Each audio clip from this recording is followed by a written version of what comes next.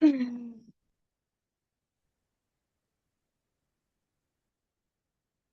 you, everyone. I apologize for everything going on. At this time, we are going to discontinue the video due to the Zoom bombing.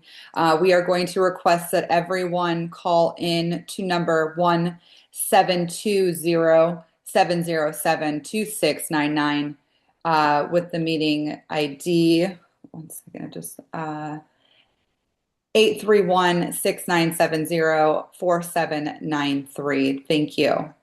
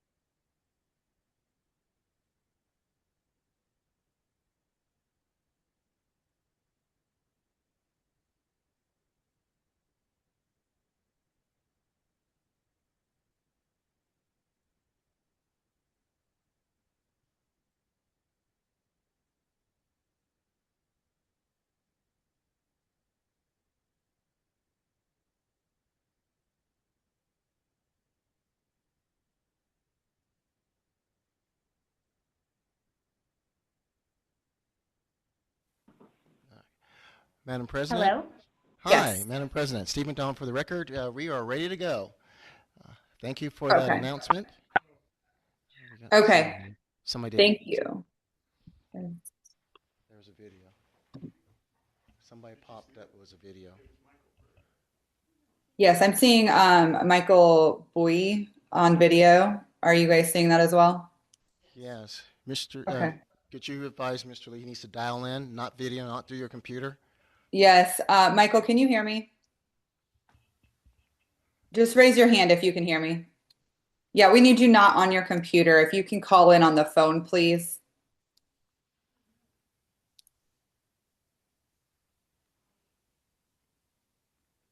Did he go off? On the screen right now. I wish I had to wait. Mr. Bowie, you'll have Yes. to hang up. I can hear you clearly.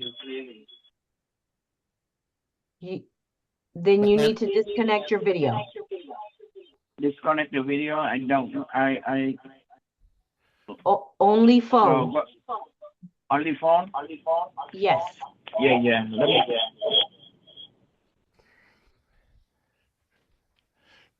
Okay, thank you.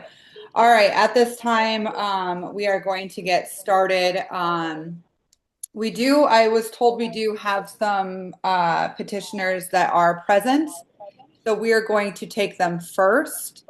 Let's go ahead and Molly? jump. Yes. Madam President, we have to finish up with Katie. Yes, we do. I'm so sorry. Thank you for It's that. okay. I was jumping ahead. Let's go back to Katie. Katie, apologies about that. That's okay. Okay. We were discussing about your friend. I'm getting a lot of feedback. Can you guys hear that too? Yes. It might be Okay. Mr. Bowie.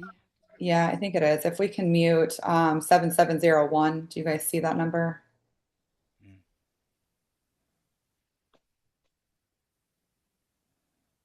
Thank you. Can you guys hear me okay? Yes. Madam It's President. much better on my end as well. Thank you. Sorry about that, Katie. So board members, if we can pick up where we were left off, I'll remind you, we have a shared station situation with a fine that was given to both participants. And then Katie was saying that it was, her friend's station, but she wasn't able to provide any documentation to us today regarding that. So do we have any questions or comments regarding this? Yeah, this is Board Member Douglas. Can you hear me? Yes. Oh, yeah, I was stating before we got cut off that when you share stations, you got to share fines. And then the owner, he did give the inspector the names of the people that was at that station. So the inspector had the right to give them a warning or a fine. So that's my take on it. Thank you, Board Member Douglas. Anyone else have a comment or a question regarding this? Do we feel we're ready to make a motion? Could I just ask? I just wanted to say that I ended up, like I said, I ended up having to pay the fine before this hearing was even happening because you have to pay it to be able to renew your license. My thing is, I guess I'm not really trying to get the money back that I paid, but to see this on my record and to see it associated with my license is the issue that I feel stronger about. Would it be a possibility to get that off my record? Does it go off after a certain amount of days? Like, what? I understand what you're asking. Let's check in with board staff. Board staff, can we have more feedback. There we go. Can we have maybe Janie chime in on This is what Janie could be Huggins done in for this the record. situation? Yeah, thank you. Any type of disciplinary action or anything that's listed under a citation or compliance review, anything in the account stays on their quote record indefinitely. As far as what's publicly available, citations stay on, I believe, the public record for 12 months, and then anything listed as a compliance review is 6 months. Okay. Thank you. I had sent in photos, kind of showing whose stuff is what. I don't know if it would even be helpful for you guys to see that, if that would change anything, or if it's kind of just like we share a space, so we share space. If it's just a lost cause or what.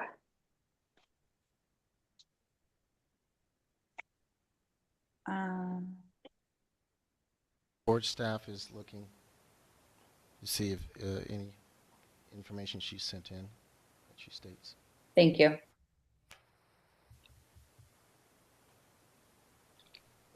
As board staff is looking, Madam Chair, the that is always the quandary whenever an inspector comes in, that if you're sharing space with someone and the inspector comes in unannounced, we don't program this so you can clean up your station and then us come in, it's nice and beautiful, and then the next day it's messy. So for that person's business model, these licensees, they decide to share an area. Of course, when the inspector comes in and they can't tell which is what, stuff is not labeled, this is this person's, this is this person's, it makes it very tough for the inspector to discern who was responsible. You both share space. That means you both are responsible for that space. So that's always the issue. This is nothing new. This has happened Right. many time when you have licensees sharing space. Well, you got to make sure that that space is clean constantly, and make sure your partner is making sure their stuff is clean, because then you both are held accountable. Because the inspector is not judge and jury out there. They're just looking to try to do their job, go out there, make sure things are sanitized, infection control, clean for the health and safety and welfare of the public. So I know the licensees, I know that Katie knows that we're here just to protect the public. And when stuff can be spread onto customers, that's what our job is. So it makes it very tough, and she's admitted it's very tough for an inspector to come in and decide, well, who's at fault here, when there's nothing labeled, there's nothing here. And then she got the information from the owner. So the inspectors just doing their job. They're out there, they're doing what they see, and that's all they can do based upon the information that they see and that they gather when they're out there. So as the chief compliance officer stated, after 12 months it goes off. It doesn't, well, people don't have access to it. It still stays in your record, but people don't have access to that. And for a compliance review, which is a warning, that goes off after 6 months. So that's where we're at, Madam Chair. I'm waiting for board staff. This is Janie for the record. We do have photos of the drawers showing the violation photos and where the drawers are. We're working on putting those up for the public now. Thank you. We just need a moment.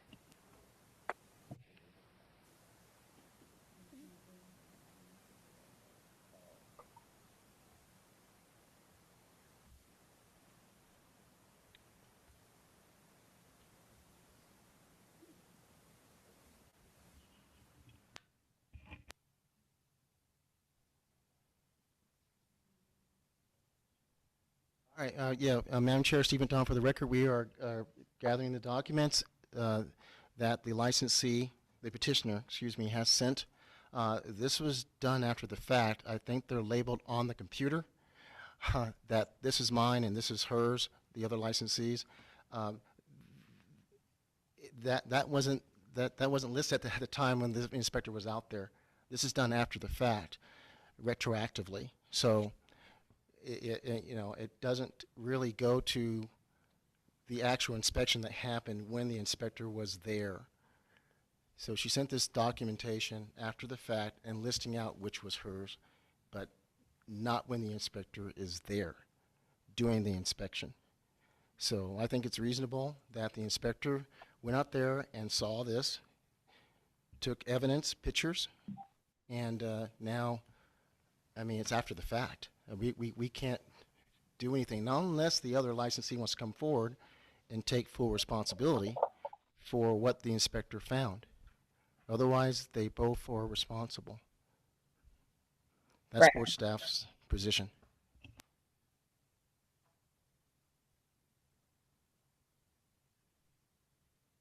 This is Lauren Gossage for the record.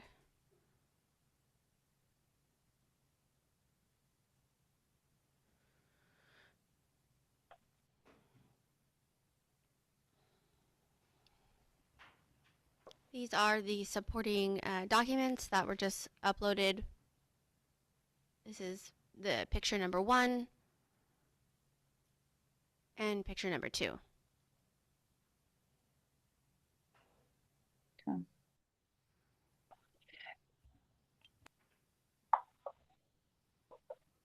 Board Member O'Brien, I do see how this would be very confusing for an inspector, potentially even as they're in an inspection, even if the door was labeled. Everything is so closely together, and debris can absolutely be, going from one side to the next. I agree with everything that Executive Director McDonald stated. Without the other person coming forward, I think that we do have to deny this petition, unfortunately. Board members, do you have anything? Yeah, go ahead. My apologies. This is Jamie Oh. Huggins for the record. Just Yes. to clarify, both licensees were issued citations. So this licensee that's petitioning the violation that's before you was issued a citation for these items, as well as the other person that shared the room. So they were both issued citations. Just this particular individual is petitioning them. Got it.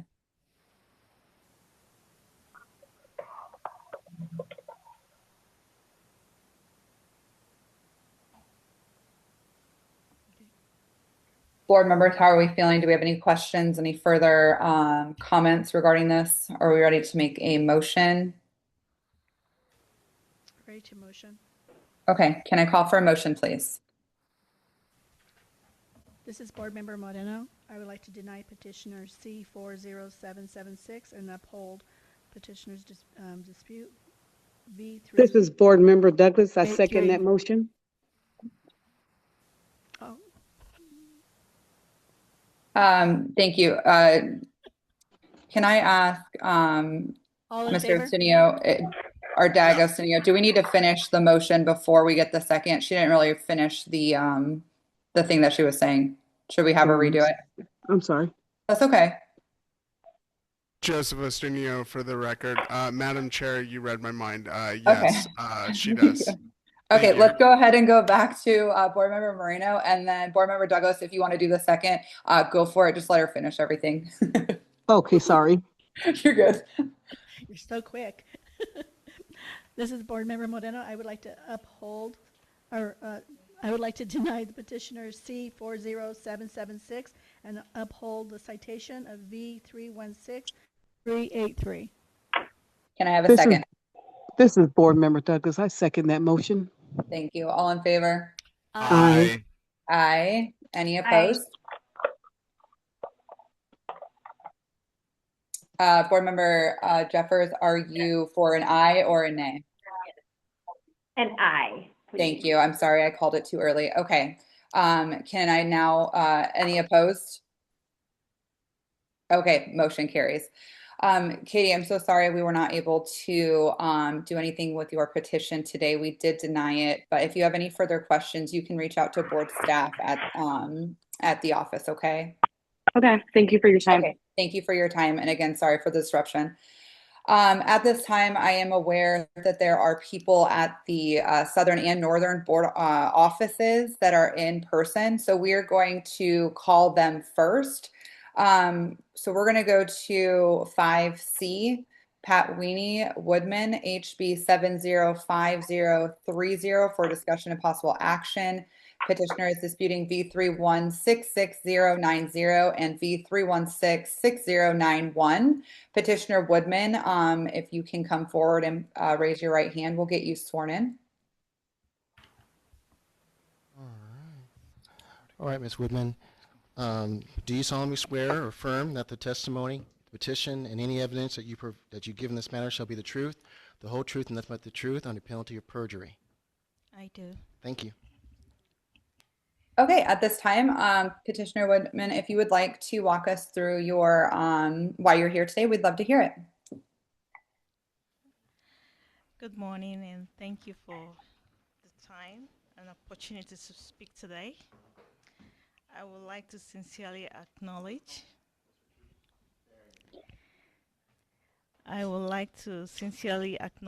this situation regarding my services prior to obtaining a license. I take full responsibility for not fully understanding and complying with the Nevada license required at this time. Once I was notified by the board, I immediately stopped providing services. Since then, I have not taken steps. I have not done anything I have taken steps to obtain my license, and which I have done. I respected the purpose of the rule, which is to protect the public and maintain professional standard. I respectively ask the board to consider my complaint. Thank you. Thank you. She's done, Madam President. Oh my gosh, I was just talking to myself on mute. I'm sorry. I was just saying thank you so much, Petitioner Woodman. At this time, we will hear from board staff. They'll make their presentation, and then we'll come back and ask you some questions, okay? Okay, thank you. Of course.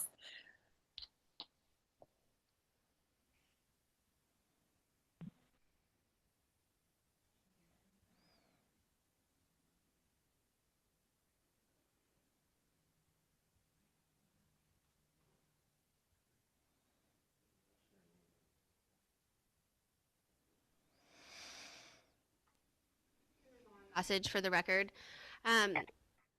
Board members, in your board documents, this is going to be under petition 5C for the agenda documents, and for the members of the public, you can view these documents on our website under agenda documents for Patwani Woodman.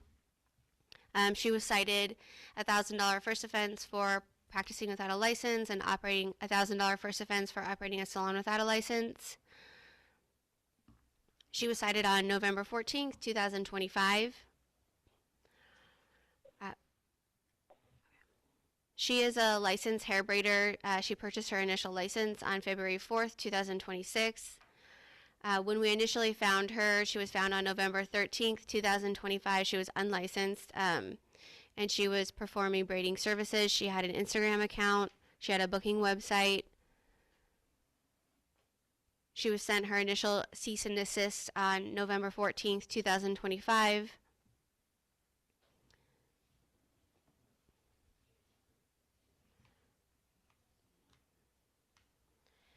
Then she was cited on October 16th, 2025. She has since purchased her initial hair braider license. She has come into compliance by working inside of a licensed establishment.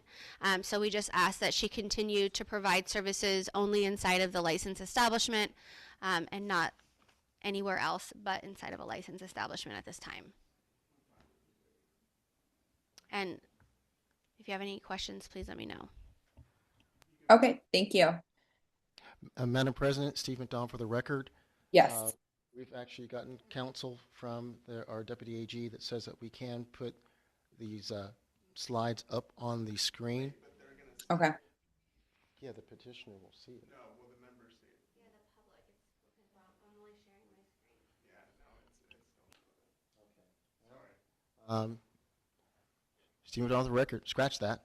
Our DAG has reversed his advice. Okay. All right. So then we will continue to review them on our end from the web hub. Okay. Okay. President, we're going to try and actually get a, because we have these petitioners in person. Yeah. And since they're here in person, I felt that they should be able to see what you see. Yeah. Because they're here in person. So Sure. as we're going through it, and we'd have to do the same thing up north. They're printed. So we're going to go grab the book, and so that way the petitioner can see it, because that's available to the public in person. Okay. So we're fine. Okay. You get to see it, okay? And we're going to do the same thing up north as well, where there's the physical documents are there on the counter in person, so that way anybody in person comes in, they can look at it. So definitely a petitioner can look at it. Okay. So we'll use that, and we'll be right with you. Okay. We'll wait to hear back.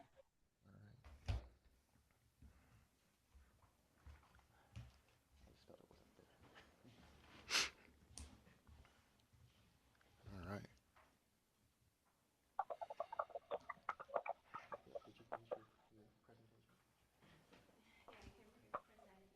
Oh, no, you probably finished it.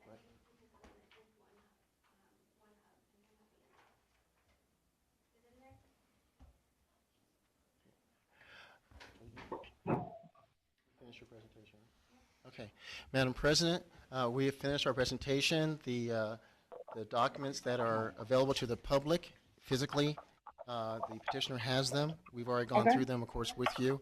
Okay. I want to add to Ms. Gossage's presentation to you board members that the key is that she's in compliance. And you've heard this from me as executive director before, and we're in the compliance business, not the citation business.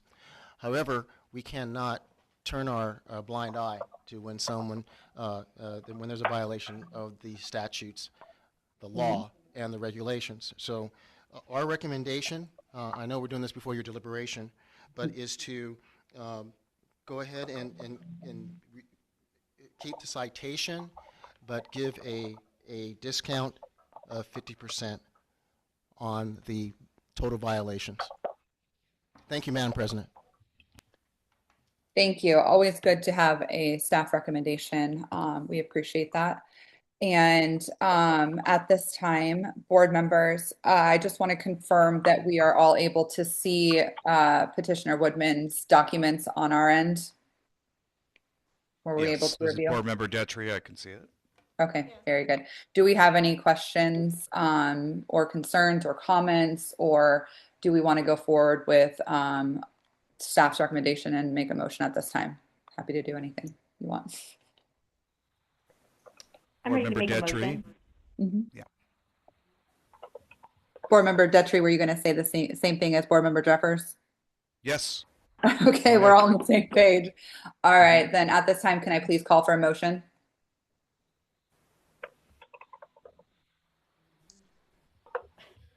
Board Member Jeffers? Oh, yes. This is Board Member Jeffers. I would like to make a motion to. This is actually my first motion that I'm making in 4 years. Yeah.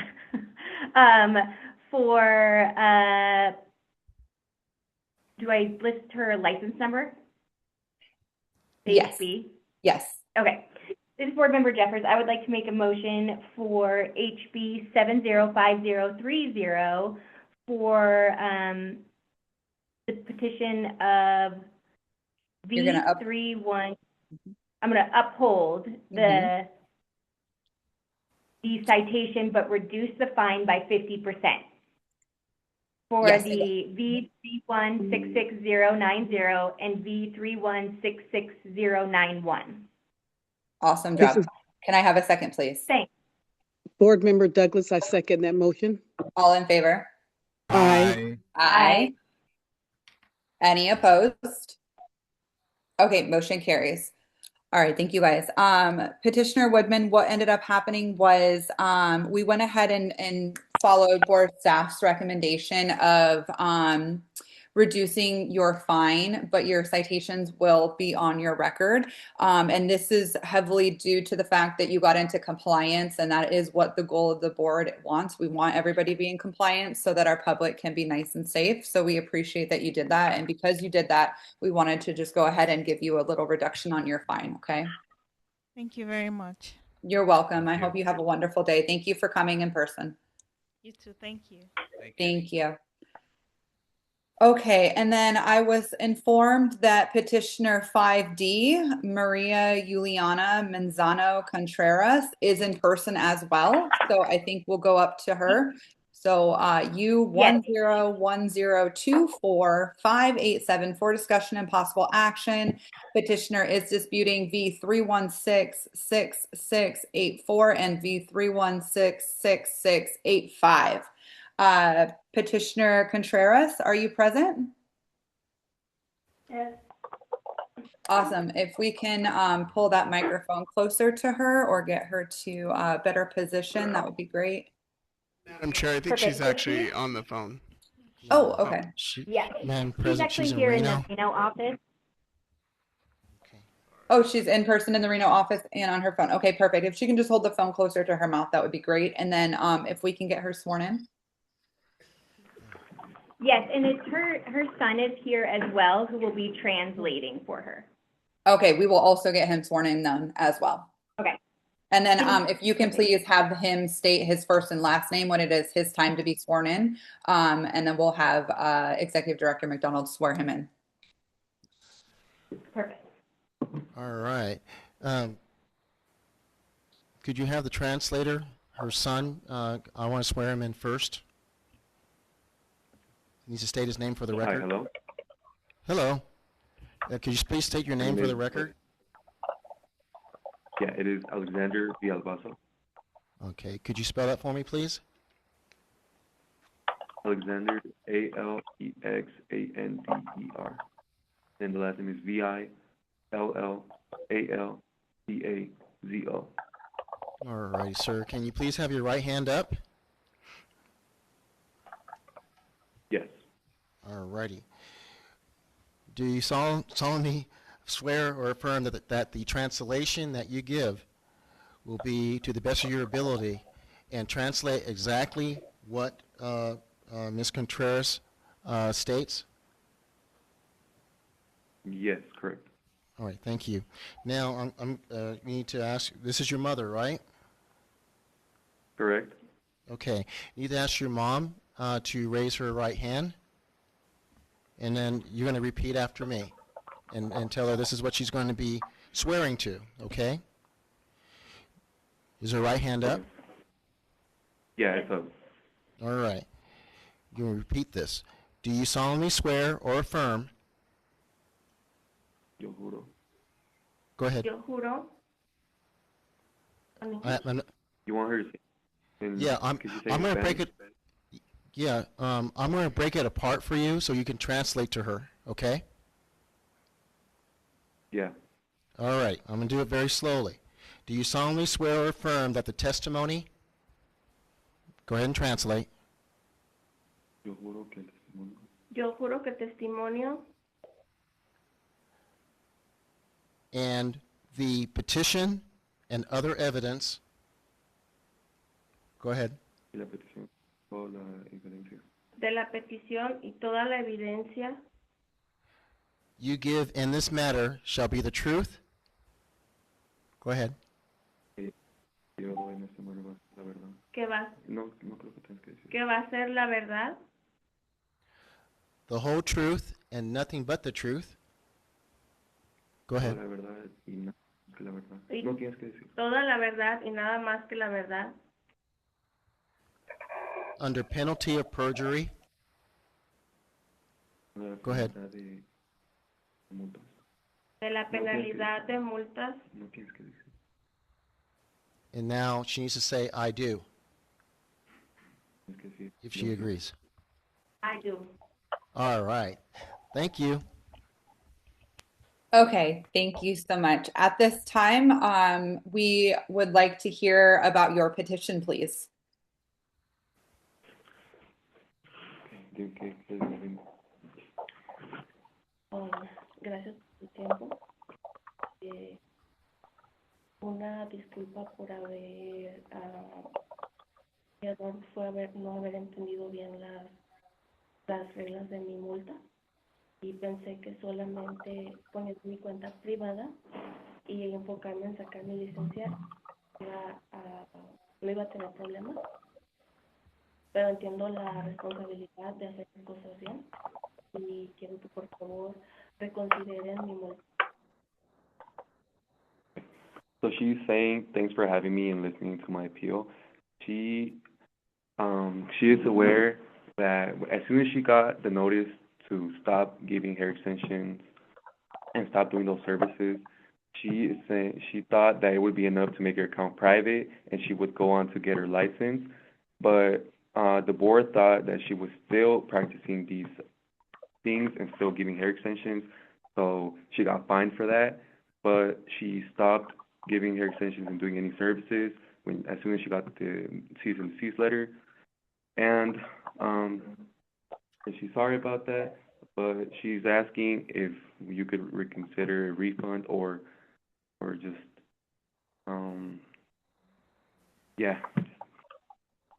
just keep that in mind that she stopped doing the services, but the board thought because her account was still public, it was just made private and it was not fixed. Okay, thank you. Is there anything else that she would like to add? You can ask for that. And then if not, we'll go to board staff for their presentation. Okay. She's not dedicated to doing that. That was just a side gig she had. She has her own job, a different job, and she was just doing that. She has proof. And she also has proof as well that she's working towards getting her license. Okay, thank you. At this time, we'll hear from board staff. They'll make their presentation and then we'll come back to you, okay? Okay. This is Lauren Gossage. For members of the public, you can find agenda documents here on our website, nvcosmo.com. For members of the board, this petitioner is under item 5D. She was cited for first offense for operating a salon without a license and a first offense for practicing without a license.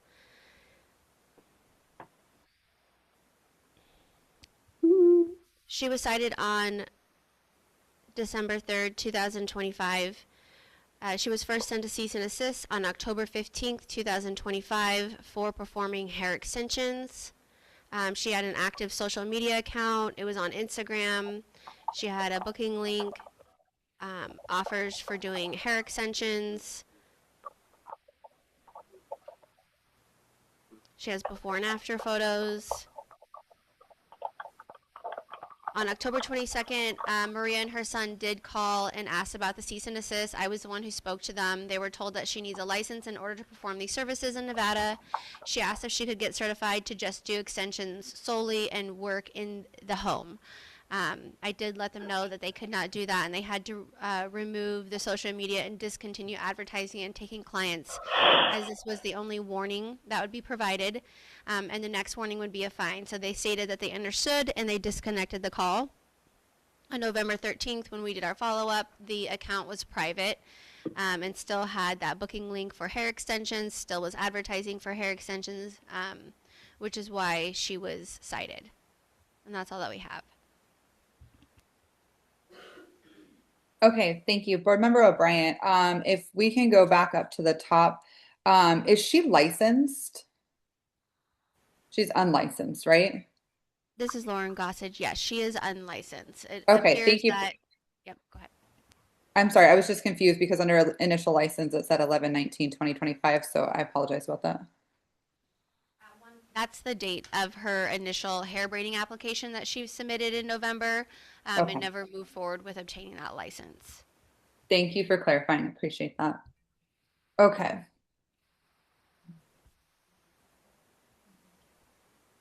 Madam President, Steve McDonald, it does show that she did apply. She just never didn't complete the process. Sure.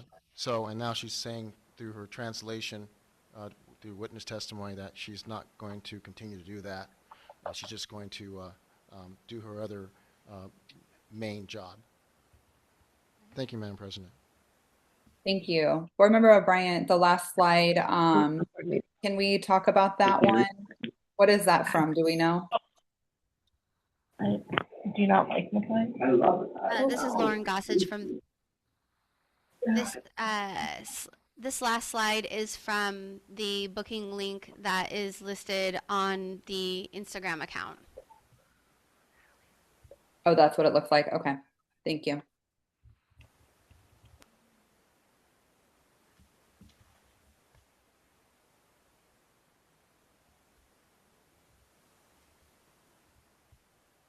Okay.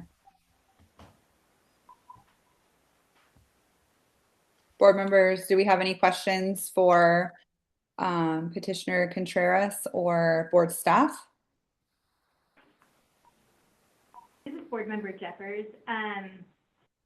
Do you still have your, or did you delete this Instagram account? It's deleted. Okay. Okay. Jeannie Huggins for the record. Just to clarify, she's made modifications to the Instagram page.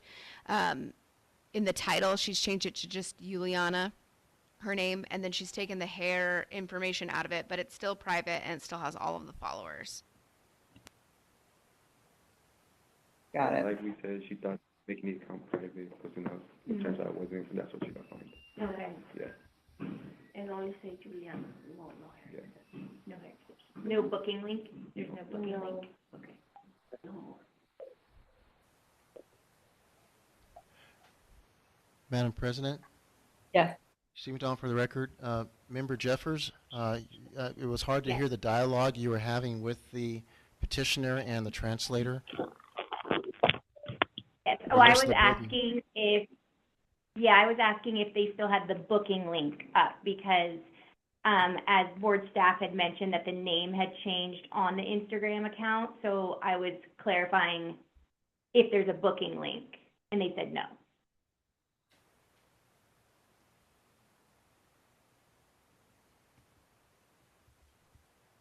Can you hear me okay? Yes. Okay.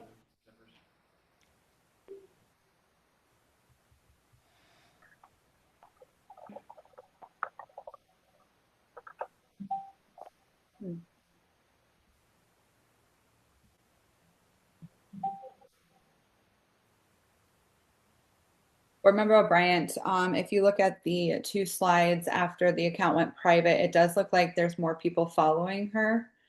And this is, the problem too with the accounts and the followers and like the advertising and stuff. So we definitely want to make sure that it's not being advertised just in the other portion of the account, which obviously we can't see because it's private. Do you want to see my account? Madam President, Stephen Don for the record. We've Yeah. verified that that part is down. Oh, great. Thank you. Thank you. Sorry about that. It's okay. It's such a different type of meeting. For Instagram. Okay. Very good. Board staff, can we have a recommendation for this? Sure, Madam President. Stephen Don for Thank the you. record. As stated with the previous petitioner, we want compliance, and we're not here to make money off people. We're here for you to be in compliance. So now that she has completely shut down her site, we recommend the citation stand, that they stay, but lower it by 50%. Thank you, Madam President. That's board staff. Thank you. Okay, board members, we have board staff recommendation on the table. Do we have questions regarding this? Concerns, comments, or are we ready to go forward with a motion?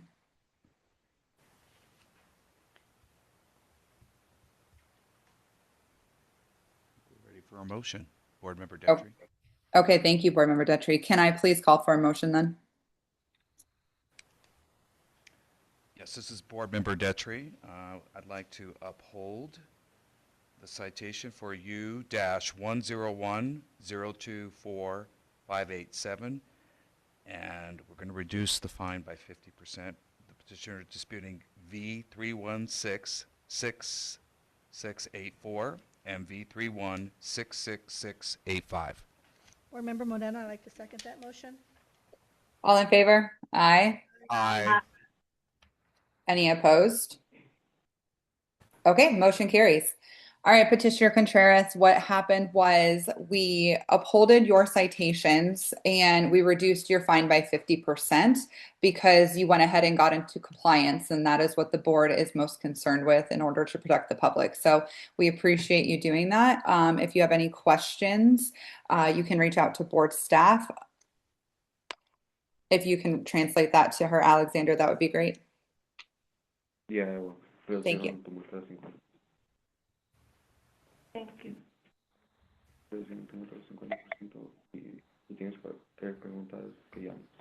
Okay. Gracias por su tiempo. She said thanks for your time, and she appreciates that. Wonderful. Thank you as well. And thank you for translating. Have a nice day. Thank you. Okay, everyone. I was also informed that petitioner 5L is present. Mimi Lee, C-43767 for discussion and possible action. Petitioner is disputing V3165684 and V3165686. Petitioner Lee, are you present? Yes, please.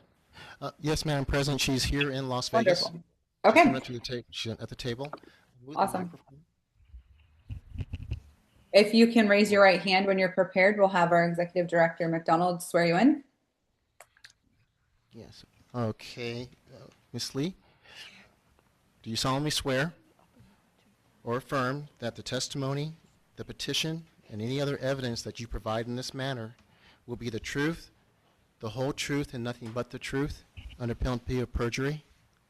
Yep, I do. All right, thank you. And Madam Chair, before we begin with this petitioner, Member Harris, can you unmute yourself? We have requested that you unmute. You have to, there you go. She unmuted herself. Can you hear me now? Oh. Yes, there was a lot of echo. Do you have it on computer and your phone? Yeah, just on your phone. Okay, can you hear me? Yes, that's much better. Fantastic. I figured it out. Thanks, Stephen. Thanks, staff. I appreciate you all. You're Very welcome. good. Okay, thanks. Bye.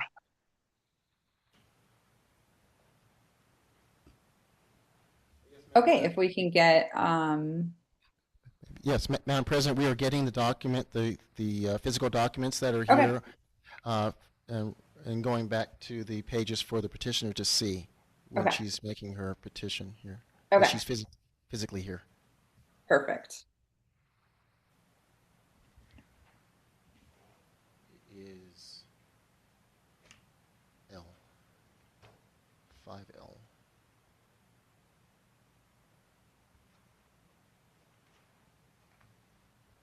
Okay. All right, Madam President, we are ready. She is ready to go. Okay, great. At this time, if you'd like to walk us through your petition. But I don't know how to use the computer. I cannot open when they send email to me. But like I just know I have to reject to the stable to file the 200 for to reject. But it's like first time I got it, but I would like to the stable to give me the warning because now I have the diabetes type 2. I very hard to work to make the money. I just work the part time by the on call, but it's like it's the first time I got it. I would like to have the one and only. Okay, thank you. At this time, we'll hear from board staff in their presentation, and then we'll come back to you, okay? Thank you. Yes. This is Lauren Gossage for the record. For members of the public online, again, our agenda documents can be viewed on our website. For members of the board, you're going to go to 5L for Mimi Lee, C43767.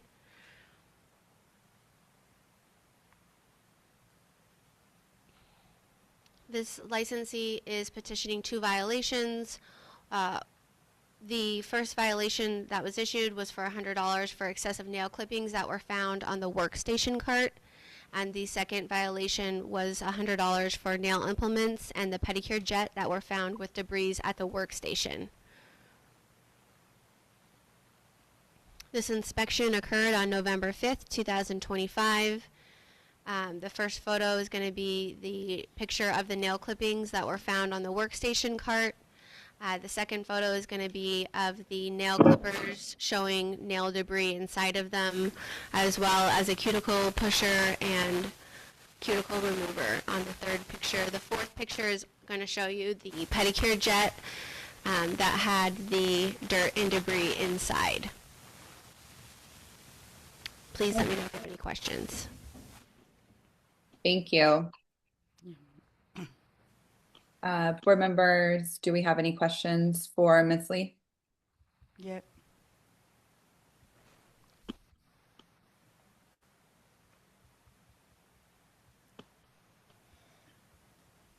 This is Board Member Detry. I Yes. just have a question for board staff. Yeah. How long has she been licensed? This is Lauren Gossage. Give me just one moment.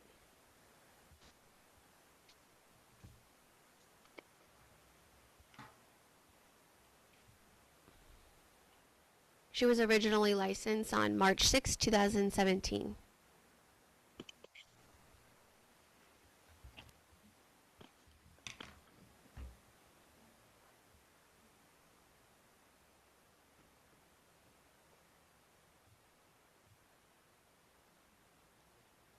Board Member O'Brien, Petitioner Lee, do you understand why you received the citations?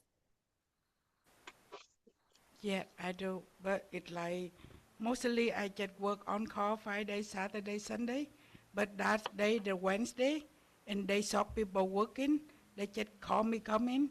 I just like come in to put my cell to net to my table, and the stable come in right away.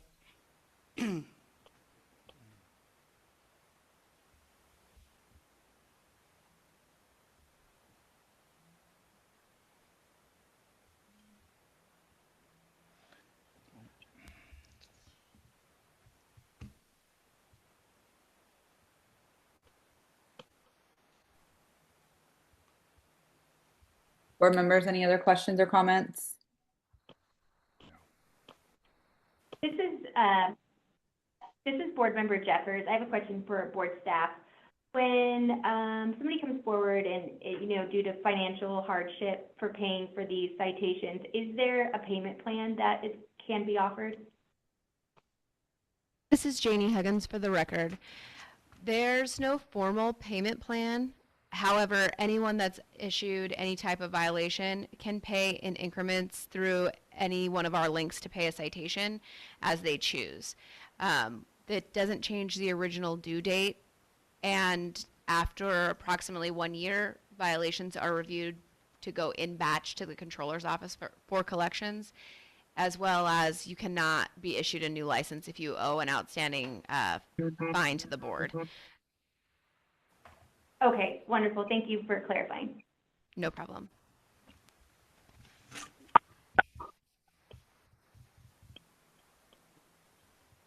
Member Jeffers, Steve McDonald for the record, if I may, Madam President. Yes, please. Yeah, that's under the law that when you know this as well as all the other board members, the public, that anything that's owed to the state, or the state, anything that's owed, you have to pay that in order to renew your license. So if it was outstanding, you'd have to come up with that money. Say you owed it say you got a 2-year license, and if you owed that money back 2 years ago, in order to renew your license, you'd have to pay it all up. See, so either make payments on it, so that way it's not so hard to get your license renewed, or you have to come up with a big chunk of cash. So we don't offer a formal payment plan, but you can make payments along the way. Thank you, Madam President. Member Jeffers. Thank you. Yes, That's thank very you. helpful to know. At this time, board members, do we have any other questions for Petitioner Lee, or are we ready for a motion?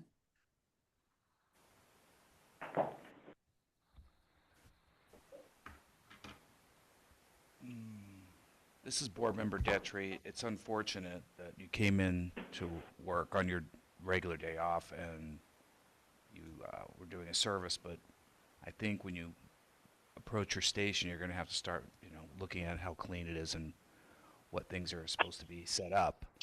And from the pictures, it's just wasn't prepared for a client at the time. So I feel we need to just motion and keep the citation as is. Agreed. At this time, can I call for a motion, please?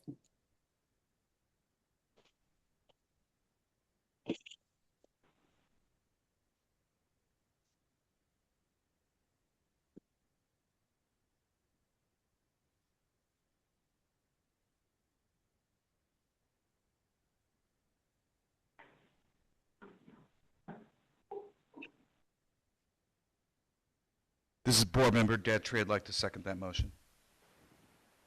Oh, I'm so sorry. I didn't hear the motion. Was there a motion put forward? Yes, can you hear me? This I is can Board hear Member you Morgan. now. I didn't hear any of that. I'm sorry. Board members online, did you hear that? No, I No, I didn't. didn't hear that. Okay, if we can get that motion repeated. This is Board Member Moreno. I would like to uphold petitioner C43767, violations V3165684 and V3165686. Thank you. Can I get a second? Board Member Douglas, I second that motion. Thank you. All in favor? Aye. Aye. Aye. Any opposed? Okay, motion carries. Thank you for coming in. Okay, Mimi, I'm so sorry. We are going to uphold the citation and the fines. But like Board Member Detry stated earlier, it is very good advice just to take a peek at your station prior to getting started for the day. And it's unfortunate that that happened, but we do appreciate you coming in today. All right, everyone. I am told also that petitioner 5M is present. Is this correct? Petitioner Fato, why? Sorry, on behalf of Kiki African Hair Braiding and Weaving S188141, I'm so sorry if I mispronounced your name. Are you present? Yes, I'm here. Oh, wonderful. Okay.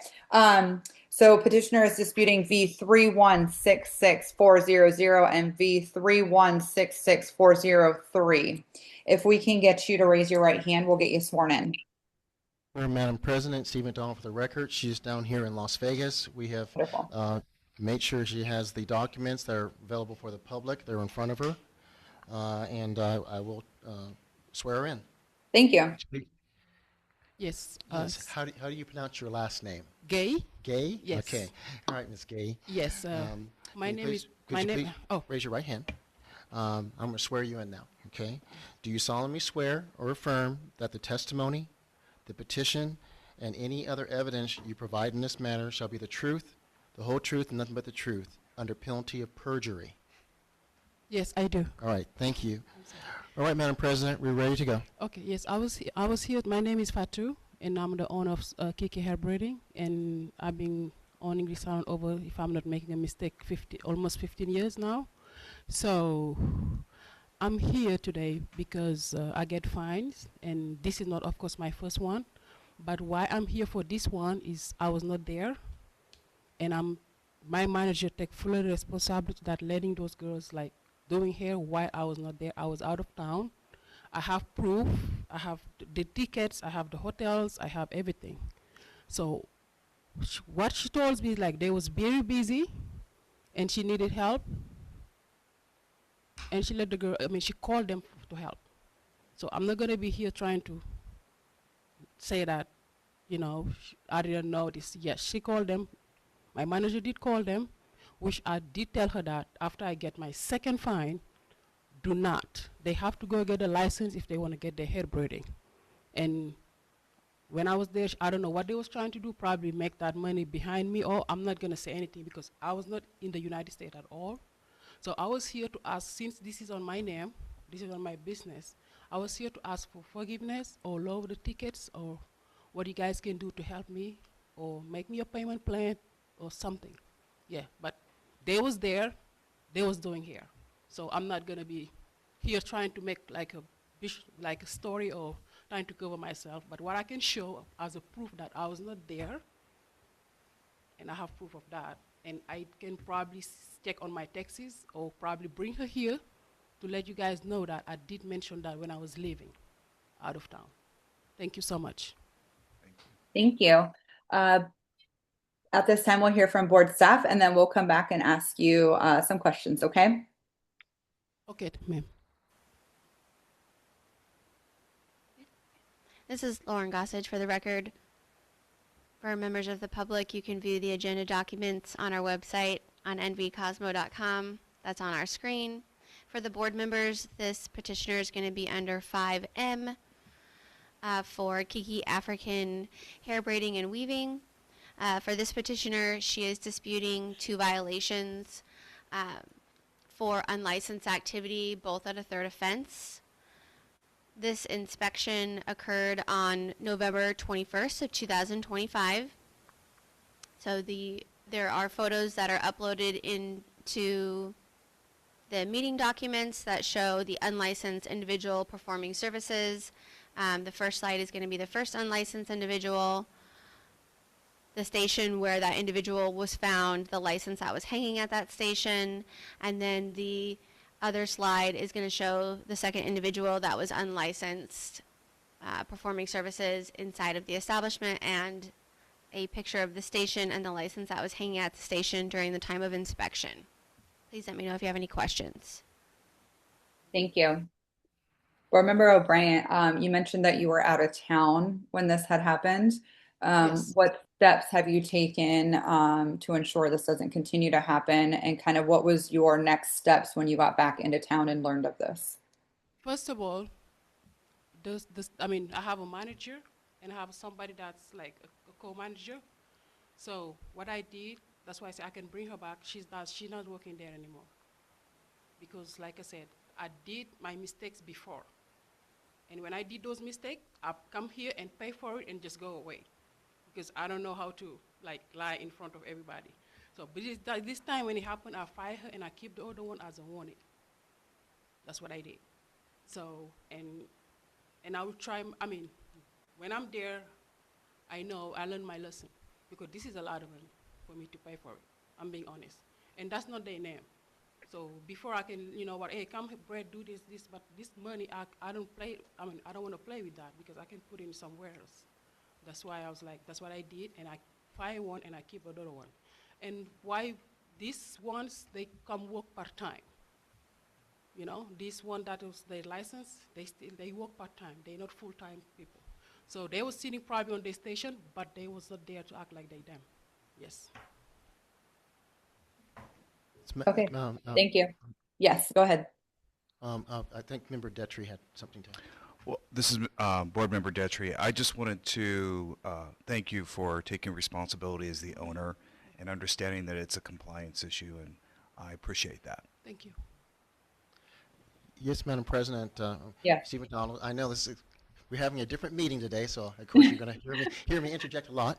I do appreciate the licensee coming forward, and honesty and integrity are big with me as well. So I'm glad they're big with you, and very important to Ms. Gay. Yes. Yes, I said it right. Yeah, okay. Okay. Madam President, board staff, and I know I'm going out of order with your deliberations, but I do want to. Board staff wants to recommend that because we've had such a good working relationship with the licensee over time, we're going back at least several years. Oh, yeah. And she's always been very cooperative, and as I said, honest, and when she takes care of business, she takes care of business. And so we really appreciate that, and she gets in compliance, and like she said, she let that person go. That was not helping her. So we really appreciate that as board staff and working with her. And our recommendation is to leave the citations, but to reduce it by 50%. Thank you, Madam President. All right. Thank you so much. Thank you. Board Member O'Brien here. I definitely wanted to go on the record and say pretty much exactly what Stephen and William said before me. The whole point of this is to get into compliance, and your honesty is just so refreshing, especially during these meetings when we are lacking that sometimes. So I commend you for that. And it's not an easy task, but as a business owner, I can tell that you understand where the responsibility lies, and I respect that 100%. Personally, I am ready for a motion if everyone else is, and I agree with board staff recommendation. Yep. Okay, then let's go ahead and call for a motion, please. This is Board Member Moreno. I would like to uphold the petitioner's citation S188141 and reduce the violation of V3166400 and V3166403. Board Member O'Brien, I think, By I'm so sorry. I think we need to clean up the motion, please. We need to clarify that we are upholding the citations, and those are the V31, and then we're reducing it by 50%. Board Member Moreno, can you redo it, please? Joseph Ostrino for the record. I'm going to help Member Moreno. Thank you. In the matter of, sorry if I screwed this up. Oh, no. Fatal? Fatu, yep. Fatu? Yes. Gay? Yes. Of Kiki African Hair Braiding and Weaving, license number S188141, regarding violations of V3166400 and V3166403. I motion to, or I would, if I were doing it, I would motion to uphold the citation but with a 50% reduction. Okay, and then So Joseph, I moved. can say so moved, and then we can do a second, right?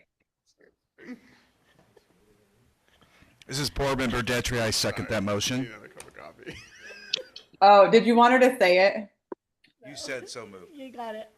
Okay, I'm sorry. Okay, all in favor? Aye. Aye. Aye.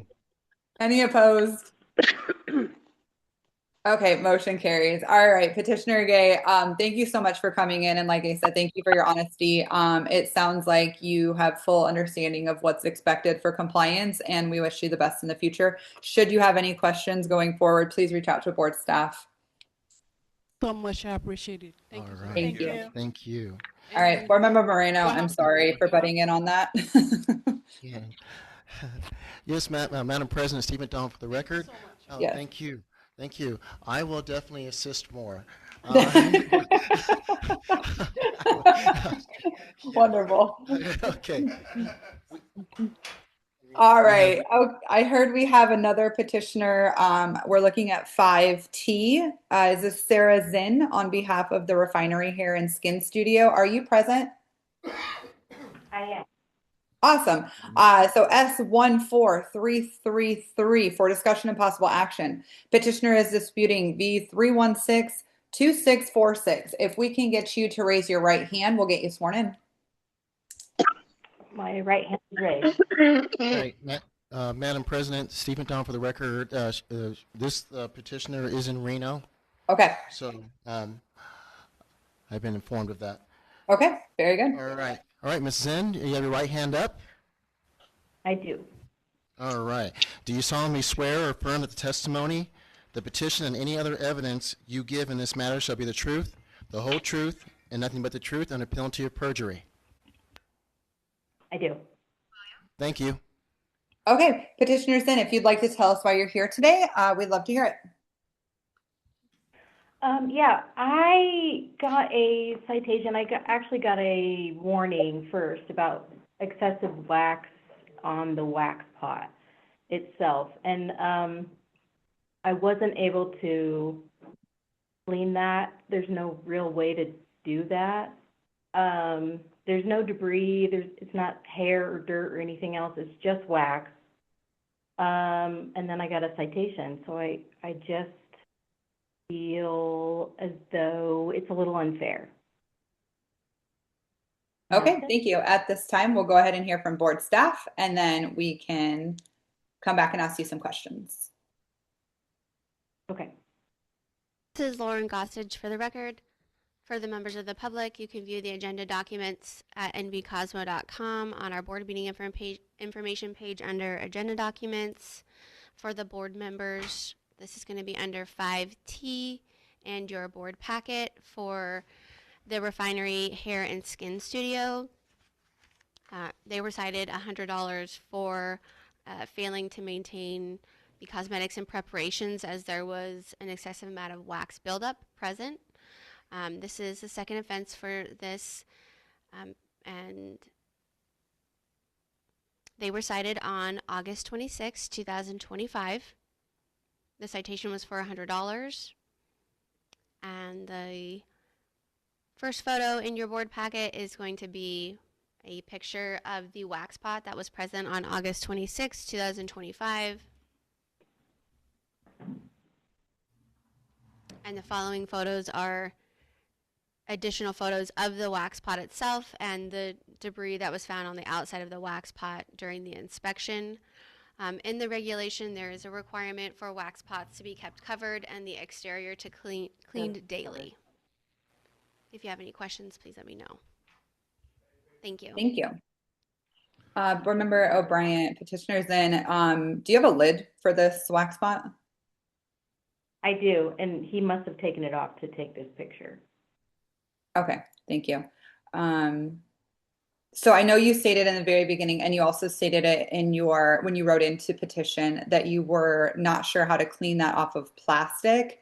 They make covers that go around those wax pots, I'm sorry, the inserts that help cut down debris immensely. And then oil removes wax from hard surfaces, plastic included. And then if you can look at the last photo, not the one where the NAC is stated, but the one right above it, you can see that there's hair all around the area in the yellow. So that's, another concern that it's not really being maintained very well. And this is just an excessive amount. I mean, I think if it was like a concern on how to clean it, it would just be to throw it away because it's very dirty at this point, and there's a huge sanitation concern at this point. And I hope that that's understood. Thank you. Can I make a statement? Of course. Yes. This is the time where we can all chat together. Yes, go ahead. So I understand the covers that you can put over there. So if this is already on there, you can't get it off, you put a cover over it, is that compliant? No, you need to remove the wax. The cover would just prevent like those little hairs that look like they're cut hairs right there. It would prevent things from like flying in, things like that. And protecting the wax, of course, because they're open tins, of course, yes.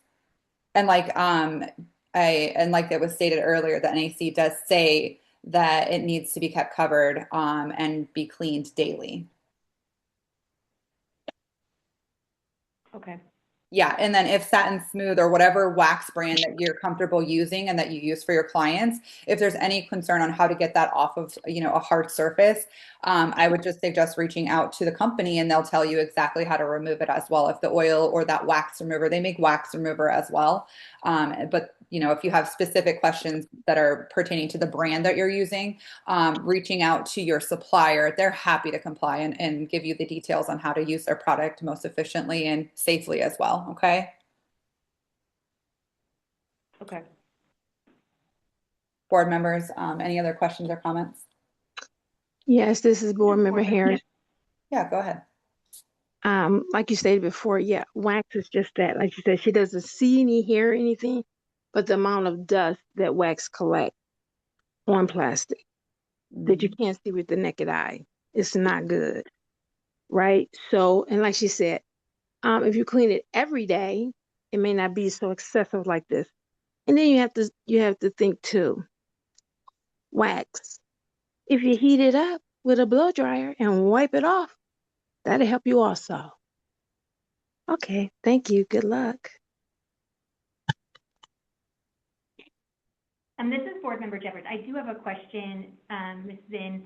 Is this a wax station that's used by multiple licensees? Yes. Okay. It's a salon. Yeah, so sometimes, like, just I'm a business owner as well, it's like getting everybody to comply with their cleanup. That I know it's, especially if you're I don't know if you're providing the warmer. Yes. Yeah, so, yeah, I'm sorry. It's shared by 5, 6 people, so. Yeah, it's probably. It's not just mine. Right, yeah, so It that's wouldn't sometimes look like challenging. But, getting everybody on board with, after each client, it's wiped down. That's just my Thank you. advice. Okay. Any other comments or questions? I just have one last comment. It's not really about the fine, the citation. I've just owned this business for, 12 years now. I've been doing hair for almost 20 years, and I've never been cited, ever. So it's just a little hit to my ego a little bit, because I do take pride. This does not look great, but if you look at the rest of our history, we just really take pride in our space. And we're not trying to put anybody in danger or be disgusting in any way. So, yeah, it just really bothers me. So I've just felt like I needed to say something about it, is all. So thank you for your time. Yes, thank you. Board Member O'Brien. That's helpful to know that this is a multi-station use waxed area as well.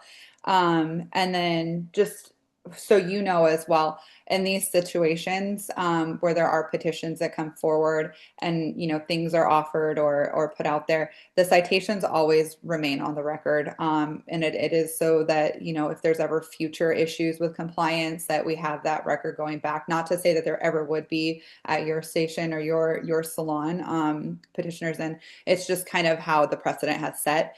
But we do appreciate you coming over, coming in and telling us about it and letting us know that this isn't really the norm for you, and that hopefully it's not going to happen in the future as well. So at this time, I'd like to call for a motion. This is Board Member Moreno. I would like to uphold. Please speak into your mic. I'm sorry. This is Board Member Moreno. I would like to uphold citation S14333, violation V3162646. This is Board Member Douglas. I second that motion. All in favor? Aye. Any opposed? Okay, motion carries. Okay, petitioners, then thank you for coming in. We did uphold the citation and the fine, and we appreciate you taking the time to come up. But if you have any other questions, you can always reach out for board staff, and they'll be able to help you, especially when it comes to anything as far as like cleaning, cleanliness, anything like that. They're more than happy to give you tips and tricks and just suggestions on that. And then just so you know as well, the products that and the brands that you're using will also do that for you. But Petitioner Harris made a really good point about that blow dryer, and that's a great trick that didn't come to mind when I was speaking earlier. So we wish you the best of luck. Thank you. Thank you. All right, at this time, we are going to jump down to agenda item 6, licensing application for review. We're going to go to petitioner, I'm sorry, no, not petitioner. We're going to go to item C, Guadalupe Ade Espinoza Carrera, ST 101024422 for discussion and possible action. I'm told this person is present. Is that correct?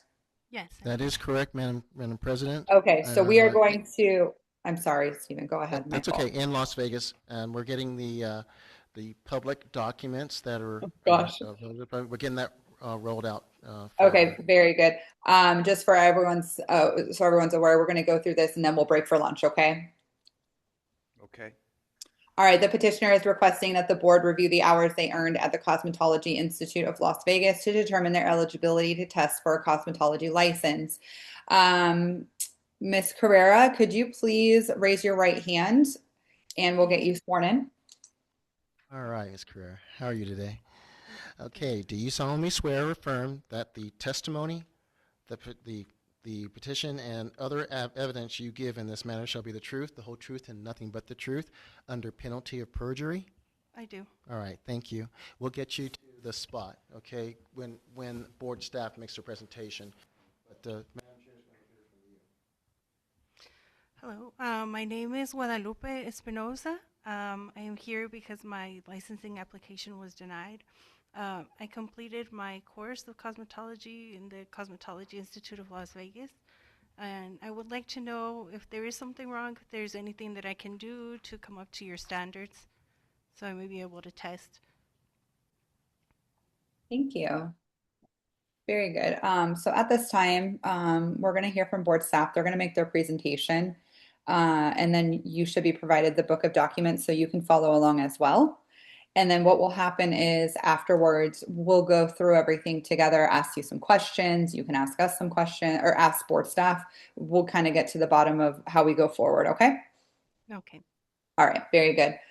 So let's go to board staff for the presentation, please. Yes, Madam President, it will be Bertha Jackson, our Chief Operating Officer. Thank you. Bertha Jackson for the record. I have her documents up. I'm using the documents from the agenda document. So if anybody's following, it's going to be page 352 on that PDF.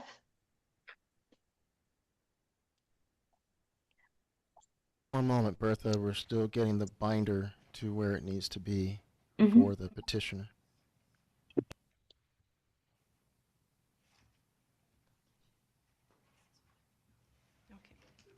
All right, Bertha, we have it where it needs to be. Okay. So I apologize. That's page 351 in the PDF. In those documents, for Miss Guadalupe Espinoza Carrera, her transcript showed a few discrepancies. It looks as though her hours added up to 1,520 hours, but the hours listed on the total program hours earned were 1,600 hours. In her transcript, it did show that all her grades were 100, which was a little, it just kind of popped out at us, as well as the NACAS accreditation for the school when the school is not accredited for NACAS or with NACAS. Her hours earned on the hours earned per subject on the CILV performance sheets, they are labeled a specific way for each subject versus the hours earned. On her hours completed per subject on her transcript, clipper cutting is not listed, yet she earned hours in clipper cutting. The hours total to different hours on her transcript, it shows the total of hours of 1,600. Her hours on her transcript actually add up to 1,520. The total hours from her performance sheets that was submitted by the school on the last sheet, which is the one for, I think it was week 44, totaled 1,582. That's what was listed. When board staff went through each performance sheet for each week, added up all the hours, they actually added up to 1,579, not the required 1,600 for the cosmetology program. On the next two, under time card discrepancies, July 5th was listed on the school's social media pages. And according to emails from the school was closed on July 5th, 2025. Yet the student was clocked in for exactly 8 hours on that date from 8 to 4 p.m. Per the instructor's payroll, no instructors were present on July 5th, 2025. The next page shows violations under NAC 644A.642, where a student the student must take one mandatory 30-minute lunch break for every 7 hours earned. There were several dates listed on this sheet where the student was clocked in for less than those 30 minutes. The next page is violations against NAC 644A.642. Again, with the 30-minute lunch break, they must complete a 30-minute lunch break for every 7 hours or anything over 7 hours earned. These dates are listed for dates that the student did not clock out for lunch on those dates. The next violation on the next page is violations on 644A, NAC 644A.642.4, subsection A, where the student was clocked in for more than 40 hours per week. And that violation is the student cannot attend for more than 40 regular scheduled school hours in each week. And these dates for week 1, 10, 16, 17, 19, 29, and 38, the student was clocked in for more than 40 hours in those weeks. The next pair of discrepancies are under the performance sheets and discrepancies. In this one, week 1, there's hours listed, the student listed their name, they listed their start week, they filled it out, but the student's initials are missing. And we do not have record of daily sign-in sheets for those weeks. So for this week, the student did not sign in. We can't verify if they were there that week, aside from the time cards that she has listed, which have been noted in previous meetings by students and the school that the time clock works some days, doesn't work, or there's issues with it. So it makes us question the how accurate those time cards actually are at this point. For this week, the student clocked in 40 hours and 15 minutes, but they only listed 40 hours on this sheet. For the next, for week 2, same issues. Student did not initial, and we don't have any daily sign-in sheets for those weeks. So we are unable to determine if the student was there. Same with week 3, week 4, and then week 5, we see the student's initials. And that's on page 364 on the PDF. With these discrepancies that were listed, the student also had, if we can go down to week 10 in the paperwork, the student listed 8 hours for field trips earned on March 10th, 2025. There are no supporting documents for that field trip. We received an email from the school indicating that the students did not earn any field trip hours that day, yet it was filled out and signed by the instructor, Charlotte Williams. On the following, we have similar discrepancies for the remaining of the performance sheets. If we can go to the page after week 44, which is the findings page.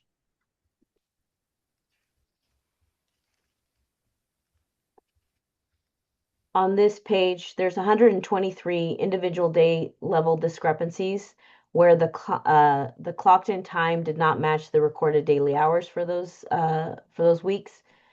There are 15 weeks that contain incorrect or missing weekly totals, carryover hours, and grand totals. At least 6 days documented of ongoing authorization of instructors by the assigned instructor, but not scheduled to pay. They were not paid for that day. So the instructor signing off, but the instructor was not on payroll that day. At least 2 days where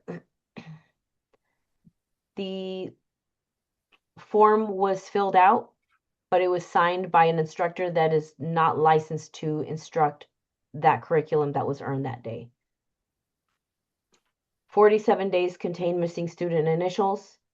At least 4 days contain missing instructor initials. The clocked hours were 1,600 and 1,600 hours and 2 minutes, but only 1,157 hours can be accounted for according to the performance sheets. The practical, we received 3 separate versions of the same practical exam documents. 2 of the sets were obtained by staff during a school visit on November 25th, 2025, and 1 set of documents was provided when we via email on 12/23/2025. There are discrepancies between all 3 sets and inconsistencies, and they are listed on the next slide. The practical exam results form missing. We're missing the social security number. We're missing the program that the student completed. On the next 2 sheets, one, it's for the same date, October 7, 2025. One has a Lupe for Cosmo program, and then the other one is also the student, but one has other students on it, the other one doesn't, but it's for the same section of which is the nail technology segment. It's in the same segment for the exam, so we can't determine which one's which. They're the same grade, but it's difficult to determine why there's 2 for this with the same information on it. I don't know. I did test together with the nail students for the nail portion of the exam as well as the infection control, the blood exposure, and then the Ooh. rest of the exam was with my instructor for I'll cosmetology. I'll Excuse get me, I'm into so that. sorry. I'm not sure if that's Guadalupe speaking, but at this time, we're just going to do the presentation with board staff, and then we can come back to explain or whatever once it's back to your turn, okay? Thank you. Go ahead, Bertha. So, continuing on, student completed the blood exposure segment twice, once with hair segments and then once with the nail technology segment. So it is difficult. Like, why was she given two? There's only one required with the board. On the next slide, we go into exam discrepancies. On this slide, Anita, can you mute you?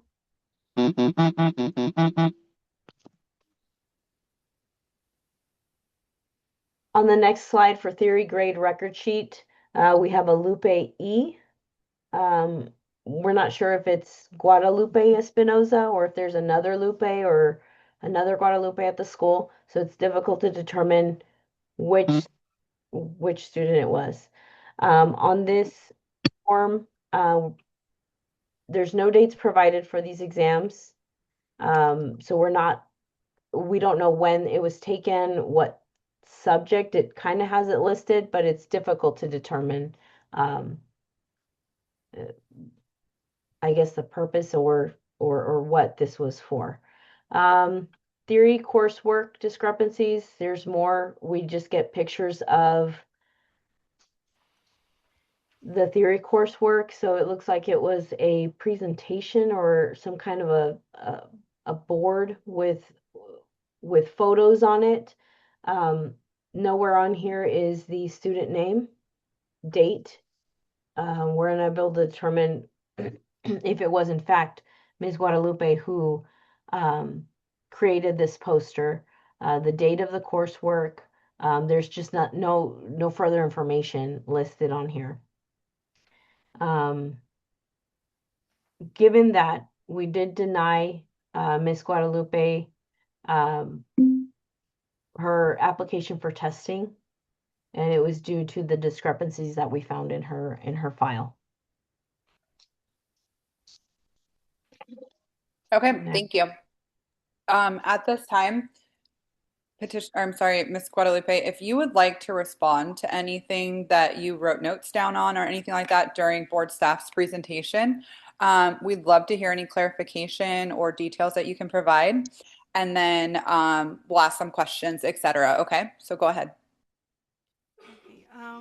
For my timesheets the first few weeks, I believe I wasn't aware that I had to initial, and I didn't put my initials on those first few weeks. When they first gave them to us, I thought that the record would be more kept on the time clock, and the timesheets were a little bit more to just keep track of how many hours we had gone in the weeks that I had been there. Also, for my theory tests, I did complete a lot of the tests online. We had my SEMA, and I would log in there, complete the test, and write down the scores. I believe my instructor had told me that she would go through them in the end and make sure all the exams were in and take the scores from there. And I'm not sure if they had to complete another form or something. I just wrote down the scores that I had from those tests, plus a few that I took in paper with the rest of the class.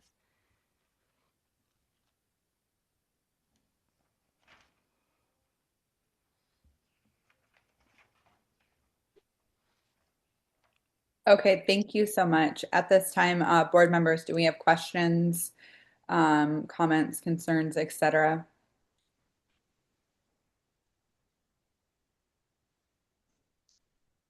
Obviously, this is a scenario we're currently dealing with other students as well, so we are familiar with this school and kind of what's going on. I did remember reviewing, and Bertha went over it once again.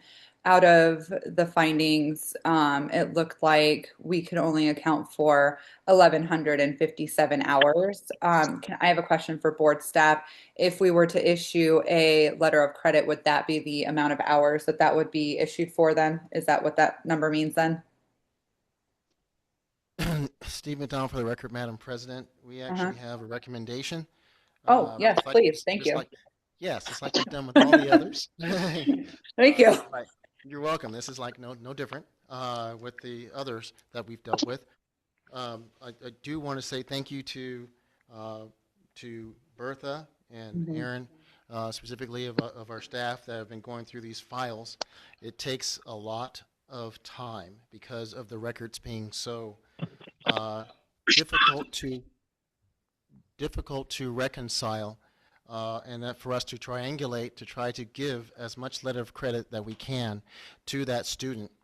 So our recommendation is that for a letter of credit would be 1,227 hours, and the usual with this type of group. The remaining hours cannot be completed through theory, state board procedures, field trips, reception desk, modeling, and or salon management. That would be our recommendation. And Bertha Jackson, for the record, I can speak to the difference between the 1227. It's a 70-hour difference between what was listed in these slides and what our recommendation is now, based on daily sign-in sheets that we've received since then from the school. We've been able to determine some of her hours. So that's why we've been able to add on or give her an additional 70 hours.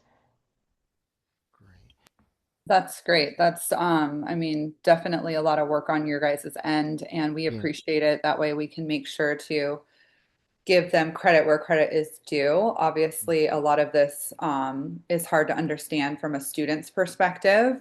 So we appreciate you guys working so hard to do that for them. At this time, board members, we do have a recommendation on the floor. Do we have any other questions, concerns, comments? Do we want to talk about the recommendation? Obviously, it's very similar to what we've seen in the past, but want to give that opportunity here. How are we feeling? Madam President, Steve McDonald for the record. I want to interject to finish the recommendation. Sorry. That's okay. No, that's okay. I know if you saw me, then you'd say, oh, he's still talking. Oh, my God, he's still talking. Here's the rest of that recommendation. All students will complete the required hours in the specified hours that will be outlined on the official letter of credit. All students must take the practical exam at the board office. That means here. All students' hours must be tracked on weekly reports provided by the board. We'll provide the form to be completed by the school and the student and returned to the board weekly. Additionally, student attendance must be tracked on daily sign-in and out sheets and returned to the board weekly. So this just would confirm the amount of hours that student is doing on their re-enrollment, basically. Like we're hearing a lot of these students are going back to CILV. We'll ensure that we can track the records. And just for the board members' information, we have approved some that have come before you, and they are doing this tracking, and it has been approved by us for them to test. So this methodology, at least, appears to work. So that's our recommendation for Ms. Carrera. Thank you, Madam President. Thank you so much. That's a great recommendation. And thank you for finishing it. Let's go ahead and ask our board members if we have any questions, concerns, comments. How are we feeling? Board Member Detry, that sounds perfect. Yes. Thank you.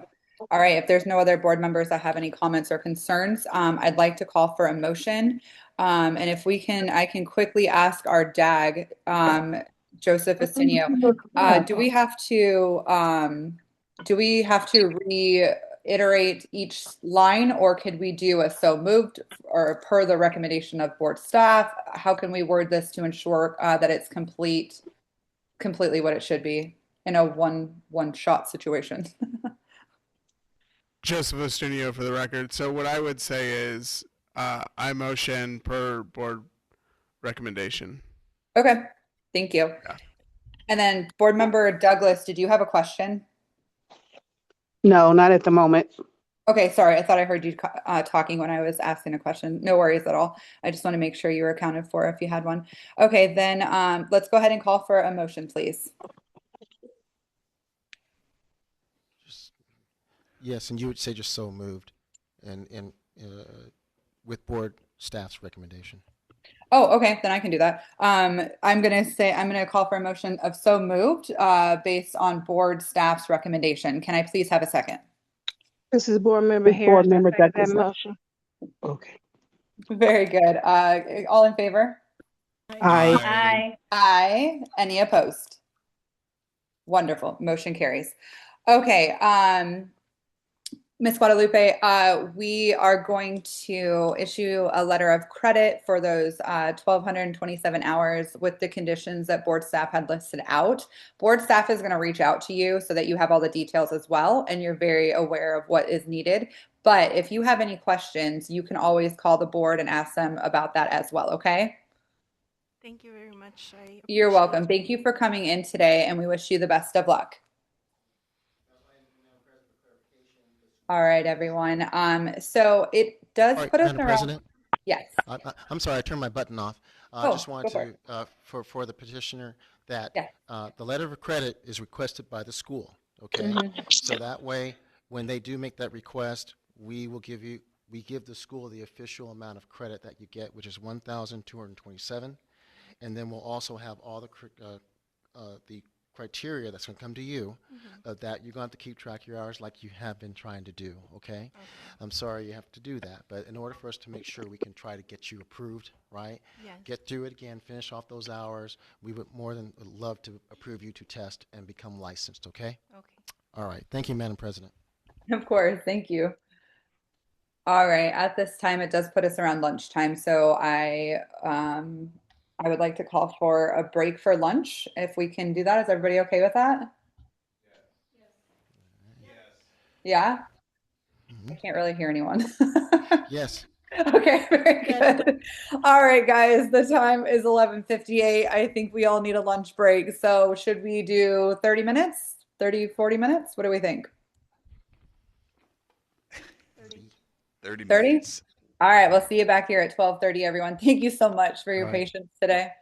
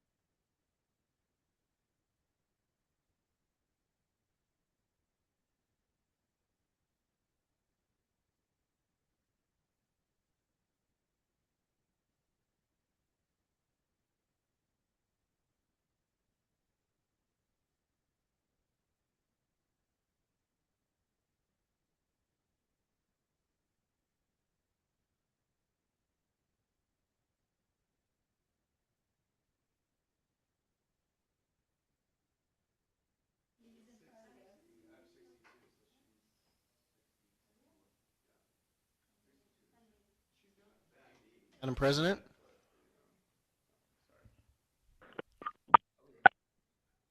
Yes, can you Madam hear me? Yes, we are ready whenever you are. Awesome, let's do it. Okay. Welcome back, everybody, to the Nevada State Board of Cosmetology for the April 13th, 2026 board meeting. The time is 12:31. We are going to get started. Let's pick up where we left off with agenda item 5E. Is that correct? Can someone confirm that? Yes, Madam. That's correct. Madam President, yes, you're on 5E. Okay, very good. Let's go forward with Taylor Garcia, C-55501 for discussion and possible action. Petitioner is disputing B3166994 and B3166995. Petitioner Garcia, are you present? Yes, I am. Oh, wonderful. And are you in person or are you on your phone? I'm on my phone. Okay, no worries. If you can just raise your right hand and let us know when that's raised, we'll get you sworn in by our executive director. My right hand is raised. Thank you. All right. Good afternoon, Ms. Garcia. Do you solemnly swear or affirm that the testimony, the petition, and any other evidence you give in this matter shall be the truth, the whole truth, and nothing but the truth, under penalty of perjury? I do. All right. Thank you. Hi. So at this time, if you'd like to walk us through your petition, we'd like to hear some details for why you're here today, okay? Okay. First off, I do want to say that I have my baby with me, so I'm going to try to keep her quiet. No worries. I think almost all of us are moms or have children in our lives. You're good. Right. Okay. So I would just like to understand and kind of explain my citations going off the documents you guys have. I can kind of see where it can be confusing on my place of work. I do want to say that I've been at Ulta Cosmetics since February of 2022. I haven't stopped working there, but as far as the email you guys have, I had a 2-week-old baby at the time, so I was unaware of that email until today. I do want to say, as far as the Scorpion Beauty located on Telegraph Street, per the Yelp page, I was in the process of getting my license in sync to comply with board standards. While doing that the months of May to June of 2024, I realized I didn't have the clients or the funds to continue. I've contacted Yelp multiple times to try to take that page down, and they won't. In March of 2025, I worked at Atmosphere Salon in Reno, where I posted the services that I offer. I realize now that I did not change the name of my Instagram page, but all 3 of those lashes that you guys have are models, and the lash lift model was at Atmosphere Salon in Reno.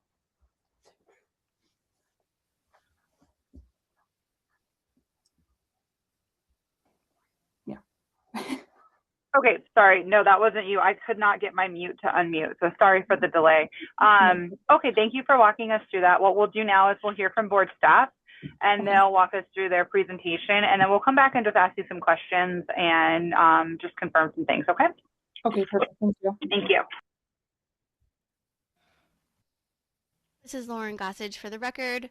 For members of the public, our agenda documents can be found on our board meeting information page on our website, nvcosmo.com. For members of the board, you can find Taylor Garcia under 5E in your board member packet.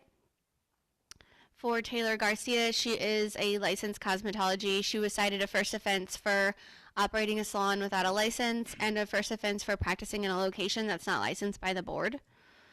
She was cited on December 10th, 2025. She was initially licensed with us on July 10th, 2023. She does have a work location that was updated in 2025 on August 22nd of Ulta Salon Cosmetics and Fragrances. We reached out to her on November 18th, 2025, asking to provide the salon name, salon address, and license number where she performs services, and just to confirm the mailing address to ensure that the information we had in our system was correct. We didn't receive a response from that. The Yelp page for Scorpion Beauty states that it was updated in December of 2025. On that webpage, you have the licensee's phone number, you have an address of 111 West Telegraph Street, Suite 111 in Carson City. The social media account stated that she was a licensed cosmetologist, and advertise for services that she offered. So eyelash extensions, brow waxing, full body waxing, facials, mani-pedi, and hairstyling. There's other posts that were posted on her social media, like on March 4th, May 22nd, 2024. They don't have a location of where these services were being performed at. So because we didn't receive any confirmation back of where she worked, she was issued a cease and desist initially, and then a citation and a cease and desist for operating and practicing. Please let me know if you have any questions. Okay, thank you so much. Do you, at this time, want to comment back on anything that you saw in the presentation? Yes. The email, are you talking to me? I'm sorry. Yes, go ahead. Sorry. The email, I wasn't aware of the email, so I mean, that is on my part, absolutely, but I didn't know that that was a cease and desist, and I didn't even get that until today. But I realized again that I didn't change my Instagram name when I was an employee at a different salon. Okay. Board Member O'Brien, for your Yelp page, you stated that there were some issues with getting those taken down, and I do know that that is true in the cases of trying to remove companies and things like that. However, you're able to put it in as closed. Were you able to figure out something to do with that? Because the slide shows that it's open on Wednesdays. So are you seeing that as well on the slideshow, and was that able to be handled? So I see that as well, but I've tried calling them and emailing them and even commenting myself on the Yelp page saying that the business is closed and no longer operating, which it never even got fully up and operating anyway. But I have tried to contact them multiple times and I just can't seem to get it taken down for whatever reason. Okay, thank you.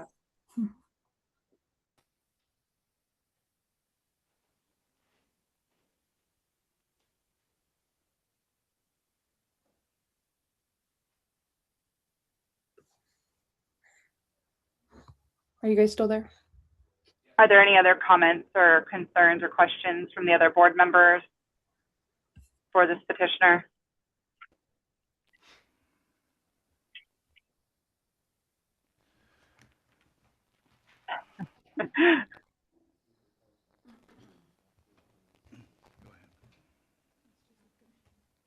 I do not have any questions. Okay. Are we ready for a motion then at this point? If there's no other questions or comments?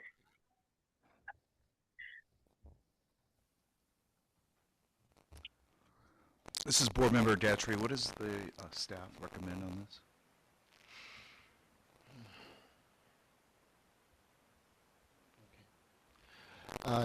Yes, Member Detry. Staff recommendation is to uphold the citations, but lower the fines to 50%, since it appears that she has become compliant. That's our recommendation. Okay, thank you. At this time, we have a recommendation on the floor. Do we have any questions about it, or are we ready for a motion? All right, let's go ahead with the motion, please. This is Board Member Datry. So moved. Can I have a second? Board Member Moreno, I second that. All in favor? Aye. Aye. Aye. Any opposed? Okay, motion carries. All right, Ms. Garcia, so we are going to uphold the citations, but what we did offer you was a 50% reduction in your fines. So board staff will reach out to you with regards on how to handle that, okay? Awesome. Thank you guys so much. Thank you. You're welcome. Very much. Thank you for your time and your patience today. Have a good day. Thank you, you too.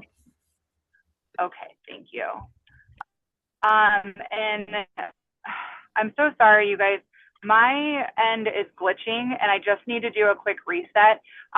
Karen, would you be able to handle the next petitioner, 5F Best for me? Yep. I got Okay, so go ahead and call that, and then I'm going to reset everything on my end and get it back. I have a lot of static and just like weird sounds. Thank you. Yes, Madam Chair, we have to ask our board members to unmute, so that way we can make sure that we have a quorum.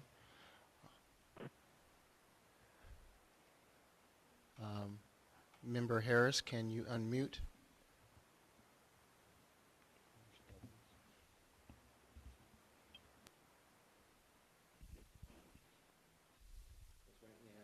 We have 3 that we're aware of.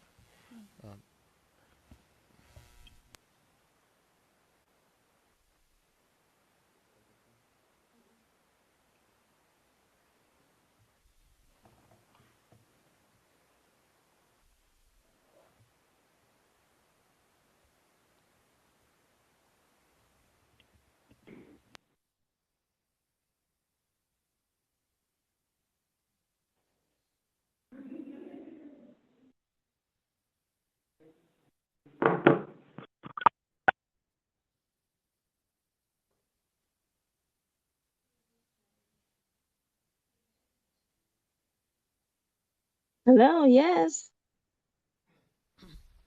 Hi, Member Harris, Steve McDonald for the record. We just wanted to make sure that we have a quorum. Oh, yes, I'm sorry. Great. The board president had to reset her system, and so we wanted to make sure we had at least 4 members. Board Oh, Vice yes, I'm President. here. Okay. Board Vice President Moran was going to take over. Okay. We do have a quorum. Thank you. Okay, great. Thank you. Okay, we're going to move on to Agenda F, Beth Villalobos Velasquez, U1010244747. Ms. Velasquez, are you here?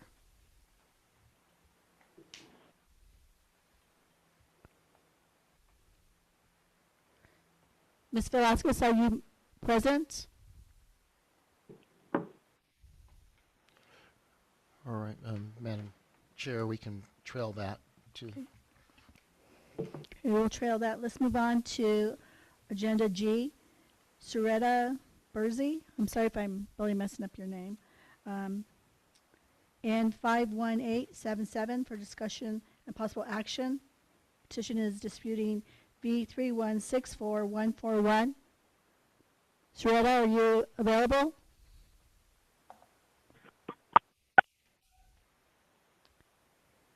If you're available, please unmute. Can you hear me? Yes. Okay. Can I have you raise your right hand, please? Yes. All right, and is it Sharita? Sharita Bursey. All right. Okay, your right hand is up. Do you solemnly swear or affirm that the testimony, the petition, and any other evidence you give in this matter shall be the truth, the whole truth, and nothing but the truth, under penalty of perjury? Do you say I do, or you don't agree? Ms. Bursey? Could you please unmute? Oh, I gotta keep pushing this button to speak, it says. I said yes, I'm sorry. I hear you. Oh, that's okay. All right, thank you, Ms. Bursey. Mm-hmm. Hey, Ms. Bursey, can you walk us through your petition? I didn't understand the question. What'd you say? Could you walk us through why you're here today? Oh, yes, the petition. Yeah, I got a petition at the salon that I work at for I think it's like a cheese grater thingy. It's something that I bought. I bought what you call it, callus remover off of Amazon back in April. And when I purchased it, it came with a cheese. Actually, it was February 27th. I purchased that of 25. It came with a cheese grater. I don't use cheese graters, never have, but it came with the product. I left it in my drawer. It was still wrapped in the wrapping because I never used it. And I think whenever State Board came around, which State Board probably been, well, I think that was the only time they've been there since I came back to that shop. I guess they saw it in the drawer, which it was tucked in the back of the drawer because again, I don't use them. It was just in there because I never took it out the shop and I was fined for it. And when I found out about the fine, I immediately called to find out why was I fined for that because I never used it. It was still in the wrapper and it's been in there for months. And they end up saying, well, the file wasn't supposed to be on property. I told them I wasn't aware of that. The file was literally next to the files that I do use, which are the files with removable sanding band. It was plenty. If they took a picture of it, which I'm quite sure they did, hopefully they did, because I don't see it. You will see the removable sanding band files that I actually use. So I thought that was unfair to fine me $200 for a device that's sitting in my drawer that hasn't been used and never was used.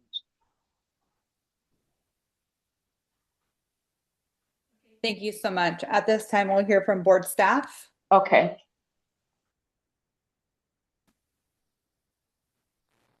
This is Lauren Gossage for the record. For our members of the public, you can view the agenda documents on our website on the board meeting information page. For members of the board, in your meeting packet for Sharita Bursey, she is under 5G. She was cited a first offense for allowing / practicing invasive procedures, and this is for the foot grader that was found during the inspection. The first offense citation for this is $200. This inspection occurred on September 29th, 2025, and the only photo that we have from the inspection was just the photo of the grader in the wrapper that was found inside the cart. As Sharita stated, it is a prohibited item to have on the premises, so that was the reason for the citation. Please let me know if you have any questions. Thank you. All right.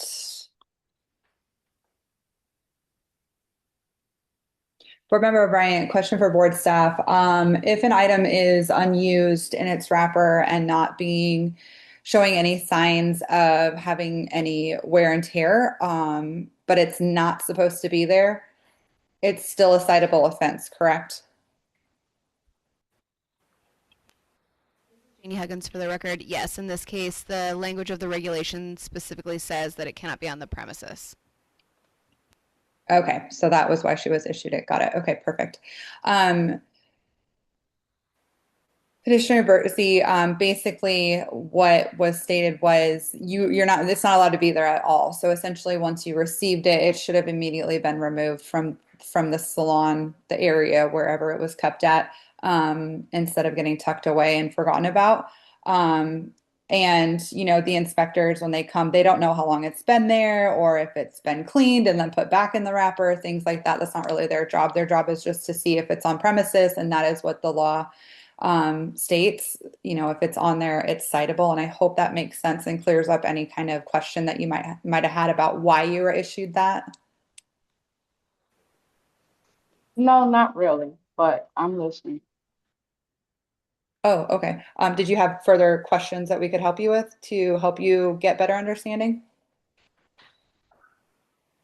No, again, I mean, I'm just gonna agree that we disagree on the issue. But you guys say it's the law. Apparently, I have not seen that in all the thousand of things that we're supposed to read when we're attending nail school or cosmetology school. So I have not come across anything like that personally, but you guys say it's the law, so it's the law.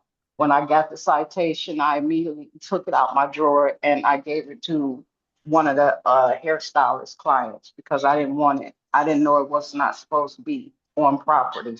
Because if I did, I would have taken it out of the salon.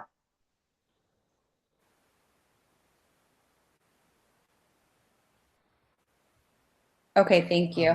At this time, do any other board members have any questions or comments?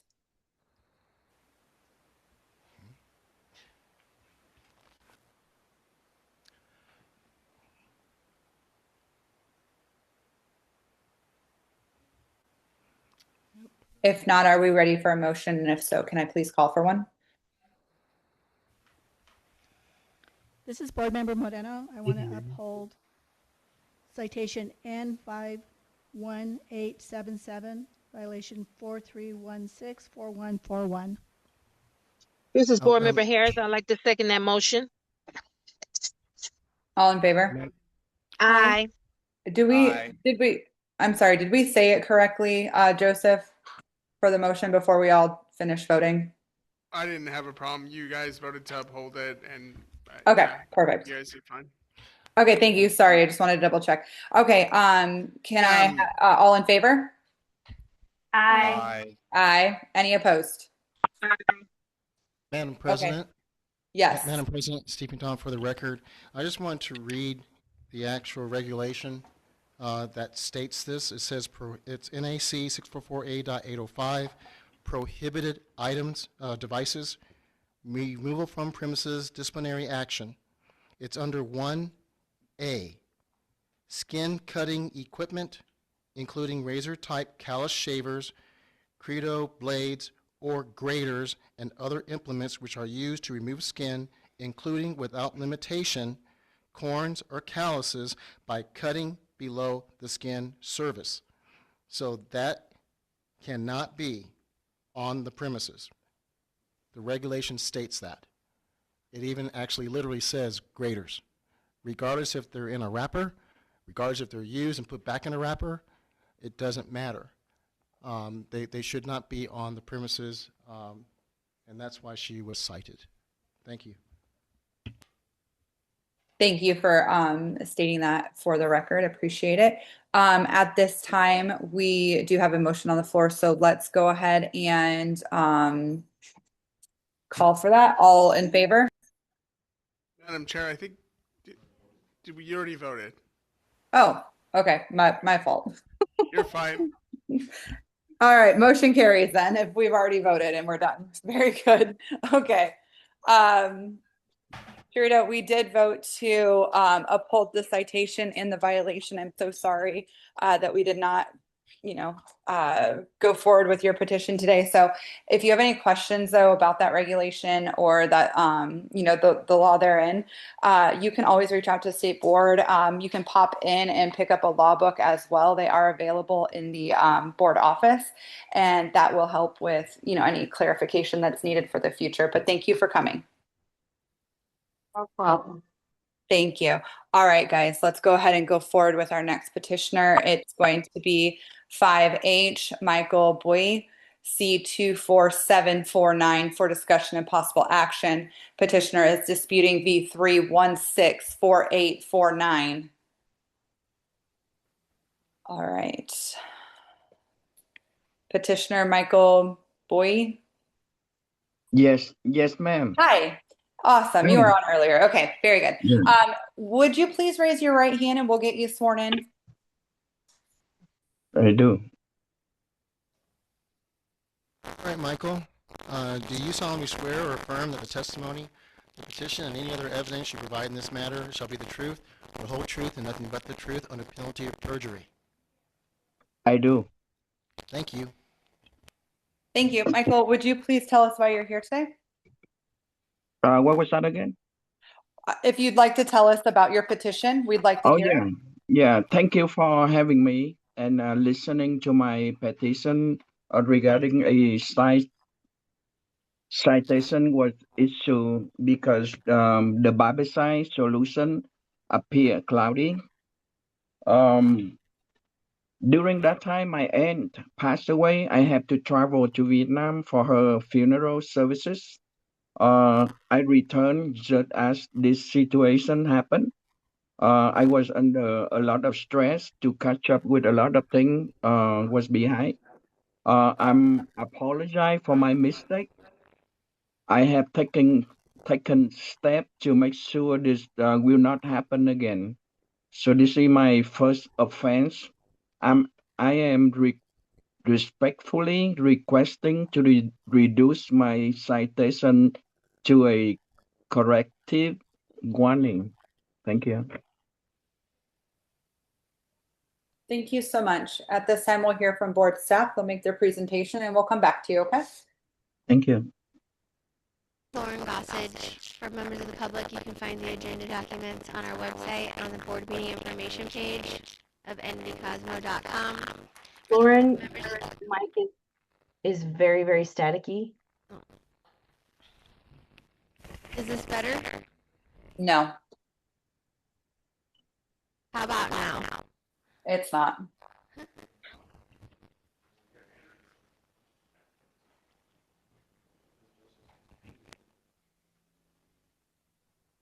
How is this mic? Better? No, it has static.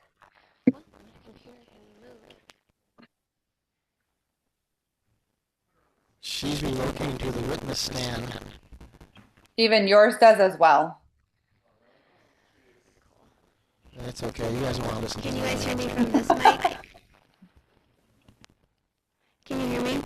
Is there any way that we can switch the audio since there are no members in the boardroom there, or no petitioners? Can we move the audio to the cameras?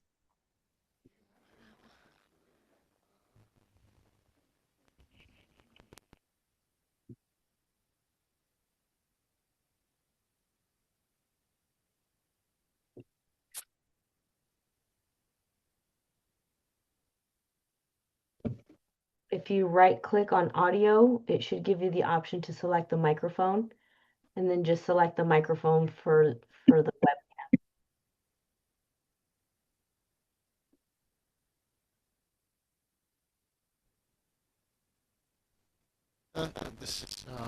Madam Chair, we're going to actually change the batteries in the microphones to see if that will fix that, the static. That usually is what happens. We burn through these batteries. If that doesn't work, then we will switch over to the microphone that's on the camera. Okay. We will hang tight while you guys try that. Thank you. Thank you for, I always say court's indulgence when we're talking to judges, but you guys are judges, so court's indulgence. Thank you. How's the microphone now? It's still staticky.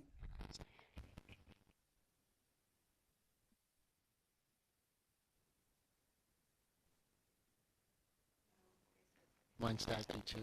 What we'll do, Madam Chair, is we're going to switch over now, like Bertha has suggested, our chief operating officer, to switch over to audio on the camera and see if that will be better. Okay.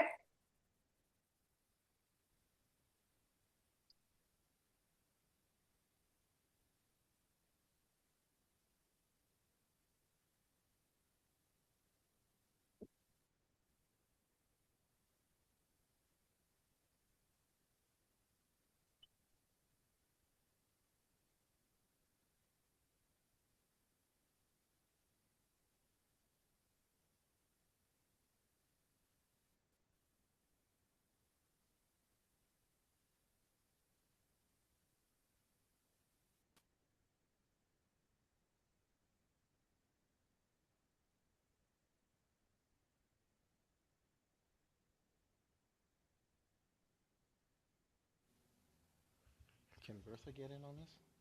No, she can't. And I can hear you, Stephen. please tell us exactly where to go.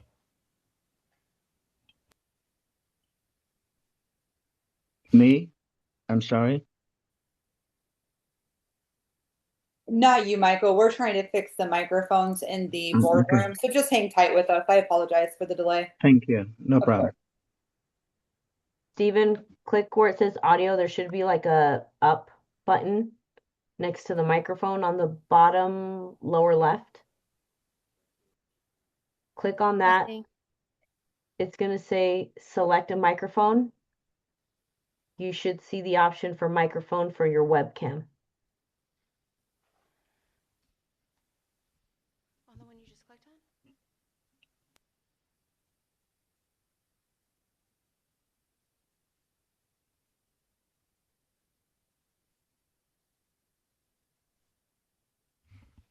Am I still staticky? No, you're good now. I agree.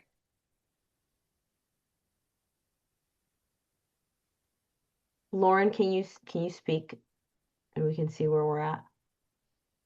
Does this sound So Much much better. better. Yeah. Yes. better? Yes. She's relocating back to her staff chair. She's leaving the witness stand. I'm giving you a step by step. It's like we're there. Yeah, yeah. All right, we're back in order. She is ready. All right, let's go ahead and pick up where we left off. Michael, are you still with us? Yeah, I am. Okay, we are back and ready to go. So at this time, we're going to hear from board staff. They're going to make their presentation, and then we'll come back to you with questions, okay? Okay.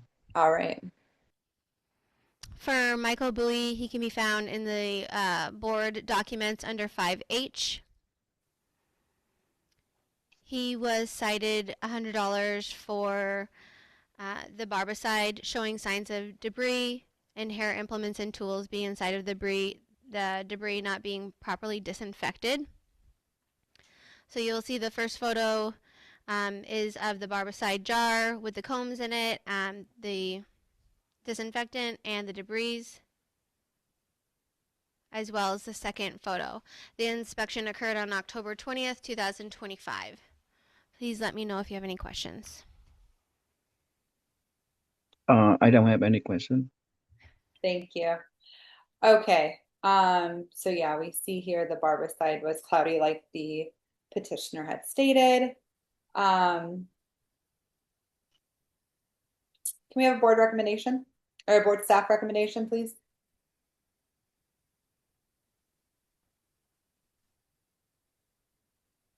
Yeah.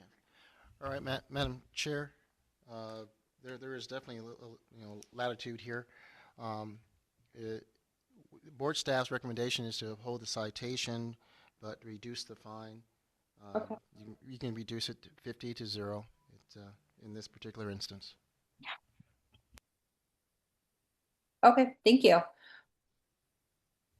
Board members, I'm okay with doing board staff recommendation of keeping the citation and reducing the fine to 50% as we've done for, pretty much the rest of them today. How are we feeling on that? Do we want to go forward with a motion or anybody have any other ideas? Hello, yes, this is Board Member Harris, and that Hi. sounds like a good idea, and that's more than fair. So my patient there. So with barbicide, people have these problems. The best way to do that is to empty out your barbicide. As a matter of fact, if it gets that cloudy, twice a day, midday and at night, and then you won't have that problem when you have a death in the family or you've had situations or worried about something. The barbicide needs to be clean at the end of the day, every day. And that's all I had to say. Thank you. Back to you, Madam Chair. Thank you. Very good points and good reminders as well. Thank you. This is Board Member Moreno. Mr. Bowie, how Yes. often do you change out this barbicide? I change it every time I sanitize my item, but at that time, I was under a lot of stress. My aunt passed away. I just got back from Vietnam for her funeral, so I had a lot of stress and I had a lot of things to catch up, so I forget about it.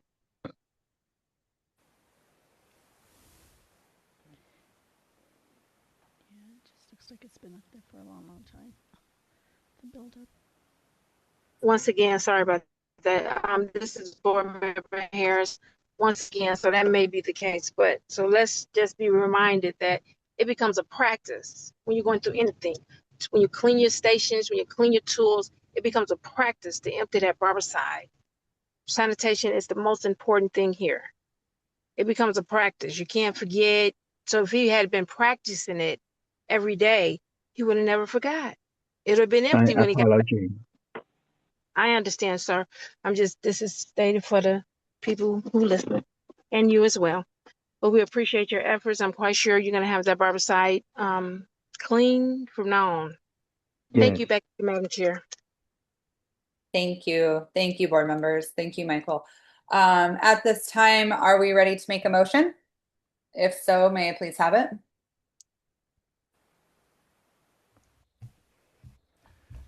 This is Board Member Detry. I'd like to uphold citation 24749 for petitioner disputing V3164849 with a 50% reduction in fine. Thank This you. is Board Member Harris. This is Board Member Harris. I'd like to second that motion. All in favor? Aye. Aye. Any opposed? Aye. Thank you. Motion carries. All right, Michael, we are going to do that 50% reduction for you today. However, the citation will remain on your record, okay? Going forward, just like Petitioner Harris stressed, just make it great practice, you know, for every single time to empty that. And we know that you get the point now. So thank you so much for coming today, and we appreciate your time. Thank you for your time.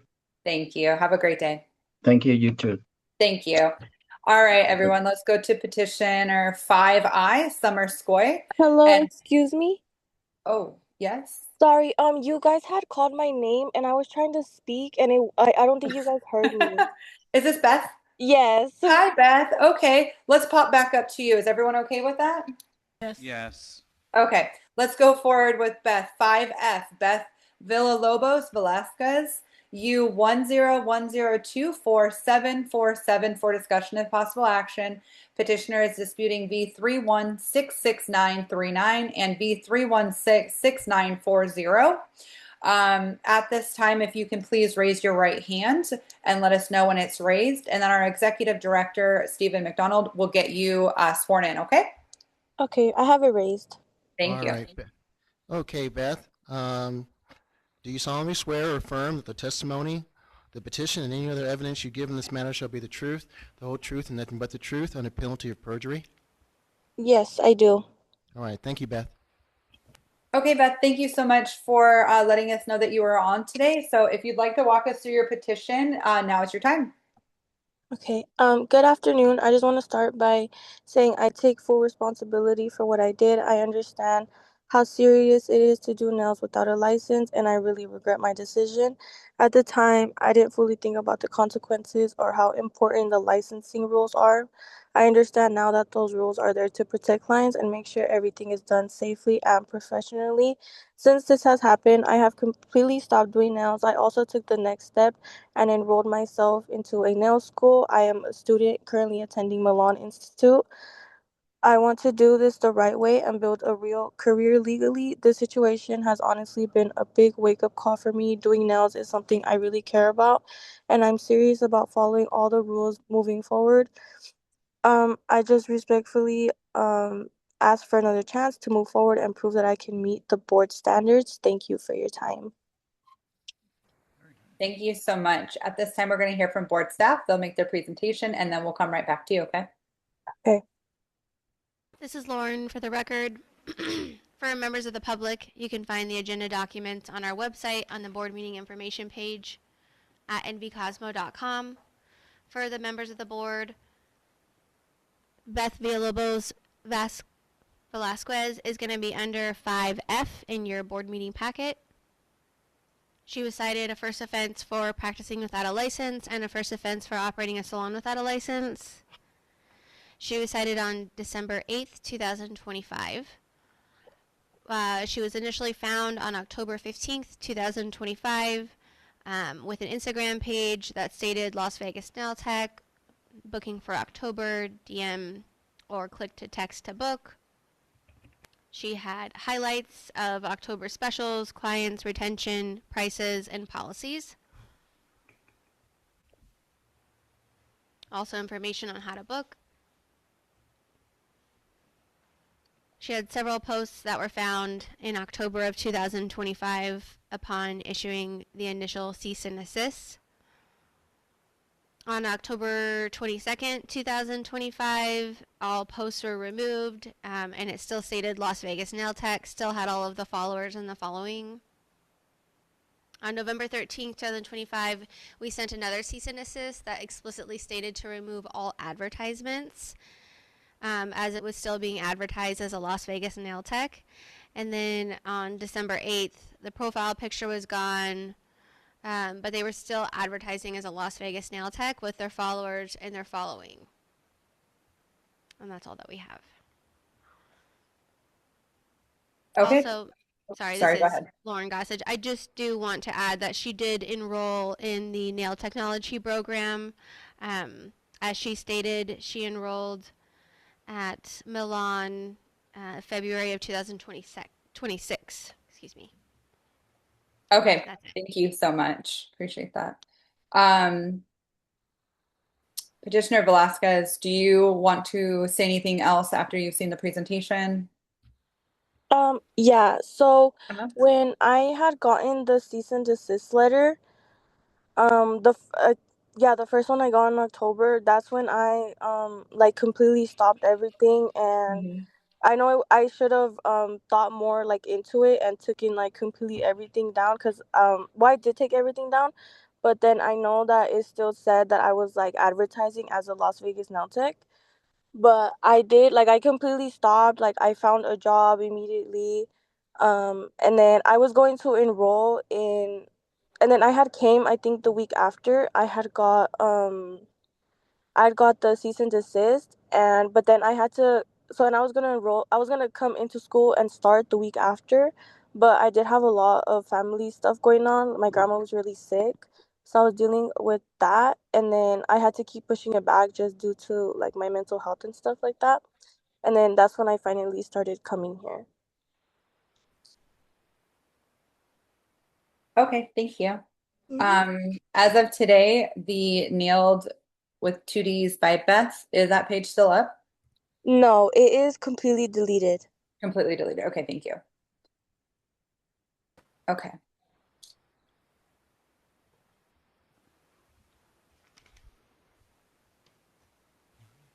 And just to clarify, I'm sorry, I was going through your timeline with you, but I just want to be super clear. You are in school currently now. Yes, I Okay, am. very good. Okay, awesome. So board members, this is kind of similar to the other ones where we're looking for them to get into compliance. It appears that's exactly what she did. So if we wanted to follow what we've been doing, it would be probably, I would be okay with like upholding the citations and doing a 50% reduction in the fine. How do we feel? I agree. I agree. You agree? Okay, very good. Any other questions or comments from other board members? Otherwise, we'll get going on a motion here. Yes, this is Board Member Harris. I would Hi. just like to say hi. Is it Beth? Her name is Beth? Yes. Yes. Okay, hi Beth. Your nails, your work is impeccable. I really, really appreciate your art and skill. And I appreciate you going to school and continuing with your career, because it is a fabulous career to be in. And I do feel that you said like you didn't take it as serious, but I really do feel that you take it serious now. And hopefully you'll tell your colleagues and your peers and people who want to enter into the beauty business that is something sanitation and being licensed, that we do take it very seriously, and you'll pass that on. I just wanted to say you do some fabulous work and you keep up the good work. Thank you Don't so let much. nothing deter you. Okay, you're welcome. That's it. Thank you. Back to you, Madam Chair. Thank you. Beth, that's a huge compliment. That's Board Member Harris is our nail technology expert.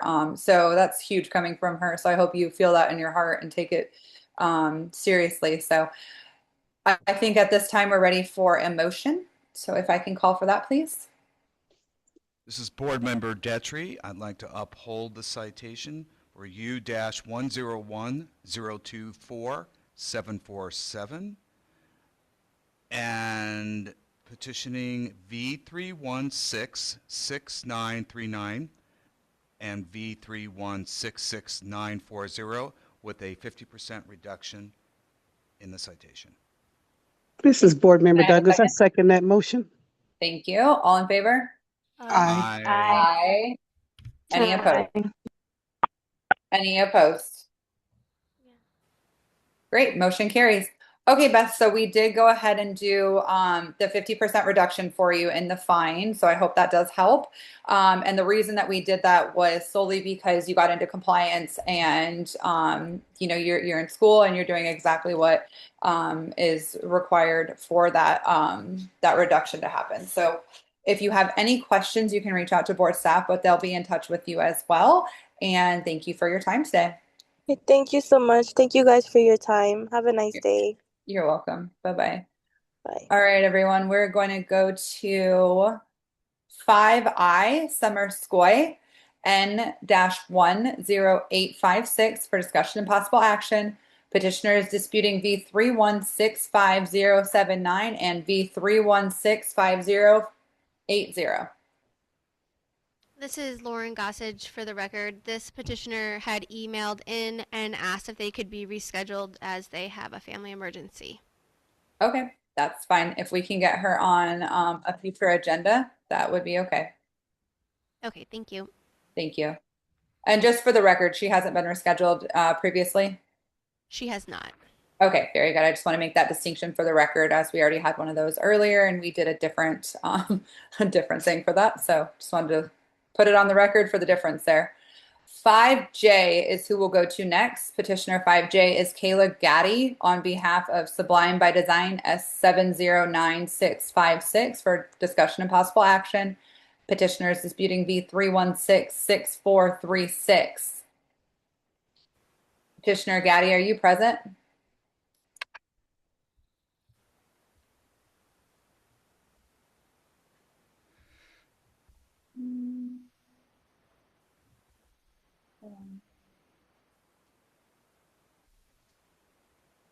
Petitioner Gaddy, are you present? If not, we can trail her.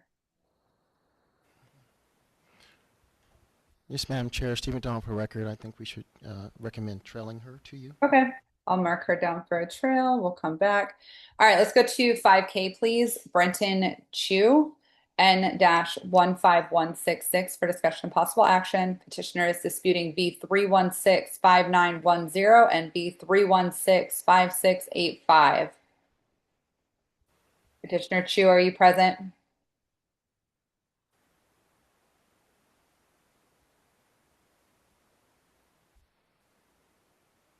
Might have lost some people after lunch. Okay, let's trail. And then we already did L and M, so we're going to skip down to 5N, and that is Loretta Ischieri, I think, on behalf of Skincare by Loretta, S14801, for discussion and possible action. Petitioner is disputing V3163392. Petitioner Loretta Ischieri.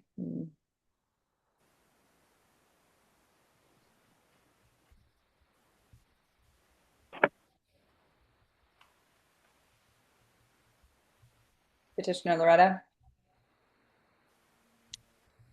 Okay, we'll trail. 5O, Express Cuts and Tans, S708168 for discussion and possible action. Petitioner is disputing B3163784. Is there a representative for Express Cuts and Tans?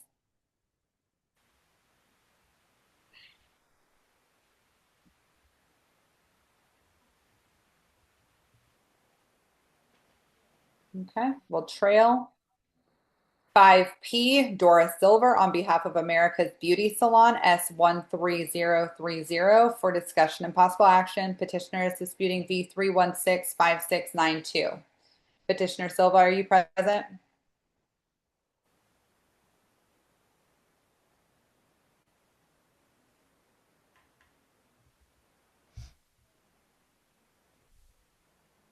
Okay.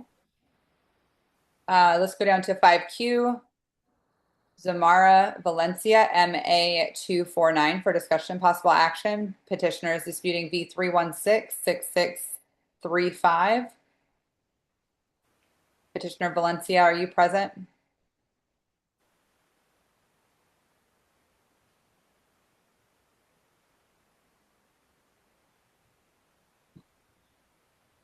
Okay. Let's go to 5R, Maya Willahoit, Argon, C 55270 for discussion and possible action. Petitioner is disputing V3163385. Hello, I keep, Hi. this call keeps muting me. Are you able to hear me? We are, yes. What is your name? Oh my gosh, Kayla Gotti. Oh, okay.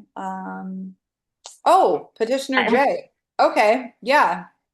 1 second. The call keeps like, sorry. If I did call Petitioner Aragon, so let me just continue to see if she's here, just so I can let her know that she'll be next. But we're going to come right back to you, Kayla. Okay, just 1 second.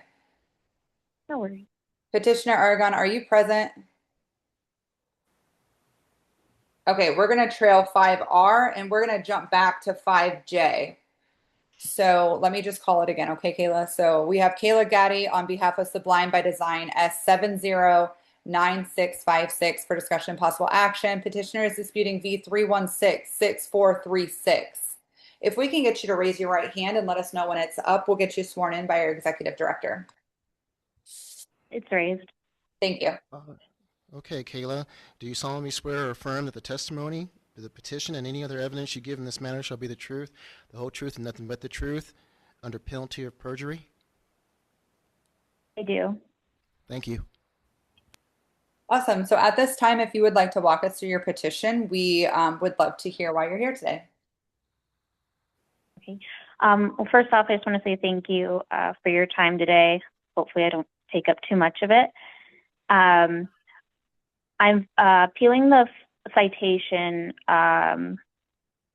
for what was the regarding having a animal on the premises. The animal in question is a service animal for one of my renters, and she's there as a service animal. I believe there's a misunderstanding between the inspector and the licensee. When I was told when the inspector came in, the licensee was caught off guard with her questioning. She kind of when she walked up to her station, she said, "What is this?" And my licensee misspoke and had said that her animal was a emotional support animal. But under the ADA, her animal is a service animal that is trained for her disability and is there to alert her to an onset of an episode. And I guess that this is my response to appeal the citation. And I do want to acknowledge that we strive to be in compliance with our salon and having a safe, sanitary work environment for our clients as well as the renters. And I guess I will give this back to you. Thank you. Okay, at this time, we'll go ahead and hear from board staff. They'll make their presentation and then we'll come back to you, okay? Okay, thank you. Yep. This is Lauren Gossage for the record. For the members of the public, your agenda documents can be found on our board meeting information page on our website, nvcosmo.com. For the members of the board, this is going to be in the board meeting documents under 5J for Sublime by Design. This establishment was cited $200 first offense for operating a salon with an animal on the premises. The citation was issued on November 21st, 2025 for a licensee having an emotional support animal on the premises. There are photos of the animal that was found in the crate on the inspection on November 21st, 2025. Our inspectors are legally only allowed to ask 2 questions. Is the dog a service animal required because of a disability? It's a yes or no question. And what work or task has a dog been trained to perform? At the time of the inspection, the person responded that they are emotional support, and that's why the citation was issued. Thank you. Board Member O'Brien, thank you.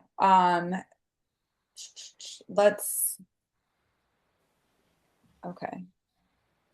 So Kayla, it's your renter, right? She's not your employee?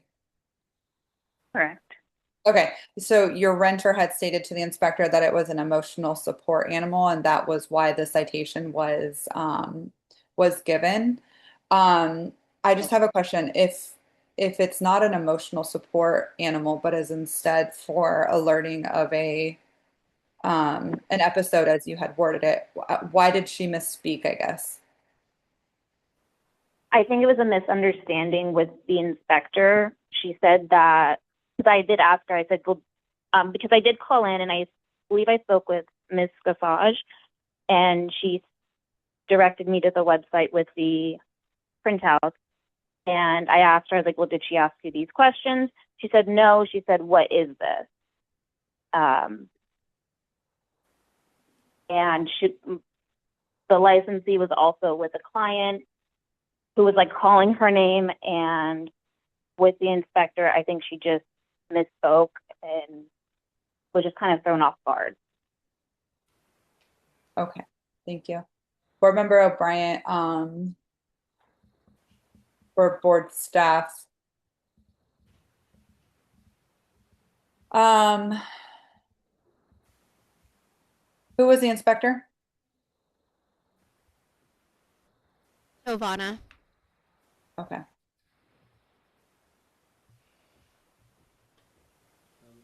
Madam Chair, Stephen Don for the record. Yes.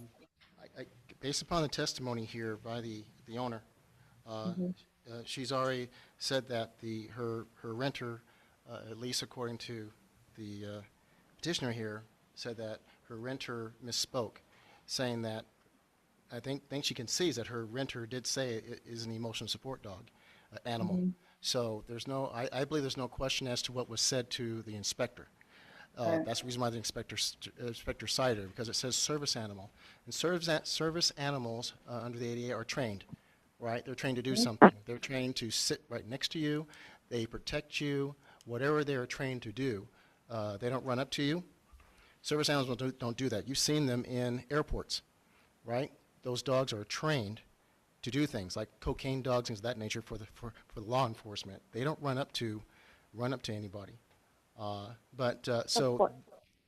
that's the definition of a service animal under the ADA from of how we've been informed. We've run across this many a time. This is nothing new to licensees that tend to have some service animal, or even if their clients come in with a service animal. Of course, that is allowed under the federal law. So. But from our experience of doing this, the service animals are trained to actually do something. They actually do service animals for the blind. We've seen that. I'm sure we all have, right? Where they actually will stop the individual from going out into the street.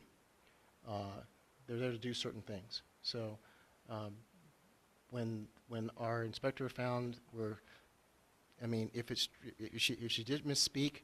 But the inspector is not judge and jury out there. The inspector is basing upon what they see and what they hear.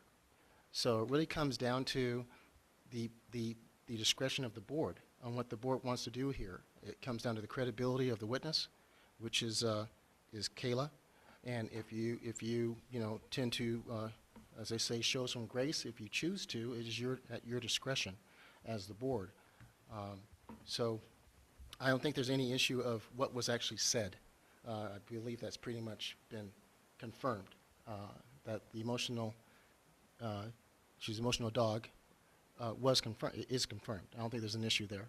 It's just that the owner's coming back on behalf of the renter and saying that, hey, she misspoke. It actually is a service dog.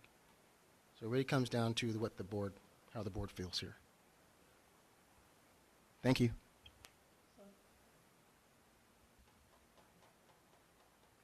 Yes, and I do understand the inspector, they go by, of course, what they see and what they hear. So that's why I'm not disputing that happened.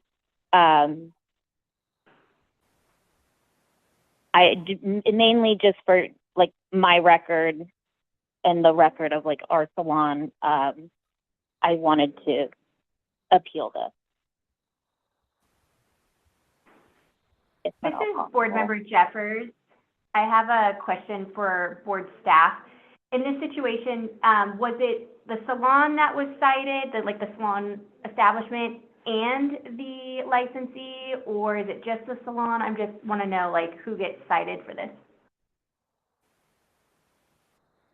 Lauren Gossage for the record. The establishment received the citation because there's no individual citation for service animals at this time. It falls under the establishment owner for allowing it to be on the premises. Okay, that's why I was just wondering why she was here and not the person who brought the dog. So, okay, thank you. You're welcome. And maybe it doesn't change. Also, maybe it doesn't change anything. I understand. My licensee did, which she's not required to do, but she did give me her doctor's note requesting this need. So I have seen that, and I believe I mentioned it over the phone when I was talking to someone, and they said that that's not something that we can look at or for. Just that I would mention that. Thank you. This is Board Member Harris. I just have a question. So when these service animals, well, support animals, like you say, emotional and support service animals sounds like two different things. So when we go in, do we ask for documentation? This may be for staff. Do we ask for documentation or certification when it actually became a service animal to clear it up versus somebody just saying, oh yeah, my person is a emotional or service animal? This is Janie Huggins for the record. There's only 2 questions that anyone's legally allowed to ask anyone that says they have a service animal. They essentially can confirm that it is a service animal and ask them if they are trained to provide a service to their person. We can't look or ask for medical documentation. We can't ask them anything about their disability or anything like that. So essentially when an inspector will go into a business, if they ask those questions, and an individual provides an answer that doesn't align with the proper answers, like, yes, this is a service animal, and yes, it is trained to provide a task. If they say it's an emotional support animal, which doesn't fall under the definition, then that's when it triggers this citation that's in our schedule of fines. Okay, yes. Okay, thank you. That's true. Okay, thank you. That's just what I want to know. Back to you, Madam Chair. This is Board Member Moreno. My concern is, if this is a service animal, why is it being locked up in a crate? Being a service animal, it should be with the person it's supposed to be helping. So it just brings up a question for me of why it's in a crate. It's just while the licensee is working in her station, that the dog, like, I believe when this had came about, she had called in and, asked all the questions to make sure that she was doing the right things. But just having like a separation of her service animal being contained, honoring both sides, like her disability, but also a proper service environment.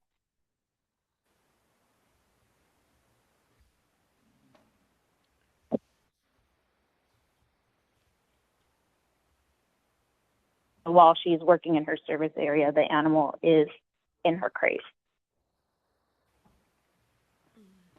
This is Board Member Douglas. How long has that licensee been working for you? She's been a renter for April 5. I want to say a year and a half. Okay. So is this the first time August, or an inspector came in and seen like the August. animal? Or does she normally work with the animal? She normally, when she's working the animals with her. So this is the first time an So it's been inspector came in and seen her with an animal, and she's been there in a year and a half? yes, since like August 24. I'm guessing it's about a year and a half. So an inspector never And came we've in been there and when she was working with her animal? We've had inspections before, and this is the first time that it's became an issue. Oh, so other times she's had the animal there with other inspectors there? I believe so. I mean, I know sometimes they've come on like, one of their off days, but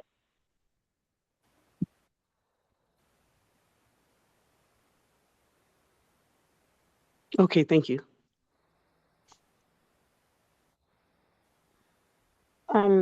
This is Board Member Harris. So you said who comes on their off days? no, I'm sorry. Sometimes we've had inspections on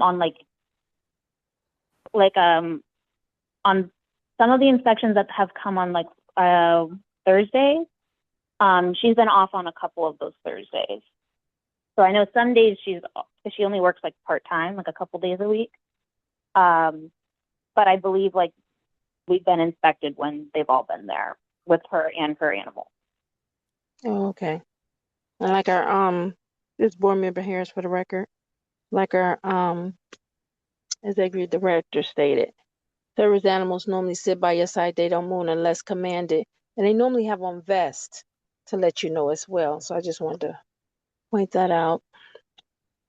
Thank you, Madam. Yes, she has Thank you, a ma'am. vest that has, okay.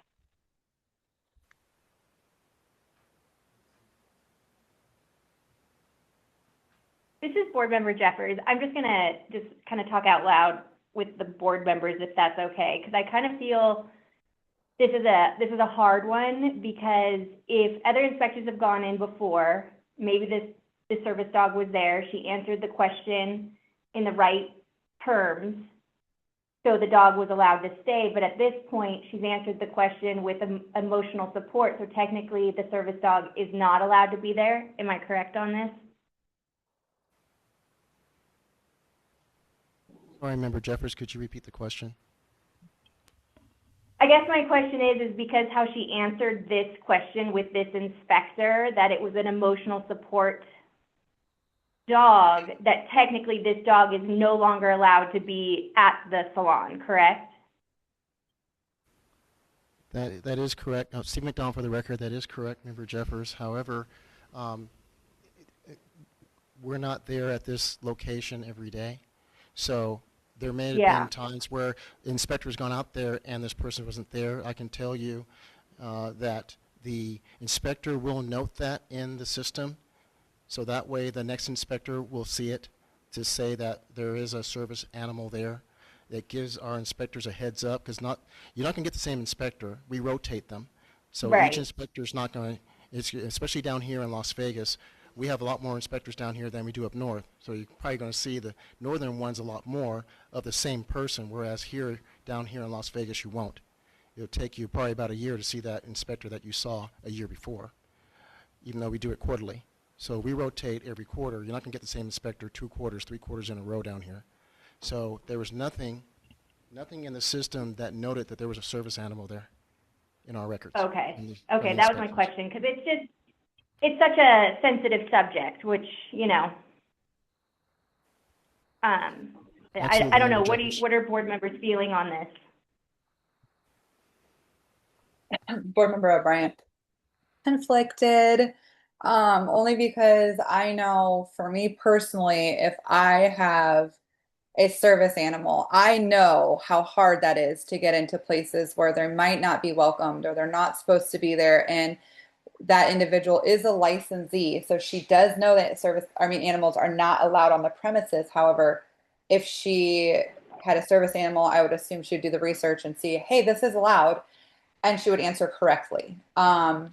I don't know very many people that would, and I can't, okay, I don't want to say that because that's not true. I personally would never mix up emotional and support, just knowing that there's very different and definitive differences between the two as far as the regulations go and what's allowed and what's not. So this is just, yes, it's very difficult. And of course, our hands are tied on certain questions that we can ask and what we can't ask and things like that. And Right. I just, yeah, and you're right. Like, there's been multiple inspections. Was the renter there? Was she not? Was the renter there, but the dog wasn't? Was the renter just not on the premises at all? Or was, the question answered correctly? There's so many questions still that Yeah. we just don't really have a great grasp of the answer with. And so I can see and feel everyone's confusion and hardship with this one. Um, which always made me question about the fine structure on this too. Like, just on a side note, I can't believe it's so low with the animal on premises thing. But anyway, that's a different topic, different day. I still have questions, and I don't know that we're going to get those answers. So I'm conflicted on what to do. This is Board Member Moreno. That's what I feel too. I just want to put on the record, I do own a service animal that is certified to do a task, but because of the industry, I keep my dog at home, just so that I won't run into these kind of problems, and I just want that on the record. Oh wow, I didn't know that. Thank you for sharing, Karen. Appreciate that. Yeah. Madam President, Steve McDonald for the record. Yeah. Whenever I intently listen to the board members' deliberation, and when I see that the board are in a quandary about one of these petitions that come forward, it's my job to jump in and to assist you. And our recommendation is to go ahead and waive the fine and keep the citation, so that way they're on notice, but zero out the fine. Usually it's a monetary thing, and that people come forward for. So I think because of the questions that I'm hearing from the board members here, and from the testimony that's been provided by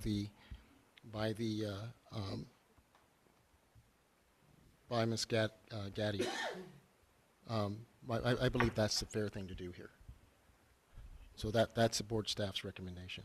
Thank you. Thank you. That is helpful. Board members, how are we feeling about that? I'm good with that. I'm good with that. Okay. Very good. I'm good. Yeah. Okay, very good. Okay, then I think at this time, I think we're prepared to make a motion. So can I please have a motion? This is Board Member Moreno. I want to uphold the citation for Kayla Gaddy, S709656, but I want to zero out the fine of V3166436. Thank you. Can I have a second? This is Board Member Detry. I second the motion. All in favor? Aye. Aye. Aye. Aye. Any opposed? Aye. Okay, motion carries. All right, Kayla, I know this wasn't the outcome that you were looking for, but you definitely had the board in a quandary today as far as how to handle this. So we're grateful for the recommendation from board staff. Should you have any other questions, please reach out to them.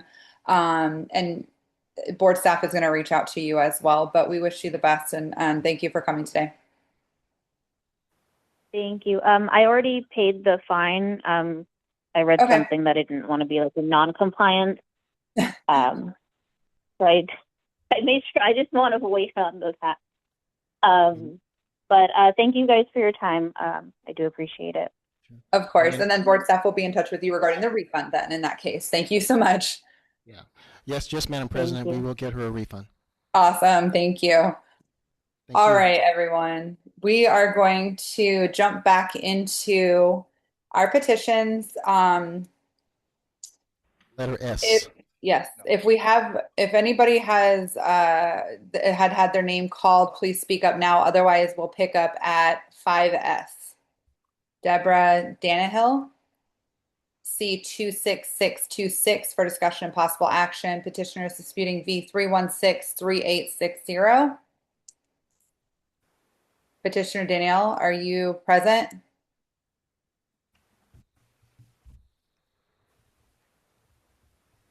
Okay. Trail for 5S as well. Let's go. Oh, we already went to Sarah then. We already did that. So 5U, Stacy Howie, N8669 for discussion possible action. Petitioner is disputing V3164110 and V3164111. Petitioner Stacy Howie, are you present?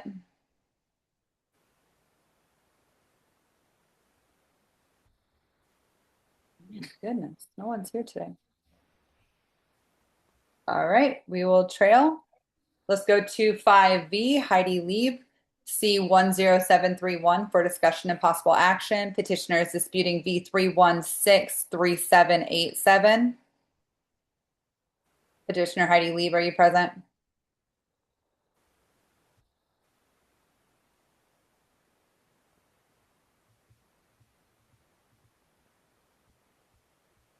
Okay. Let's trail. Okay, I see her online. Okay, 5W, JC Jackson on behalf of Les French Twist, sorry, S709662 for discussion and possible action. Petitioner is disputing V3165865. I'm here. Can you hear Hi. me? Yes, Okay. thank you. If you can please raise your right hand, we'll get you sworn in. Thank you for being Yes. present. I'm here. Let me know when your hand's raised up and we'll get you sworn in with our executive director, okay? It is raised. Awesome. And it is the right hand, right? Yes, but I'm making sure. Yes, it's my right hand. Thank you, JC. And it's JC, right? Yes, correct. Oh, great. Do you solemnly swear or affirm that the testimony, the petition, and any other evidence you give in this matter shall be the truth, the whole truth, and nothing but the truth, under penalty of perjury? I do. All right. Thank you. Okay, JC, at this time, if you'd like to talk to us about why you're here today. Yes, I was petitioning the board because I had a apprentice, he's done. He's finished, he's taken his tests and he has passed. And at the time, I had state board come in. Jacob was in the shop. He was helping out. He liked to come down the shop while he was waiting for his testing and his program. Now, mind you, this is our first apprenticeship. We had never done this before. It was quite the trial and error, I will tell you that, and not sure I will ever do it again. But he was successful, so that was good. But we did have state board come in. They had gotten a complaint that he was doing hair unlicensed.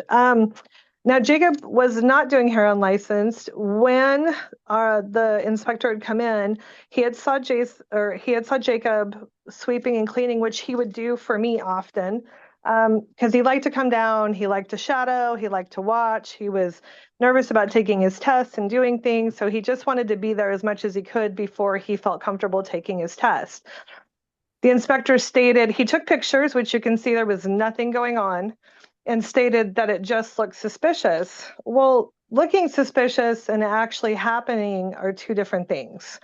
I believe in the state of Nevada and for the country really that, we're innocent until proven guilty, and he was not doing anything. So I didn't understand why he gave us the fine. And I said to him, well, he has come down and we do have mannequin heads and I can take pictures and send them to you guys if you would like, but he would come down at times and ask me questions and he would practice on mannequin heads. But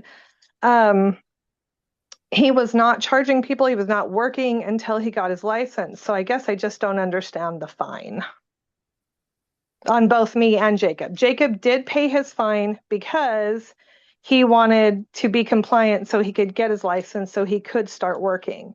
Where I told him, well, we can petition it, and he just wanted to do it. He was stressed about everything. So he just went ahead and did it. And so we're just wondering, I guess here I am. That's my question. Sorry, I'm rambling on.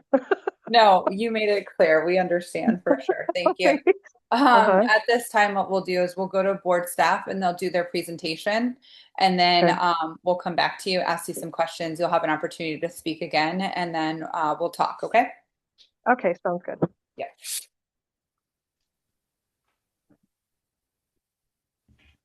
This is Lauren Gossage for the record. For members of the public, you can view the agenda documents on our website, nvcosmo.com, under board meeting information. For the members of the board, this petitioner can be found in the agenda documents under 5W or Leaf French Twist. This establishment was cited for allowing an unlicensed individual to perform services. $1,000 first offense. It was for Jacob Solis. The violation was issued on November 10th of 2025. During this inspection, Jacob Solis was found on the premises of the establishment. He had gloves on at the time of the inspection. The hair station was set up for service. There was clippers that were out, combs, brushes. The hot towel cabbie was prepared. There's other photos of tools and implements during the inspection. This apprenticeship was completed in March of 2025, and then the completion email was sent in April 9th of 2025, letting them know their next steps and to move forward with obtaining the license for the apprenticeship program. So at the time of inspection, it was November 10th, he was just about to take his exam on November 12th, 2025, November 24th, 2025, and then again on December 11th, 2025, and then he purchased his initial license on December 15th of 2026.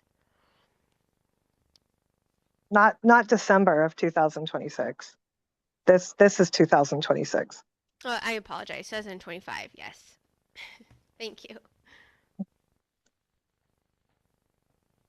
Okay, good catch. Very good. Thank you.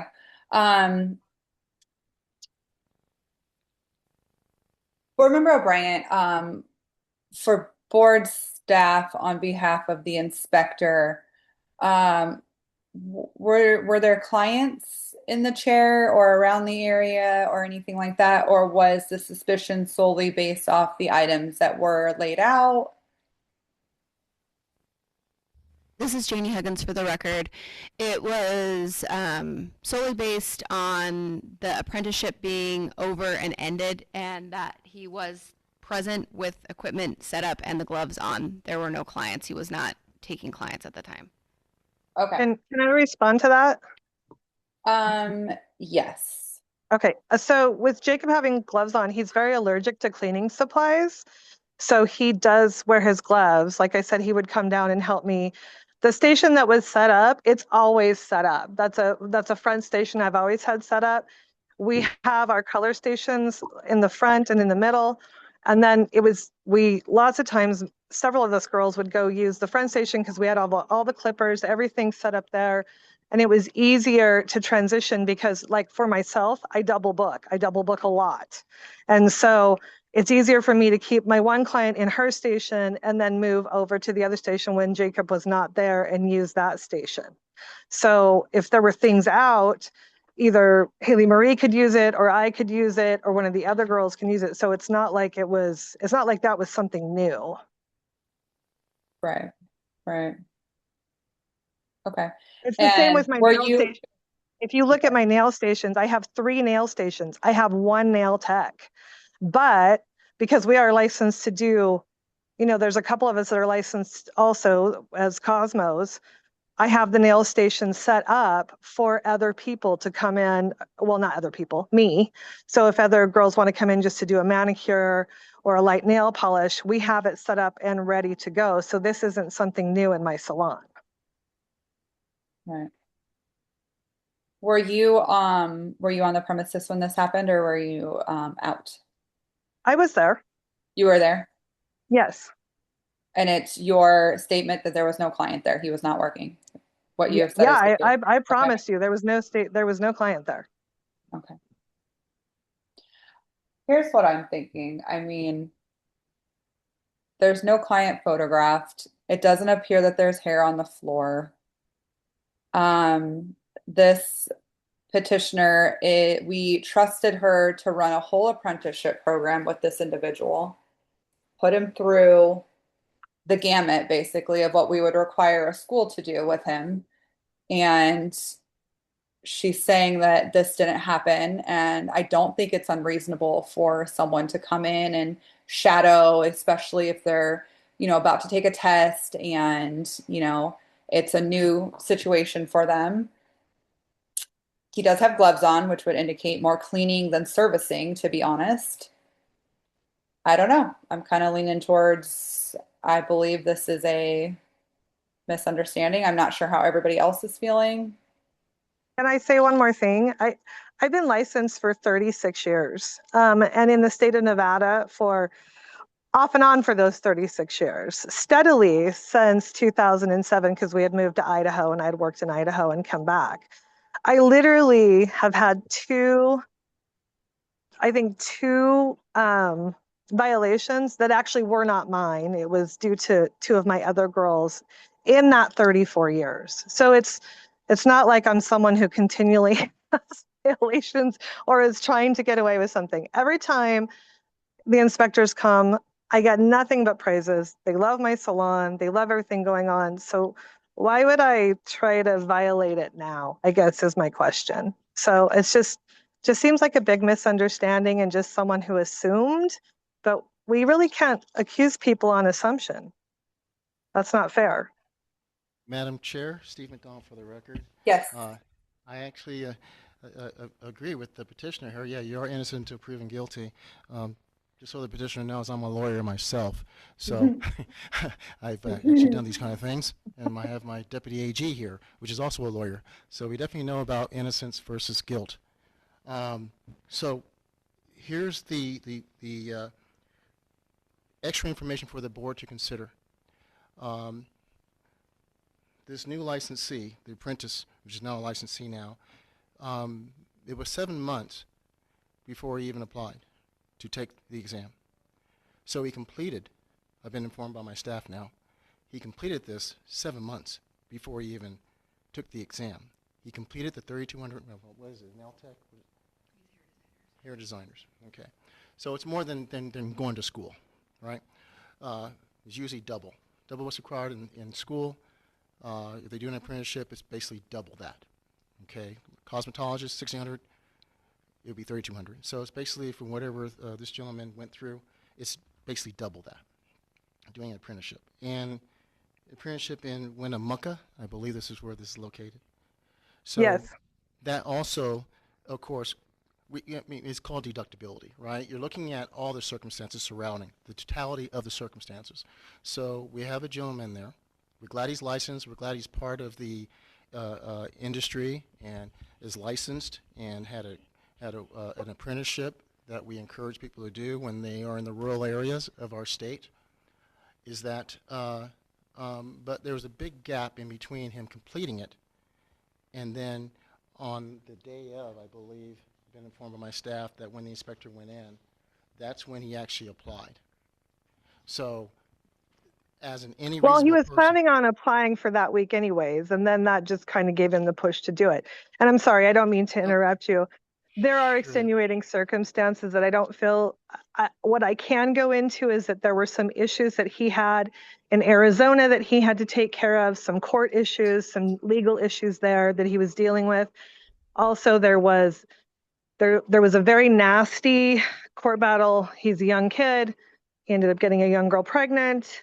There has been some really bad things. So he had to do some work and make some money so that he could get his license as well, because this ended up costing him thousands of dollars for this baby. And so it's not that he wasn't what's the word I'm trying to get it taken care of. It was just that all these things kept toppling on top of him, one after the other. I think the stress of all that and everything coming through was just really hard on him, and he was stressed about taking the test. That's why it took him a couple times. And so I think he was just not focused. And I think when he came in and was working with me that day and the inspector came in, I think it was the push that he needed to get that done. And for him, because I kept telling him, I think you're ready. I think you can do this. I think it was just all of the stress of a young gentleman at this time between everything that caused him to take so long. But then he finally did it and he finally passed. So, I mean, that's kind of the explanation for that without going into way too much deep detail, which I'm rambling on again. Sorry. So there's that. Okay, JC. Madam, Madam President, Steve McDonald, for the record. Yes. Steve McDonald, Esquire, for the record. Yes. Steve McDonald, attorney at law, for the record. Let me get some words in here. Definitely understand stresses. I used to practice family law, so I definitely know about family law. JC. Sounds like we However, need you as an attorney. yeah. But I guess just for before I give you my recommendation, Madam Chair, and to the board members, is that JC, just from your perspective, if you can put yourself in our shoes, when a reasonable person, that's our wonderful legalese, right, counselor, to my left here, Deputy AG, reasonable person standard, a reasonable person coming in, a reasonable inspector coming in, and they see a person around a station, and remember, deductibility, we deduce things. Just because a client may not be there, there may be, well, in this case, there were no sanitary issues, but say that there were, and there's no client there, we would see evidence of it, right, because it's dirt and sanitation, and use things. A reasonable person, right? You would come in and say, God, okay, I think as an inspector, I think this guy might be working, okay? Especially after, because we have the records, he's taken it several times, and it's been some time for him to pass. So we're reasonable here. So just so you can concede that, just saying that, hey, look, the inspector doesn't know you, doesn't know him, and they're just doing their job, right? This is not personal. It's not a vendetta against your No, I understand that. I love the inspector. Ryan is a great guy. I understand that. I totally understand what you're saying. I could see that, but that's why I wanted to explain what was going on. Sure. So, and he's welcome. He's more than welcome back in our shop at all times. I love him. He's a great inspector. All right. Well, I can't wait to come up to Winnemucca.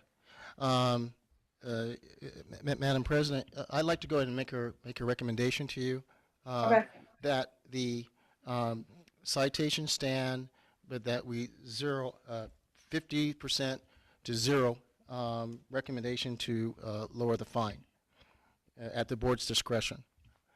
If you want to zero it out, it's at the board's discretion. I don't have a vote, so my job is just to make recommendations to you. So that's our recommendation, 0 to 50. And so that way we understand the circumstances. I know she's testifying, really talking in his place. She's not the recipient witness here. It's not him, but she's telling us his story. But of course, we would love to have heard the story from him. And then he can decide whether to disclose things or not. We love having people on the witness stand. So I'm talking to our dad right here, looking at him. But that's our recommendation, to give citation. That's just basically a warning for them, and to 50% down to 0 at the board's discretion. And also, Madam Chair, I want to say thank you to JC for actually doing an apprenticeship. You are giving access to people that want to get into the industry, and we truly appreciate that. And if you look later on at this board meeting, we're actually going to recommend to try to make the apprenticeships even easier for you to do if the board adopts those revisions. So we're thinking of you. We've heard you. So we're trying to make apprenticeships easier in the rural areas. Thank you, Madam Chair. That is our recommendation. Thank you. Thank you very much. This is Board Member Moreno. I just have a question for staff. I'm looking at the citation, and it says that Jacob should not be working at the salon at any capacity. So does that mean that you can't have somebody there cleaning up? This is Janie Huggins for the record. The description used by the inspector that wrote the violation is maybe not 100% accurate. We can't prohibit you from employing someone. We look at apprenticeships that have ended or expired, the same as a student. If they're in sort of a peculiar situation around the equipment, looking like they may be offering services, it just better to keep that a straight and clear line so nobody does draw the wrong conclusions. And CB down for the record, with that, our recommendation stands to you, board members, that citation but zero, 50% down to zero of the fine. Thank you. Thank you. Board Member O'Brien. JC, if you can pull up the photos for me.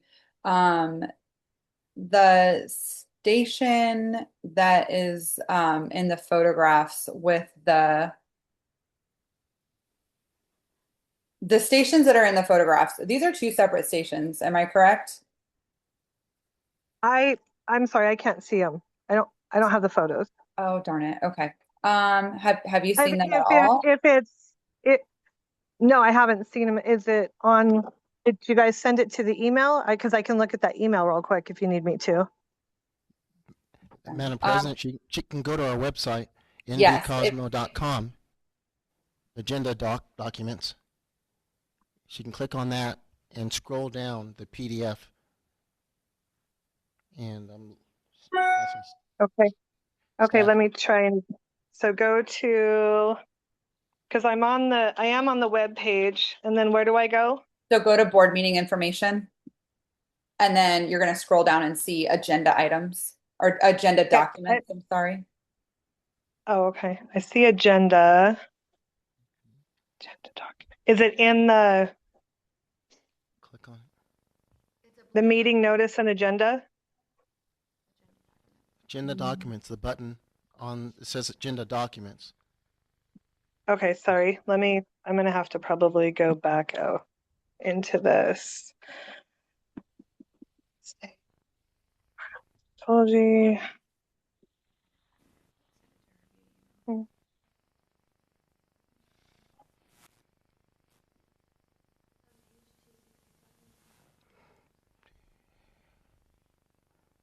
Sorry. Okay. It's okay. Okay, We're so also, go into board meeting information, correct? correct. And then go into, You should have a whole list of meetings. April 13th should be the very first one you see. And yes, then I see that. see Meeting the agenda, button. okay, agenda documents. I see Yes, it. click on. Okay.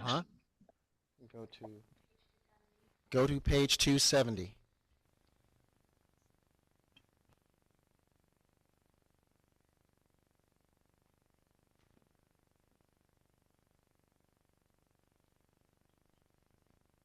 Thank you, Madam Board. Okay, hold on. Madam Chair, you're making us work today. I know, right? Yeah, sorry. These documents have also been sent to your email address if it's easier for you to pull up that way. Okay, I'm almost there. Sorry, I'm just trying to get to page 270. Okay, all good. Yeah, Madam President, we also emailed them to her just right now. Very good. Okay, Thank I you. see it. Okay, I do see them. Yes. Okay. All right. So it looks to, I think I answered my own question for that, but it looks like there's two separate stations here. One looks like it has a light wood countertop with it looks like some clippers, a comb, some guards, and the other one that I'm looking at below, it looks like it's more of a gray utility cart, Yes. a tool cart. Are these two separate stations? Yes, they are. Well, it's not it's all one area, so it's all one station together. Okay. Okay. And whose items are these? Those capes and everything are mine. The majority of this stuff was mine.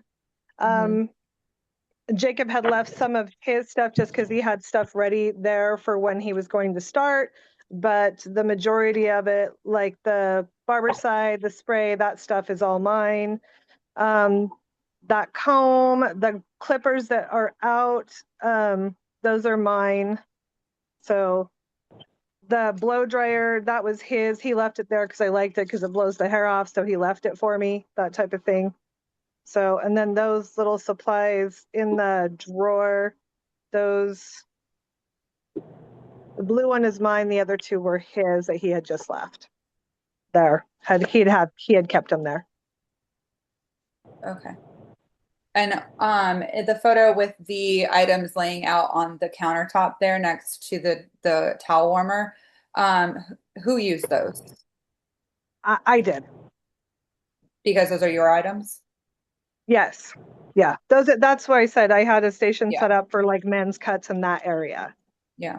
And the towel warmer that has the towel in it, is that for your service? That, yes, I do. We're getting a lot of kickback. Hold on 1 second. Are you on 2 devices, JC? No, I'm on one. Sorry. I've been outside. I was outside. So, okay. The towel warmer is actually Jacob's. He had left that there just because he didn't want to pull everything out, but I used it because I like to, I like using a towel warmer. I have one in the back as well, but we had it up there and he just left his. So, okay, but who was using the towel? Me. That was you. Okay. Yeah. Yes. Okay. All right. I don't know, guys. I'm still like, usually we get a board recommendation. I'm like, yes, that's exactly what I was feeling. I'm not feeling this. I don't think the board staff has enough evidence, I guess, to show that this person was working when, again, we have entrusted this individual to do a whole apprentice program, follow and not only follow, but teach the letter of the law to another individual. And she's coming on here and explicitly stating, these are my items. This is my stuff. This was not happening. This is I don't know. Moreno. I feel weird about it. This is Board Member Moreno. I just want to say that. She also said some of the stuff was Jacob. So there is really not saying that Jacob was working or not, especially with the time frame of when he completed his apprenticeship to being licensed. And he didn't get licensed because he got caught. And that's why he put his application in. So if he wouldn't have gone caught, would he still be working? So.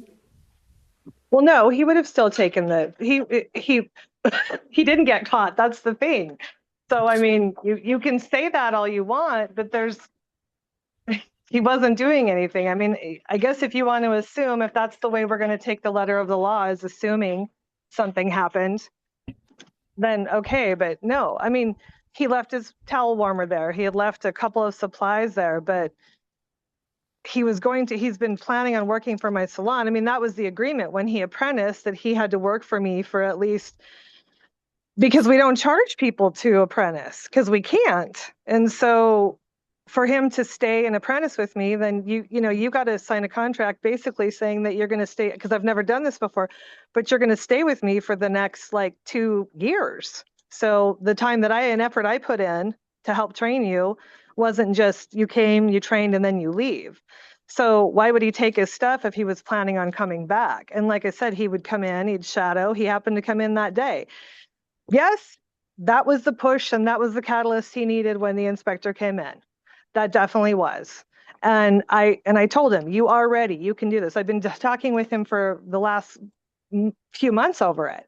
So I think that was finally the deciding factor. It was like, do you want to do this or don't you want to do this? I mean, you got to either do it or you don't. I mean, you're ready. And so he finally did it. Now, why kids take so long, I don't know. I've been in this business for 34 years. I took my test as fast as I could because that's how I am. I wanted to get it done and I took it. So, I mean, I don't know. Kids nowadays, they drag everything out. But in the situations that he had with the court hearings in Arizona and then the whole family child support thing in Nevada, it was, and not to mention she was pushing him because, Northern Nevada is big on gold mines. She wants him to go work at a gold mine so she'll get more money. Well, that's not his dream. His dream is to do hair, and he's very good at it. And so, I just supported him as best as I could. He's young, he's nervous, but he finally got going. So, I mean, I guess I can't really say much more than that. Just Deputy Attorney General Joseph Ostrino for the record. I just want to remind the board that the standard of evidence is preponderance, meaning more likely than not. They don't have to be caught in the act. It just has to be more likely than not. Thank you. Thank you, Joseph. My statement still stands even after your clarification. This is Board Member Detry. Molly, I'm in agreement with you. Thank you. Okay. I don't have any more questions. But what else do you guys have, board members? Do you have more questions that could maybe go to this petitioner or our board staff that could help? Are we ready for a motion?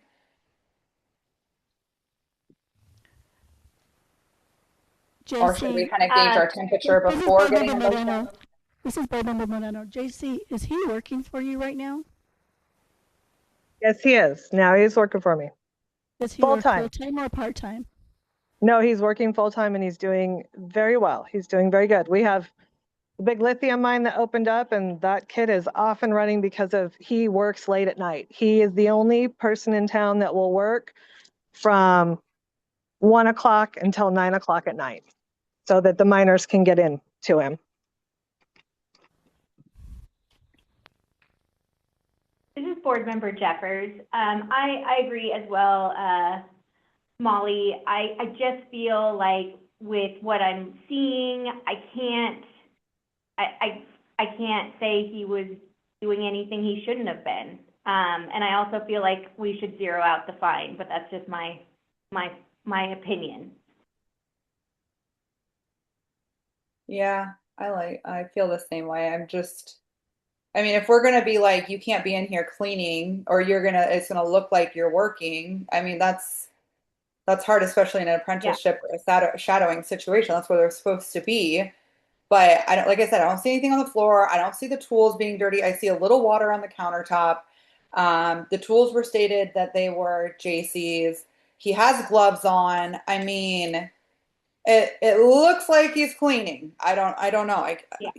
And it's not often that we don't go with board staff's recommendation, but this doesn't feel like what maybe the inspector had originally thought. And no shade to the inspector, of course. They have like a horrendously hard job to differentiate, but that's where, this process becomes, our responsibility is to help make that call and see what we can do and listen and try to make a good judgment call. But I keep coming back to the fact that if we're going to trust that this person did, if we're not going to take her word for that he wasn't working and this wasn't his tools and this wasn't what was going on, why should we believe that he did 3,200 hours and that he did what he was supposed to do? You know what I mean? It just calls into effect a lot more stuff then. But yeah. I don't know. I don't think that, in my opinion, there's enough to suggest that he was actually working. Now, if a client's butt was in the seat or there was some hair or they were dirty or he didn't have gloves on, maybe, yeah. It just doesn't, I'm just what's presented. Other photos we've been seeing when people are caught in the act, yes. and it's like yes. there is a client in the chair. We yes. don't. We're running out the back door. Yeah, exactly. Yeah. This doesn't feel the same. Madam President, yeah. Steve yes. McDonald for the record, our recommendation is still that the citation stands and zero out the fine. That is board staff yes. recommendation. Yes. So that hasn't changed this I guess 25 minutes. We're trying to assist the petitioner out here and also assist the board members in deliberation in your vote. So I think you're right. You don't have to agree with me. Okay. Okay. Okay. Thank you for the recommendation and for going over it again. I appreciate that. Personally, I don't want a citation on there or any fine. I want it all to go away. I don't feel like this was appropriately assigned, unfortunately. I feel like that would be what I would be comfortable with, but I want to gauge the temperature of other people, and then we should take a vote. This is Board Member Ditry. I am in agreement with you, Molly. Board Member Moreno, I'm in agreement with you too. I Okay. agree. Too. This is Well, Jeff. board member. Oh, Yeah. Here's okay, then we're okay to make a vote. I just didn't want to split vote and have to redo the conversation. I didn't know everybody's temperature. So let's go ahead and call a motion then, please.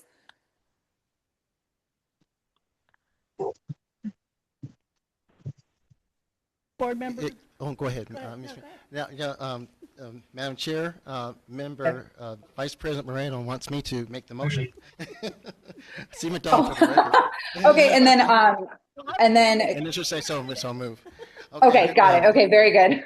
Here we go. Agenda item J.C. Jackson on behalf of the French Twist. S709662. The motion is to remove the citation and the fine. So moved. Can I get a second? Board Member Detry, I second that. All in favor? Aye.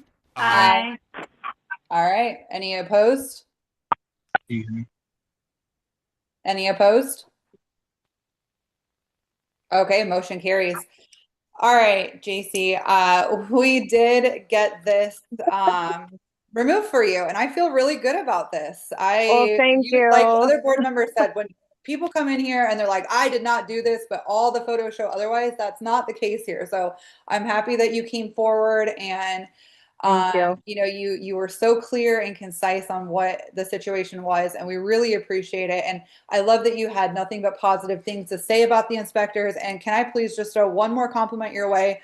I mean, if he's doing the cleaning, he's doing a good job. The areas in the photos look very clean. Like even your He is drawers amazing. and the countertops and the inside of that chest, like very clean. I zoomed in and it's just, it looks good. So yeah, keep it up. Congratulations Thank to him, you. and thank you for doing the apprenticeship. And like Executive Director McDonald stated, hang around if you have time, because we are going to go over some new things that are going to be for that program. And hopefully that changes your mind for doing it again, because I think we need more individuals like you doing those programs.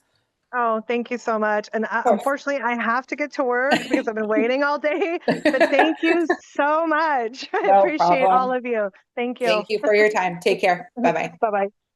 All right, guys, at this time, I did have a request for a bathroom break. So if we can please do a quick one, we will be back here in about 7 minutes, okay?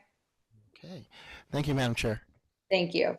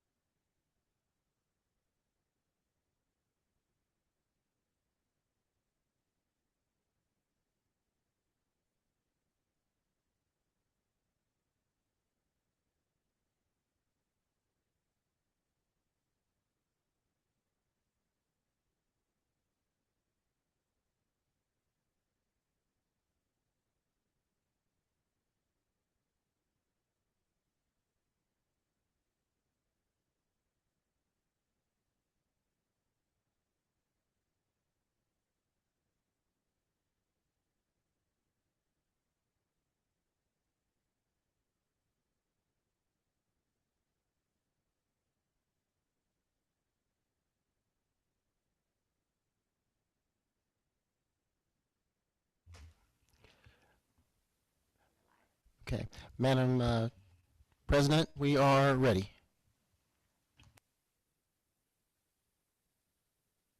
Okay, sounds good. So we are going to start with agenda item 6A, Natalie Lima. Madam Chair, Steve McDonald Yes. for the record. We actually have two of our trailers on the line. Oh, great. It's a Q, Mm-hmm. Miss Valencia, and Okay. we have V. Okay, awesome. Let's take them in order then. Let's go 5Q then. Let me scroll back up. Okay, 5Q, Zamara Valencia, MA 249, for discussion and possible action. Petitioner is disputing V316665. Petitioner Valencia, are you present? Is that all you need from me? Petitioner Valencia, are you present?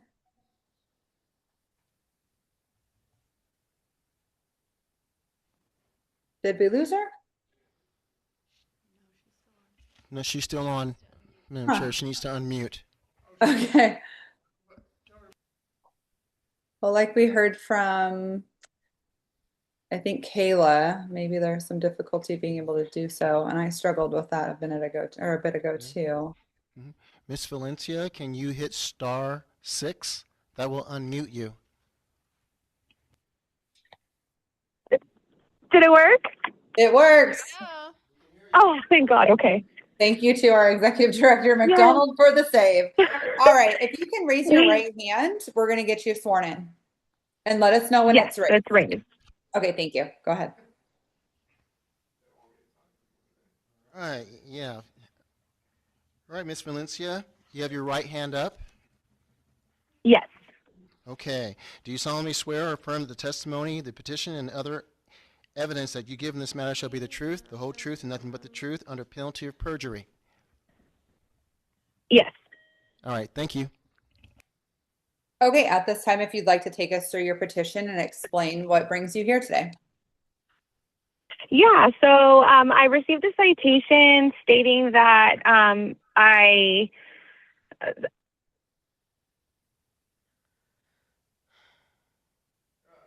with your governors, but basically I received a citation saying that I am performing wax services without a license. And I don't provide wax services. Hello? Okay, oh no, I'm sorry. I just wasn't sure if you were finished. Yes, we can hear you. Oh, okay. Yeah, I was saying that I'm sorry if I don't use the correct terms or anything. I'm just not familiar with the board's correct vocabulary or the protocol and processes, but I did receive a citation stating that I perform wax services, but I don't. I did see the pictures in the email. I stated that I do my own personal wax, so like my eyebrows, my lip, other stuff too there at the salon. Okay. And I did leave it out while I ran an errand because it was still hot and stuff. But yeah, I came back later that day, and then the other girls that work there, they let me know that that I guess the person that does the inspections went back there, which I've never had an issue with before. I've worked there at that salon for almost 7 years, and this is the first time I've ever had to contact the board at all. Okay. All right. Is that everything you want to say so far at this moment? You will have another opportunity, and we'll chat more later on after we hear from the board staff. Yeah, so the services that I do provide there are just permanent makeup, and I'm compliant with the health department, which is cosmetic tattooing. There was a picture of some thick wooden sticks. I do use that to set up my ink cups for my permanent makeup pigments. And then the wax pot was there, and I guess it's wrong to have it uncovered, but like I said, it's for personal use. The wax strips that I had there, they were leftovers. Yeah, I guess that's all I have for right now. Okay, great. So what we'll do is we'll go we'll have board staff do their presentation, and then we'll come back and talk to you, okay? Okay. This is Lauren Gossage for the record. For the members of the public, you can find the agenda documents on our board meeting information page on our website, nvcosmo.com. For the members of the board, Miss Valencia is under item 5Q. She was cited a first offense for practicing without a license, specifically for the aesthetic services being performed by an unlicensed individual. During the inspection on December 2nd, 2025, a wax pot was found on inside of the room. This individual does not hold an active license with us. And so that's why she was cited, as waxing is not within the scope of practice of a makeup artist, and it was present in her room at the time of inspection with multiple wax sticks and strips inside of the room. Thank you. Thank you. Okay. Board members, do we have any questions for Petitioner Valencia at this time or for board staff?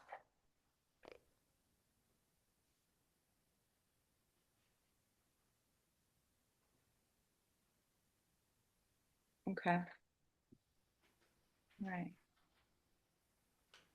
So Petitioner Valencia, thank you for walking us through your petition and letting us know why you were here today.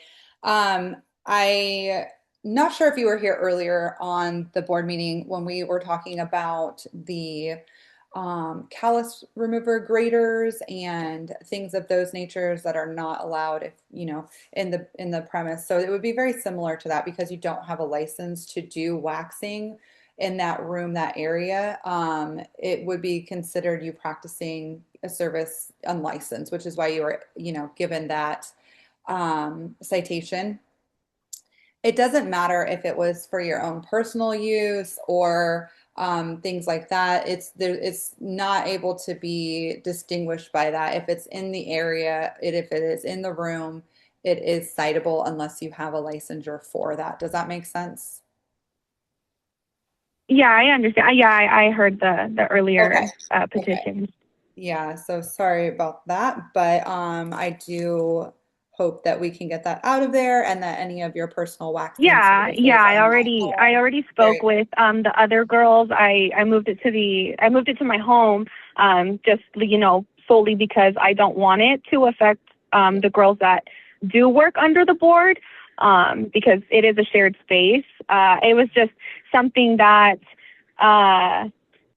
I was unaware of because I'm not familiar with the protocol. So I mean, I would understand like if let's say the board, then I would be familiar with your protocols, and I would have known that. But because I have never been trained by any sort of like institution under the board or hair, nails, anything like that, I wasn't aware of any protocols or procedures under the board. But yeah, I definitely moved because I don't want it to affect the other girls and like the salon license itself. Sure. Thank you so much. We appreciate that. As for the wax sticks, you said those are something you use for permanent makeup? Yeah, so I just I put some like Vaseline on the stick and then it just stops the ink cups that I used from spilling over, kind of like a tattoo artist. Yeah, of course. No worries. I do want to just give you a heads up. I have a permanent makeup company as well, and I wanted to just share with you. I would just maybe put those in a enclosed area. So if you do get inspected, and your inspector does see that or notice that, you won't be in trouble for that because you're not really supposed to have those out and exposed like that. They're supposed to be in a covered and sealed container. That way there's no cross-contamination, things like that. Okay. Oh, perfect. Okay, thank you for that. Very welcome. Board members, do we have any other questions or comments? Madam President, Stephen Don for the record. She Yes. has had some experience with us. She was a makeup artist. She did have a makeup artist license or registration. registration with us. So Mhm. she definitely is aware of us because she used to Mhm. have a makeup artist registration with us, which is, and she's absolutely correct. You have to go to school for it. It's a registration. Mhm. You fill out an application, you pay $25, very low compared to what we have to do. And makeup artists, if they're in a salon, have to comply with our laws as well as comply with sanitation and infection control. All the sanitation rules apply to them. Just because it's registration doesn't matter. But she's transitioned, as she says in her petition, away from that. And so now she has a permit that she gets from the Southern Nevada Health District. Mhm. Yeah, see, so that's her jurisdiction. But if she tries to remove the permanent tattoo, you need an advanced aesthetic license, as you are well aware of, because you are one. You Yeah. are an AE. Yeah. So Yes. it's two jurisdictions that she may have to deal with, especially if she wants to try to remove permanent tattoos. So we understand that she's transitioned from there, but she used to have a registration with us. I just wanted to put that on the record. We have it here right in front of us. Okay. Thank You, Madam you. President. Yes, thank you. Um, Board Member Bryant, I'm so sorry. One more question for you, Petitioner Valencia. Just to clarify, you had said you did what with the wax pot that was found in the room? Where did you move that to? Sorry, was that question for me? Yes. Oh, okay.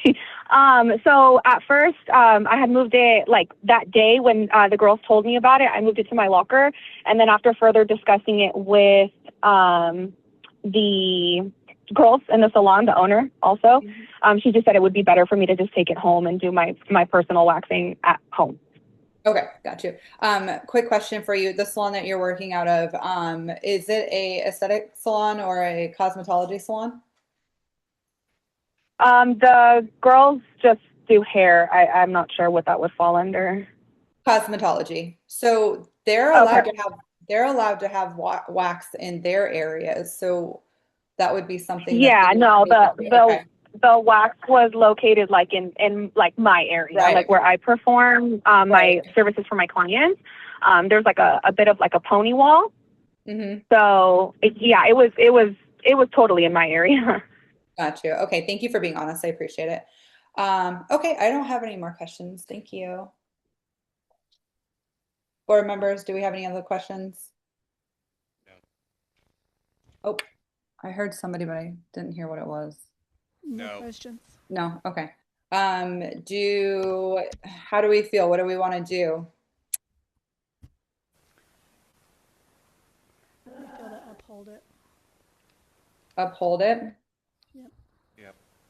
Okay. Are we feeling like a reduction in fine at all or keep it the same?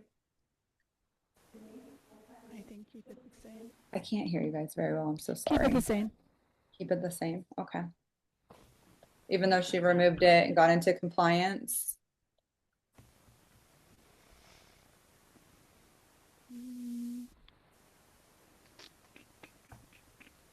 You do have a point there. Just curious. If you're looking for, Madam Chair, if you're looking for a staff recommendation? Yes, please. Okay, we will do that. Maintain the citation and lower the fine by 50%. Since she's on the record stating under oath that she has removed her personal items, we definitely, as you well know, recommend it to everybody. Don't have any personal items at work, because it would presume that you're doing things outside the scope of what you are licensed to do. So do any of your personal stuff at home.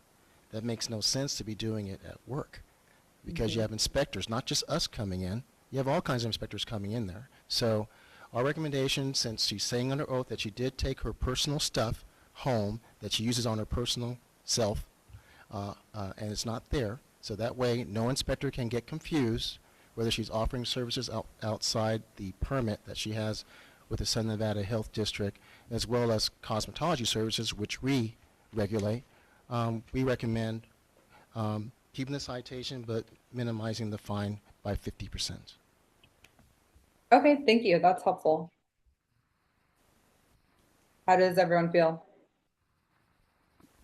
Agreement. Agreed? Board Member I Detry. agree. I agree. Okay.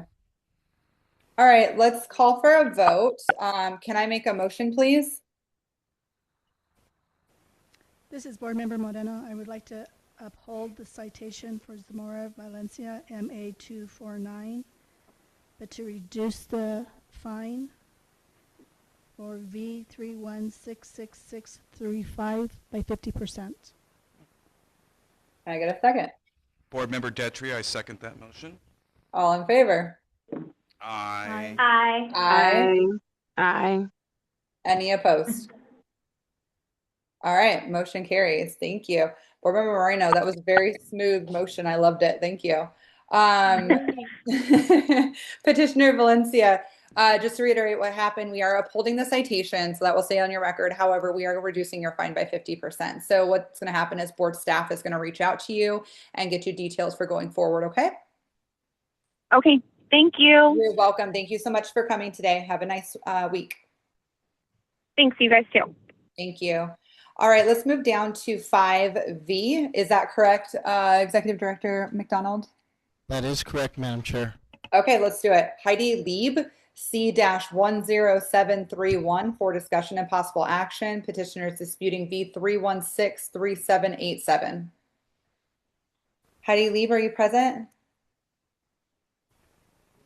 Hi, Heidi. Can you *6? That will unmute you.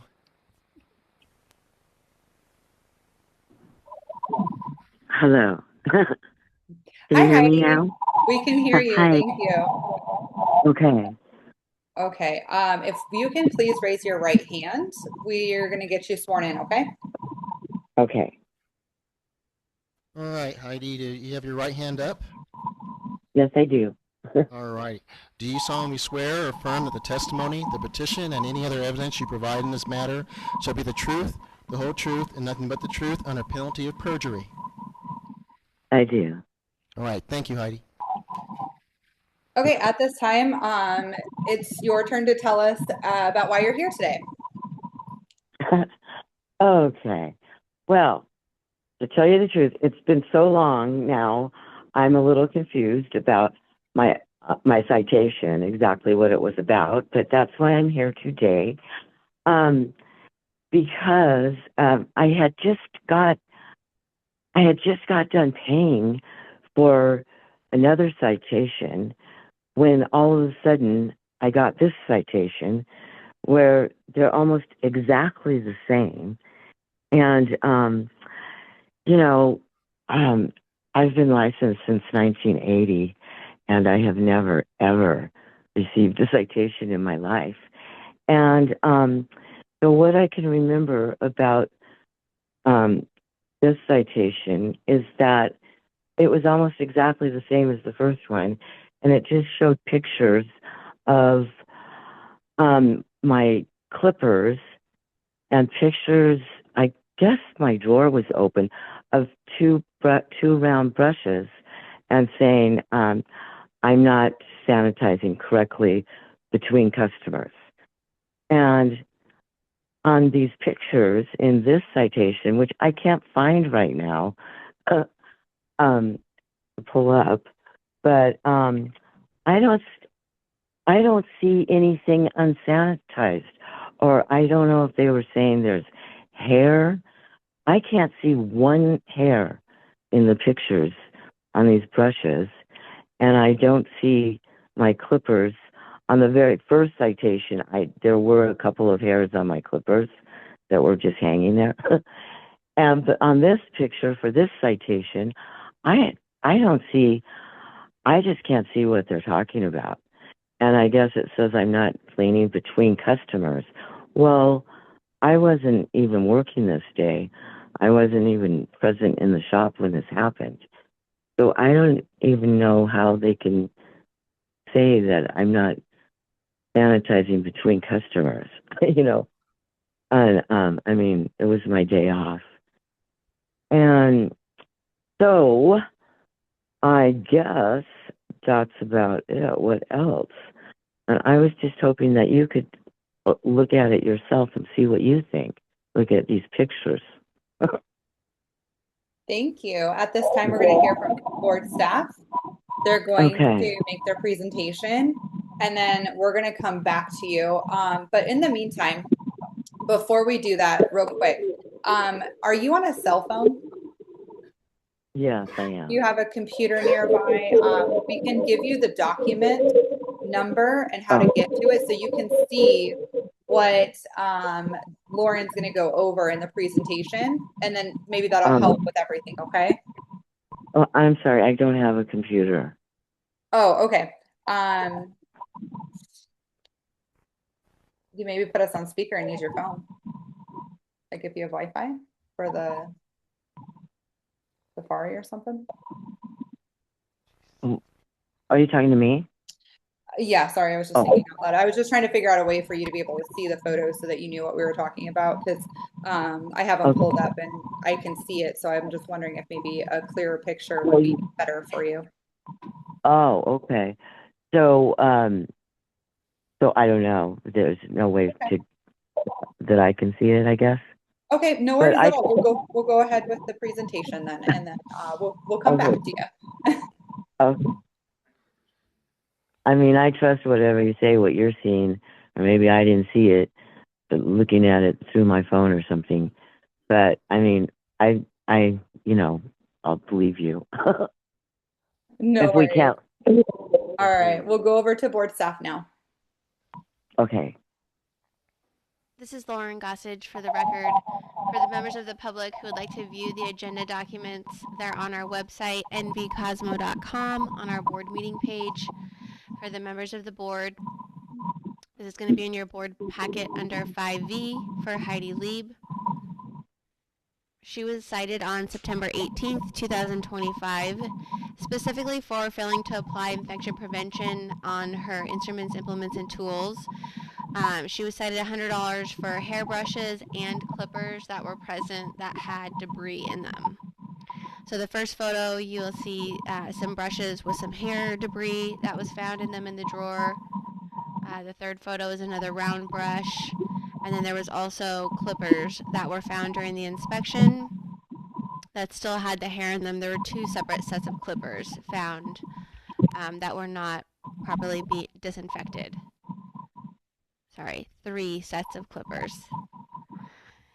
And then in addition to that, they were inside of a basket with some clipper attachments, scissors, other tools used to perform hair services. Thank you.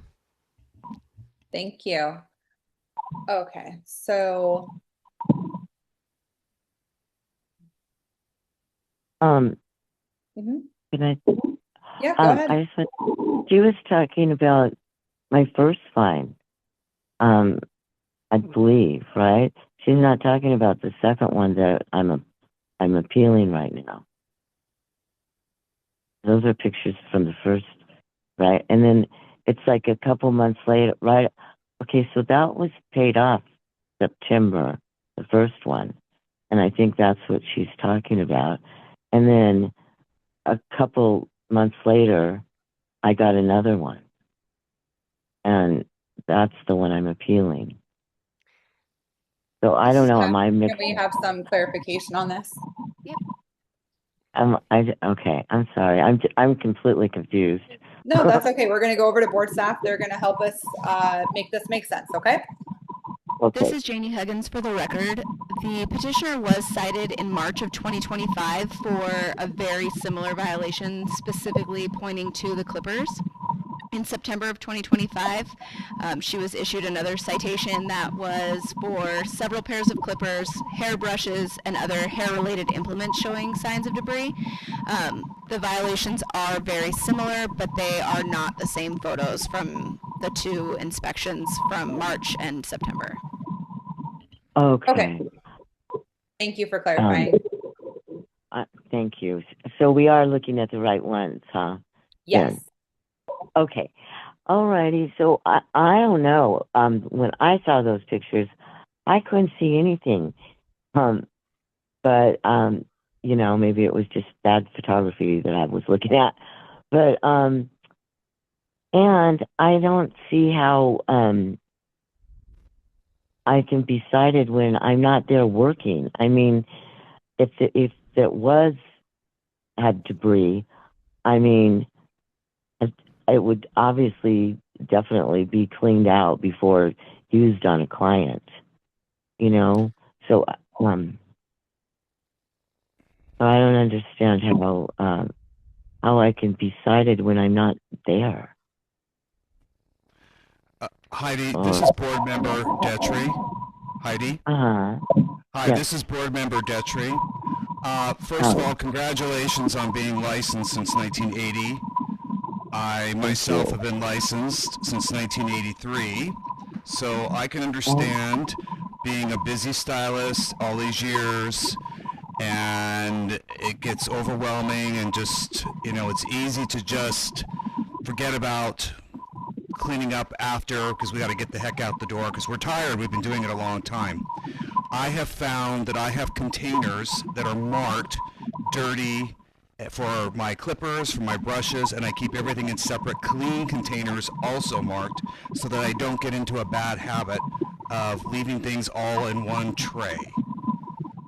So I don't know if that makes sense to you, but it helps tremendously so that when you go in the morning, you know which containers need to be cleaned and which ones are already been cleaned and they're not crossing over with contamination. So I know it seems like a lot, but in these photos, it's very clear that there's a lot of hair in the brushes, and the clippers do have a lot of remnants in hair, and you know, as we know with clippers too, you can get a little bit of skin in there, so they have to all be cleaned and sanitized and put in areas where they're not touching other items. Even when we leave and we're not present, they need to be put in a container that's sealed that says dirty. So that would be my suggestion moving forward, but I appreciate how many years you've been a licensed cosmetologist. Thank you. Thank you.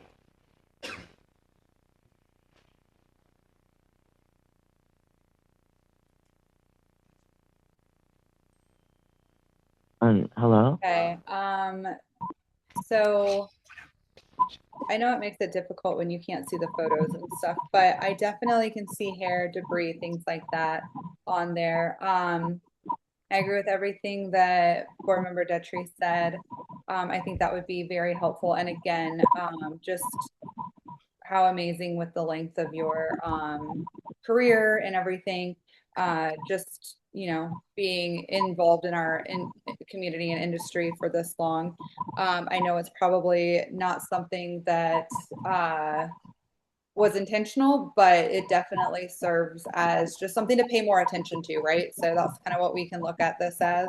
We definitely want to make sure that those little hairs are cleaned up and that the basket is, you know, for clean only, like Board Member Detry said, and that'll help us always just maintain that high level of sanitation and cleanliness that we're looking for. Board members, do we have any other questions for petitioner leave or any other questions for our board staff? No. No, okay. At this time, are we ready for a motion? Yes. If so, let's go ahead and make it, please. This is Board Member Moreno. I would like to uphold Heidi Led C10731 petition. Can I get a second? Oh, I'm sorry.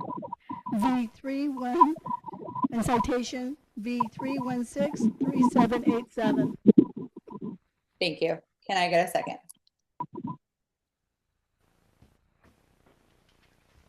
This is Board Member Detry. I second the motion. Thank you. All in favor? Aye. Aye. Aye.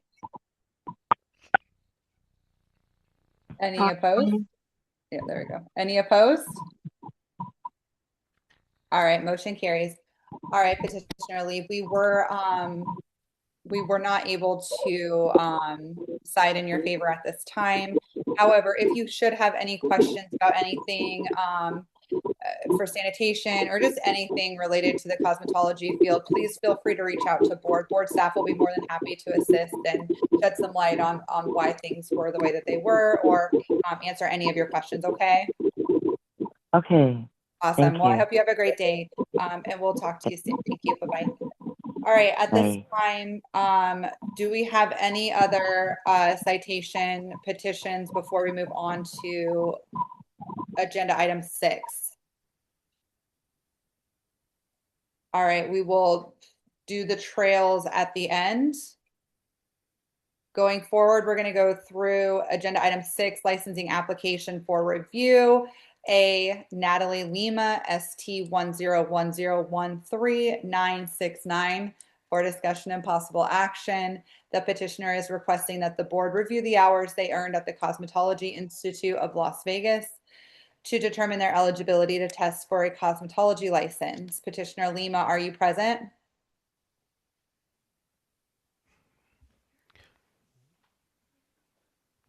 Hello. Hi. Is Hi. this Petitioner Lima? Yes, it is. Wonderful. If you can please raise your right hand, we'll get you sworn in. And if you can let us know when it's raised, we'll start that process. Yes, it's raised. Thank you. All right, Natalie, do you solemnly swear or affirm that the testimony, the petition, and any other evidence that you give in this matter shall be the truth, the whole truth, and nothing but the truth, under penalty of perjury? Yes, I do. All right. Thank you. Okay, at this time, if you'd like to tell us why you're here. Okay. So, I know because I've kind of sat through a lot of, I sat through the last meeting and I kind of heard a lot of the same incidents with the Cosmetology Institute of Las Vegas. So I did enroll. I enrolled about in the beginning of September. My first day was actually 9/7 in 2022, and I did graduate 2023 7/26, so July 26th. And I took my practical exam July 28th in 2025. So I did see that when I submitted my practical exam, the picture I submitted was the picture that I had taken before I actually my teacher had pretty much told me oh, take a picture. If you want a picture, take a picture before we submit it, because you're not going to see it again once we submit it. So that was the picture I had submitted. I know that I'm positive that they should have my signed copy, but besides that, I did see that I added my transcripts up because I had to ask them for my transcripts, and they had sent me an email with my transcript, and I saw that it was missing 80 hours of clipper cutting, and I know that that's accounted for on my performance sheets, as well as I was struggling a lot with my school with the performance sheets because they were saying that they didn't retain, pretty much that they didn't have any of my performance sheets besides my last one. Give me 1 second. My phone's at 1%. Okay, hold on. I'm so sorry. Okay. Okay. So I tried to go back and I asked them for my performance sheets because I remember on my last day they had asked me to turn in all my performance sheets. And I do, when I was in school, they were kind of a lot running we were taking a lot of clients, almost I was taking 2 clients, honestly, a day, at least when I was in school, and there wasn't a lot of Cosmo students. And I know that, I would keep my performance sheets only at school. So it was always at my station. I would never take it with me. It was always there. So I remember on my last day, they asked me to submit all of my sheets. And I know that on my last sheet, I literally forgot to initial my initials. My only thing that I had to do was I forgot to do it. So, and I think it was more so just because I was just excited to just really just graduate and get out of Cosmo school.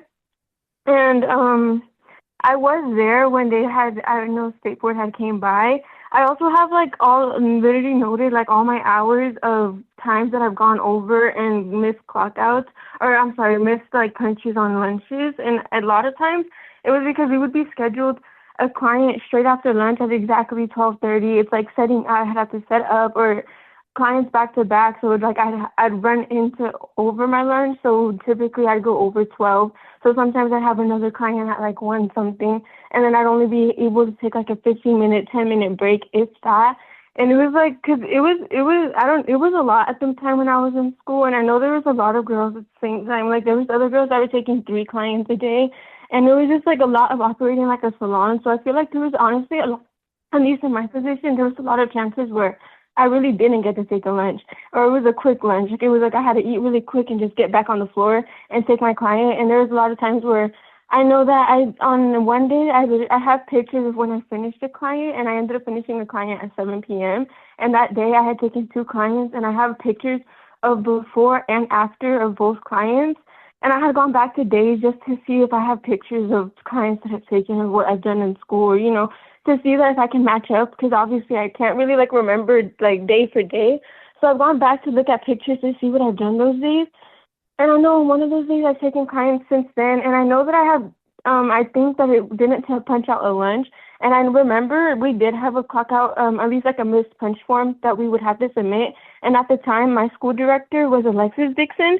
So she was related to Denise Dixon. And I've talked to Denise Dixon a lot of times because, especially with my contract while I was in school. So I don't know. I've been trying to figure it out. So I've been trying to just take my test is what I feel like. I don't want to keep rambling on, but I do have like listed times that I did go overtime and like all that. But I am just hoping to honestly take my test and get back in this field. I know it has taken a while, but I feel like at first I kind of was just shadowing more so like my hairstylist and kind of watching over just because I was a little unsure graduating. But I feel like I gained more knowledge, and I honestly feel way more knowledgeable out of school. And I feel that I gained more knowledge off of other licensed techs and hairstylists that are in the field. But other than that, like I've kept up with Cosmo and nails and hairstyling as well as clipper cutting and doing cuts and everything out of school. And sanitation, of course. Thank you, Natalie. At this time, we're going to hear from board staff. Okay. Bertha Jackson for the record. Lauren, did you want to let the board members know where they could find the slides for Natalie Lemus? Yes. For the members of the public, you can find the agenda documents online on our website at the board meeting information page on nvcosmo.com. And for the members of the board, you can find the documents for, excuse me one moment, Natalie Lima in your board packet under 6A. Thank you. Thank you. Okay, so for Ms. Natalie Lima, if we go to the first page, which is transcript discrepancies. Under transcripts, again, the notification of, or the little blurb at the bottom that states that CILB is ANACIS accredited, but the school is not accredited or a candidate for accreditation. For Ms. Lima's, her hours add up to 1520 on the transcripts, but it lists a total of 1600 on there. All course grades are listed at 100, but the practical and academic grades are listed at 94 and 90. Next slide is time card discrepancies. There's multiple dates that show the student clocking in, but no clock out times are documented. On this specific slide for 2/28/23, the student clocked in at 12:19 and student clocked back, or student clocked out at 12:19, and then the student clocked back in at 12.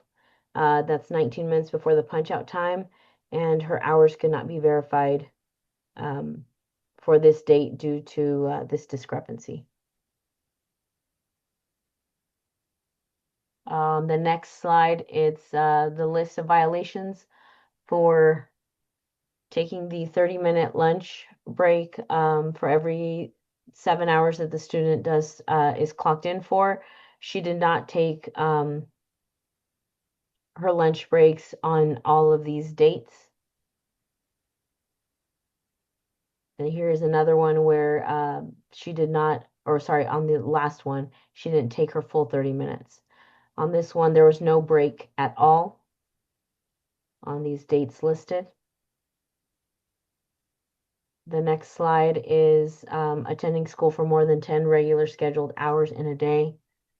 The two dates that are listed were over 10 hours.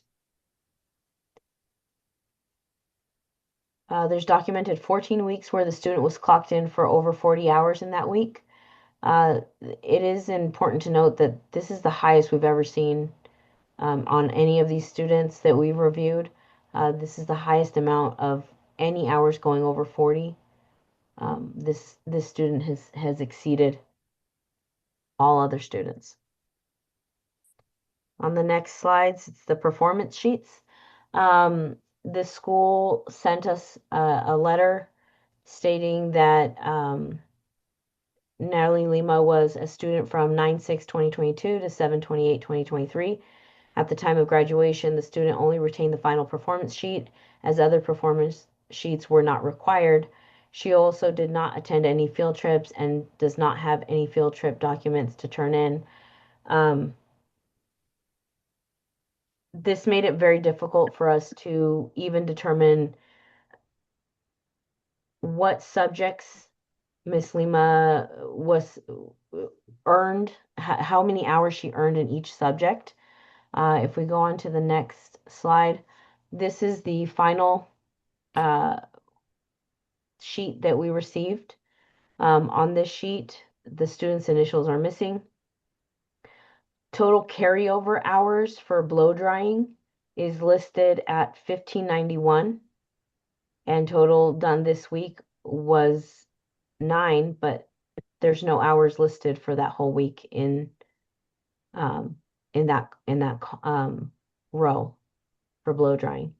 The hours supposedly earned for that week on a Tuesday was 3 hours in manicuring, 4 hours in theory, for a total of 7, and then 1 hour in thermal straightening and curling, but it somehow adds up to 2, which is what is listed.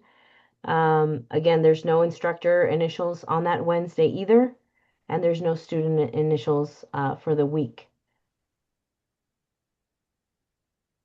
For this performance sheet,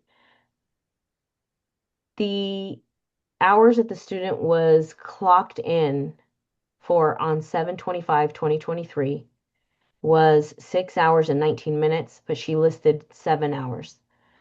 For the hours earned on 7/26/2023, the student was clocked in for 2 hours and 9 minutes. It says 2 hours, but there's only 1 hour listed for subjects that she did any hours in. Her final performance sheet was provided. The other sheets were not provided. This week's totals were incorrect for the entire program. The carryover hours are incorrect. Grand total hours were incorrect. And we're again missing the initials. At the top of this performance sheet, it says, I think it says Tuesday or these 1592 in the AM. We're not sure what that means. It looks like the same handwriting for the student name, so I'm assuming it was a student who filled this out. For this, there's only on the next slide, it's findings. There's at least again going over the performance sheets missing. So 2 days that are listed on what we do have don't have initials from the student. One of those days doesn't have the initials from the instructor.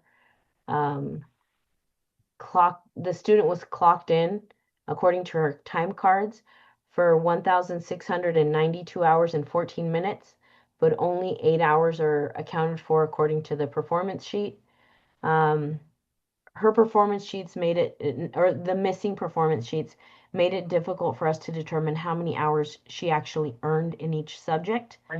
And the school owner did verify in a meeting that we had with her on 12/4/2025 that the school keeps records for 5 years.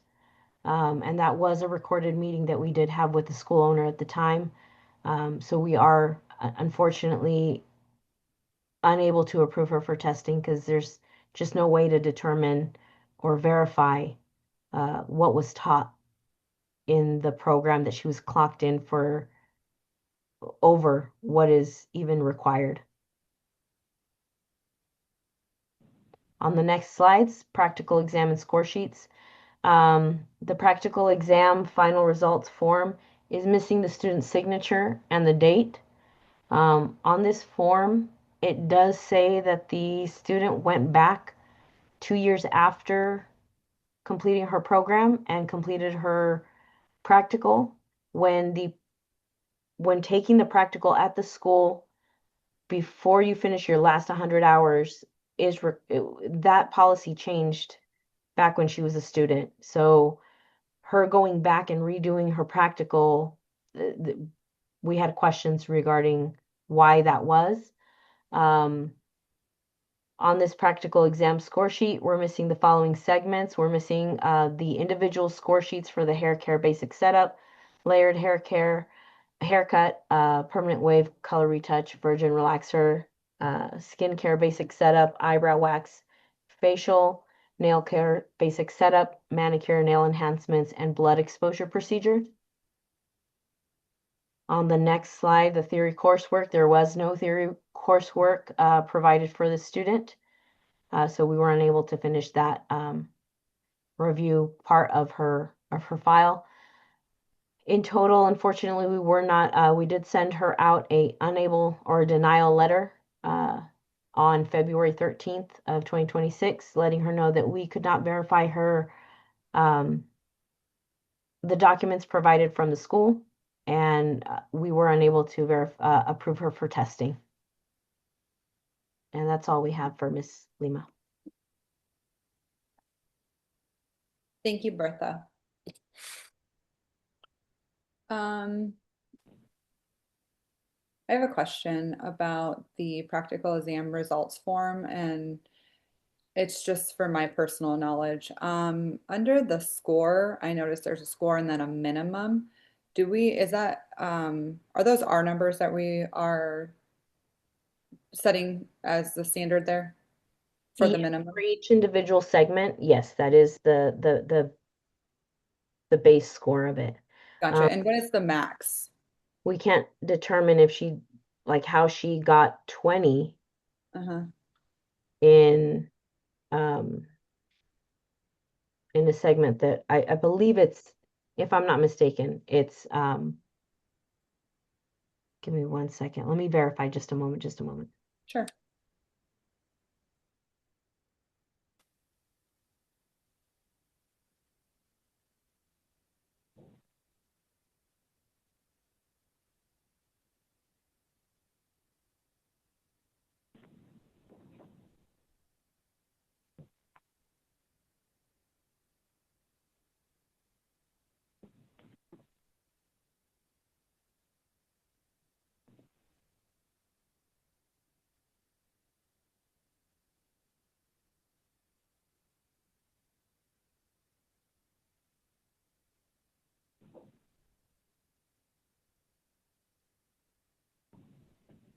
Yes, that is a minimum score to pass that segment. The minimum score for example, hair care basic setup, minimum score is 15 to pass. She scored a 20, but without the individual score sheet, it's hard for us to determine that was where my what question she was going. scored in each line item. Gotcha. Okay. And then is there a maximum number that could be achieved? I know we set the minimum, but do we have a maximum as well? Because I do see some 40s, some 42s, some 41s. Yes. Give me 1 second. Let me pull that up. Okay.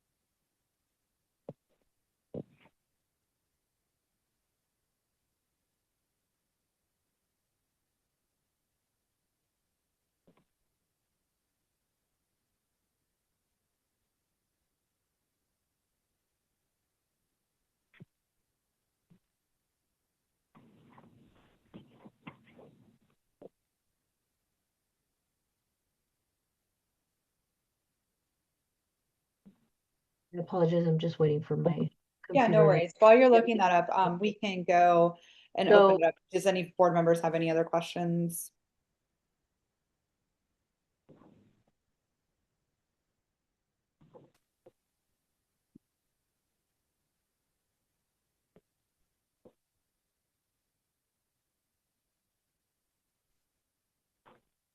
Madam Chair, Board Yeah. Member Steve McDonald for the record to help your deliberation.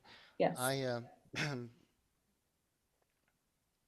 The reason why we had mentioned about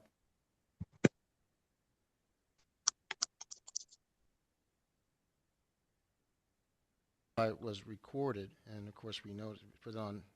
It was a Zoom call, so we always let people know that it will be recorded, video as well as audio. The reason why we put that Bertha had referenced that the um, the owner had told us on that they keep records 5 years. Well, it hasn't been 5 years since this particular petitioner, the student, has left school. So the question is, again, where are the records? If you keep all these records, where are they? Because it hasn't been 5 years since she's been out. So that's the reason why we wanted to note that. It's like, well, we were told that you keep all the records for 5 years. And if you have them, you can help this student out that we can try to verify and get them, you know, get them somewhat approved, even though the other documents shows that our review shows a lot of discrepancies of her not taking her lunches, not clocking out, so you can't really tell what hours she got on that particular day, right? And then, of course, times that were over the 40 hours, you know, it's like it's really hard for us to give credit and to figure out what a student has done without the rest of the records that we try to triangulate with and qualify and try to match up. So that's where we're at, Madam Chair and board members. And Thank you. Board Member O'Brien, yes, in other situations similar to this one, we've been able to kind of cross-examine the paperwork and the time cards and the performance reports. But when I was reviewing these documents before the meeting, I was a little concerned with how we were going to do that for Petitioner Lima, seeing as we really don't have anything to go off of. So it'd be interesting to see how this pans out. getting back to the practical I do exam have score. oh yes, sorry, Bertha, go ahead. For that first segment, just the basic setup, and I'm just looking at one of them. That 20 is the highest score. For the other segments where she has scored, they were all top scores. Okay. There was one, I think, the one that's for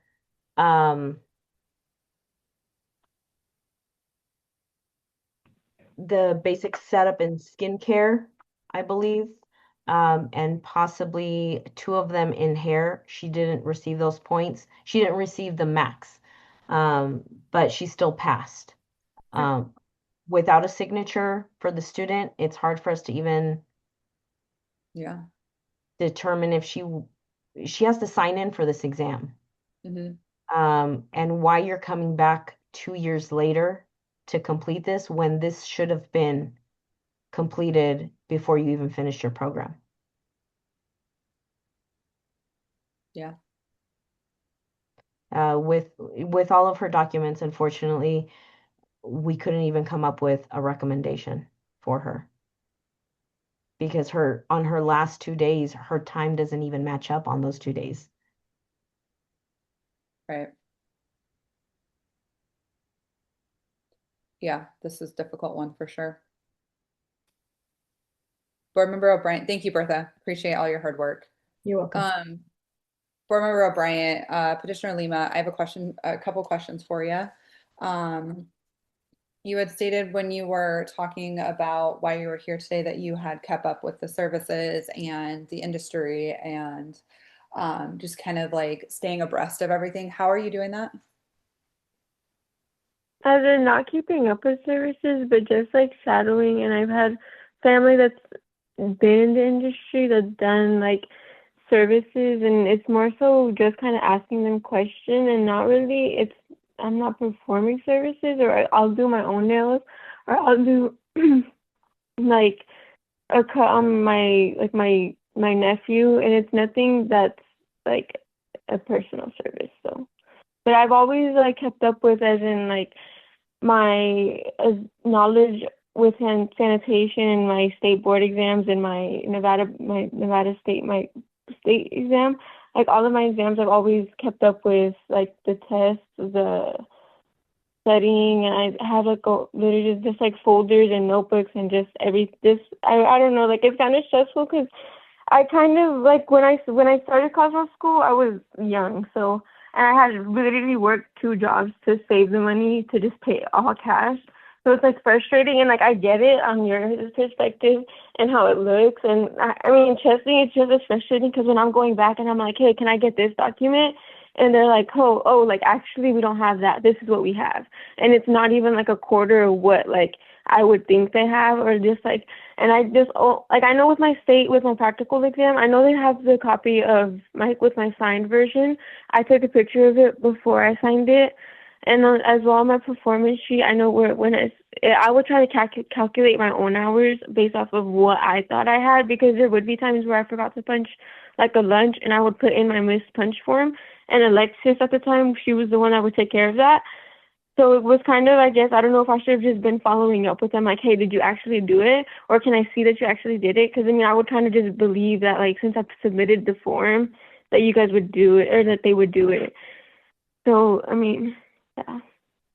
Thank you. I'm going to follow up with you on a couple things that you had just said. First and foremost, you had stated that you had been submitting a punch out form for missed lunches. You said you submitted these documents to the school, to the registry? Yes, I have. Yes. Mhm. So these are you able to see the slides that we were looking at today? Yeah, no, I see everything. That's why, and I've looked over my own things, and I see like, and I know that I see a clock out that's like on 9/1, and I think that was when they were creating my punch in. So she had me just punch in just to like see that it would work, because I know I enrolled that first week of September, and I know we had an orientation that Monday, and we were off like Sunday, Mondays, and then I started my actual first day on that 9/7. And then I see that that 10:20. I know that I feel like a lot of times where I would accidentally, instead of clocking out for lunch, I would end up clicking like clock out for the day. And I would tell my teacher, and I'd be like, hey, but she would have me submit a form more so just because I thought it would be, or she would be like, oh yeah, like I'll fix it, don't worry about it. So it was just more so like, hey, like I accidentally pressed clock out instead of like my lunch. Can you like just look over that? Is that gonna like mess with anything when I clock out after, like when I clock out at 4:30? Or however, and I know that they did have a lot of they would let us stay till 5:30. I'm not sure if it's changed, but at least as in for us back then, they didn't have like a strict policy. Yeah, thank you. Looking at the slide that has all of the instances where you were clocked in over 7 hours without taking a 30-minute break, is it your statement that some of these dates or all of these dates or majority of these dates or any of these dates you had submitted a form to the school saying that you had forgotten to do that and you would like that rectified? No, yeah, I can confirm I have, because I know for a fact that I would definitely I would try to be on top of submitting at least my missed clock out forms. But that's the thing, is I would struggle a lot with them, like kind of I felt like they were kind of taking advantage of me, because I feel like I didn't get my full, at least they didn't take a full nail rotation, which is why I didn't take my state board exam right before the exam date of when I was going to graduate, because they gave me my nail rotation very last, rather than like when I was supposed to have gotten it within my first, like when I'm first starting. That was the last thing that they did when I was already off the floor and I was kind of on my last hours, is when they barely were giving me my nail rotation. So I was kind of nervous to take my state board, my like nail portion, only because I felt like I didn't get my full nail rotation. So I didn't feel confident, but I did keep up with, like, I was close friends with a nail technician that she is now not licensed from the same school, and she was kind of aware of the same fact that like the school wasn't very, like reliable. And so she would go out, or like she would teach me the pink and white. She would teach me the gel, the acrylic. Like I was more so, I would overthink the hard gel, the structure many, but it really wasn't bad when I took my exam. I definitely overthought everything because I thought it was going to be a lot worse when really it's what you would do on a daily like basis on a regular service. Okay. Yeah, I was just asking specifically about the 30-minute lunch recess for the 7 hours that you're clocked in, just because there's a lot of them, right? Yeah, there is. So like Bertha was saying, like this is one of the more extreme, like we've seen a lot of these, right?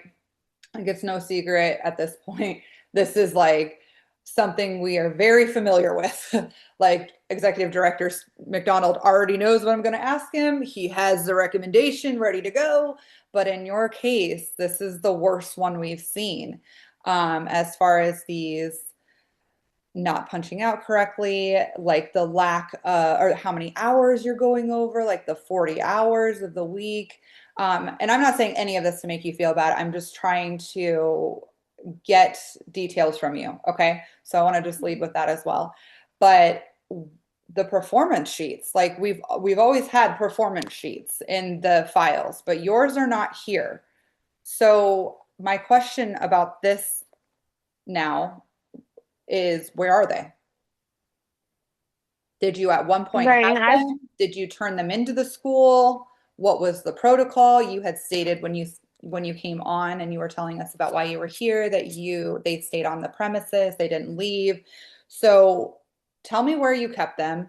Tell me what you did with them once you finished your hours or thought that you were graduating. And how many performance sheets did you have? had all of my every single one of my performance sheets. I kept How it in a many? What does folder that that they had mean? given me. What does that mean? Um, I don't know an exact count, but I kept it from. I know I had every single week. I know I did not miss not Okay. one single So each week. performance Okay. sheet. And the thing is, yes, and I know Miss Charlotte. She had told us to turn in all the performance sheets before we leave. So she needs that pretty much. We can't to turn in everything in to her. To pretty much not worry about it. That at the end of the day, that you guys only need the last performance sheet, but to turn everything in regardless. And then because when I had gone back to the school, they had told me the same thing. They were like, "Oh, do you have them?" But I was like, "No, I literally turned them in to Miss Charlotte. That's what I was told to do." And who is Miss Charlotte? Miss Charlotte, she's a Cosmo teacher. Cosmo teacher. Okay. Sounds good. Thank you. Is she still with the school to your knowledge? Yes, she is. Yeah. Okay. Thank you. You had mentioned also when you were coming on here to tell us about why you were here today that you were just very busy. Like you had a few clients a day and that sometimes you weren't able to stop for a lunch, or if you did, it was short. How was the vibe of the school with this? Were they cool with it? Were they like, you have to clock out? Were they assisting you with remembering to clock out? How did that go down?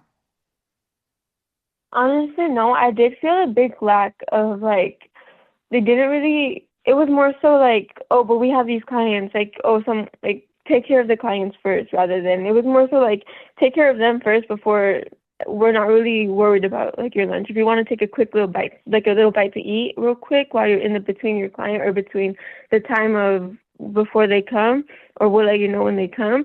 But honestly, it was a lot more so like it felt like, and I would tell them, I feel like a lot of students at the same time, it more so felt like we were running like a salon at a school, and it didn't really feel like, because there was a lot of times where I got a lot of services thrown at me where I've never done before, and where I had to kind of learn just right then and there, and it was like a lot of just like a panicky stuff, and yeah, but Okay. as far as yeah. Thank you for sharing that. I appreciate it. Of course. I can tell this is a very difficult situation, and I understand the gravity of it. So I don't want to take anything away. You had mentioned that you were trying to stay up with your skill set and like learn, and you were doing a lot of like growth outside of the school as far as like shadowing and stuff. You had mentioned that did you say you would do like services on your nephew and you would do your nails while you were at like a salon that you were shadowing at? Is that what you had said? Yeah, so I would do like more so I would keep my nail supplies at home. So I would kind of I would do that to myself. And as far as like all of my supplies, yeah, I would just do it more so here, like in my garage and kind of, or at least my nail, I do it in my room. So I have like my own, just like my own, I do it on my own vanity. So that's like as far as like I've just kept up, like just up to trends and just trying to learn more about application, just like proper sanitation, the barbers, like everything that we should keep up to. Okay, I just want to caution you and make sure that you weren't doing that in a salon or advertising as a business or Yeah. anything like that. You cannot do that. I don't want you to get in trouble for doing that. So just be very aware that that is not allowed. Services on yourself are okay, but don't be advertising that. Don't be doing it on others, etc. Especially right now in this very tumultuous state where you're trying to get approval on things. You do not want one more thing added onto um, to your case negatively. Does that make sense? No, yeah, Okay. makes sense. Question for board staff. In this situation, we have a letter from CILV stating that the keep the documents for up to 5 years. However, the file that was sent to us with the student's documents does not have what we need in it. What do we do? What can we do, if anything? Bertha Jackson for the record. It is a recorded meeting with the school owner where we asked the question, I specifically asked the question, how long do you keep student records for? And she said 5 years. And I repeated myself, I said 5 years, and she said, 5 years.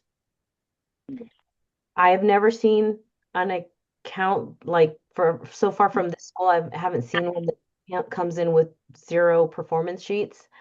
If it were any other school, any other student, any other applicant, whether they're in the state of Nevada, out of the state of Nevada, or out of country, this would be a complete denial and they'd have to complete the course at another school, Right, an approved school in Nevada. right. We've seen this before in similar circumstances. I agree. This is Board Member Jeffers. I ask a quick question. Yes. Ms. Lima, I have a question about your practical exam final results form. Specifically, it shows that you completed the program in July of 2023, but then you completed your practical of July of 2025. I was curious what the 2-year lag between the program completion and the practical exam completion.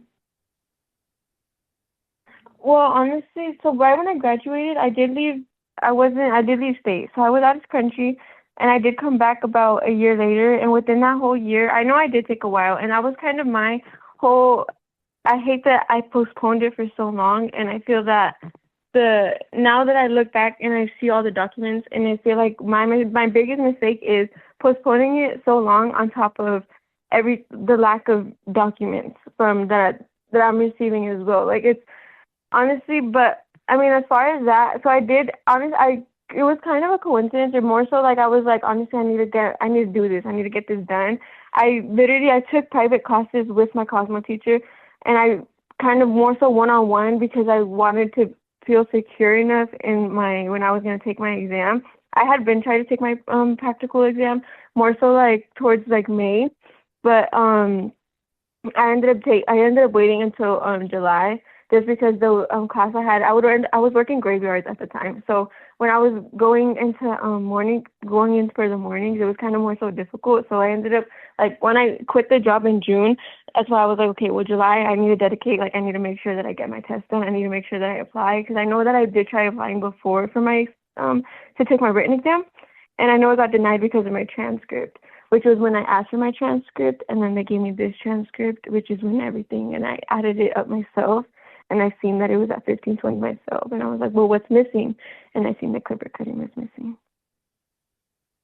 Okay, so that's that 2-year difference between finishing school and taking the practical it's because you were out of the country or just working? Yeah, I was out of the country for only a year, so it was only like about like probably like 10 months, almost a year. And then I came back. I was working. Yes, I was working nights. I was working graveyards, and then I kept telling myself that like I need to get this test and I need to stop postponing this, and feeling like insecure about it, which was when I reached out to my Cosmo teacher about further Okay. like. Okay, and then maybe this is board staff. Are practicals done in the schools now, or are they done at like a testing facility? They're done at the school.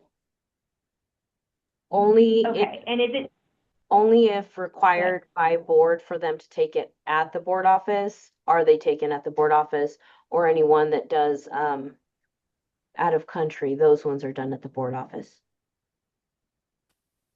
okay? And so is this unusual? Because I kind of felt like you would take your practical as part of like finishing the course, or is that not how it goes? Or Yes, so I guess students take their practical once they're at, so for example, for cosmetology, once you're at 1590, so 1,590 hours, or sorry, 1,500 hours, can you take your practical? okay. And then you finish off the remaining 100 hours of your program. That's when you're eligible to take your practical. My question, I guess, would be why the practical wasn't taken at the school when she was still completing her program. Yeah, that was Miss Lima, do you like was it offered to take while you were finishing No, your program? No, which was why I was saying earlier was they were offering the time before I graduated to take the practical exam, I couldn't take the practical exam because I hadn't got my nail rotation. I literally got my nail rotation on like my last 100 hours.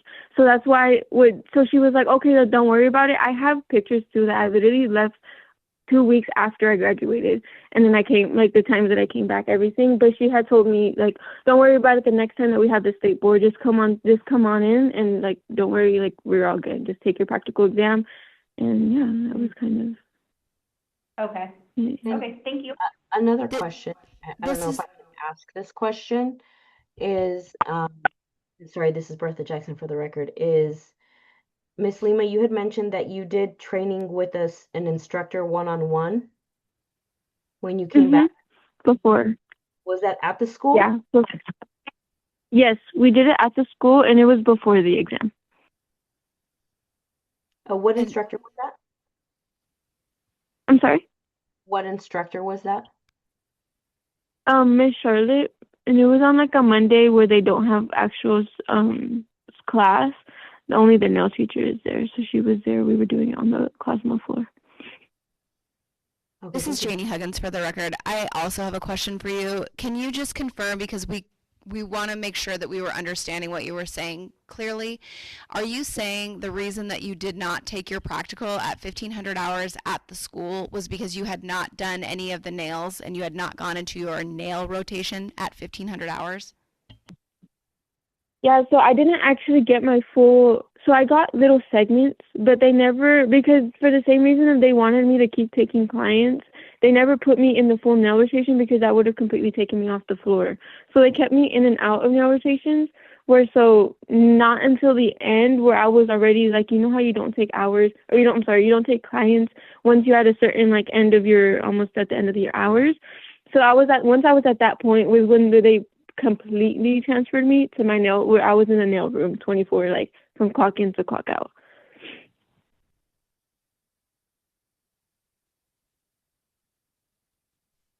Thank you for clarifying that.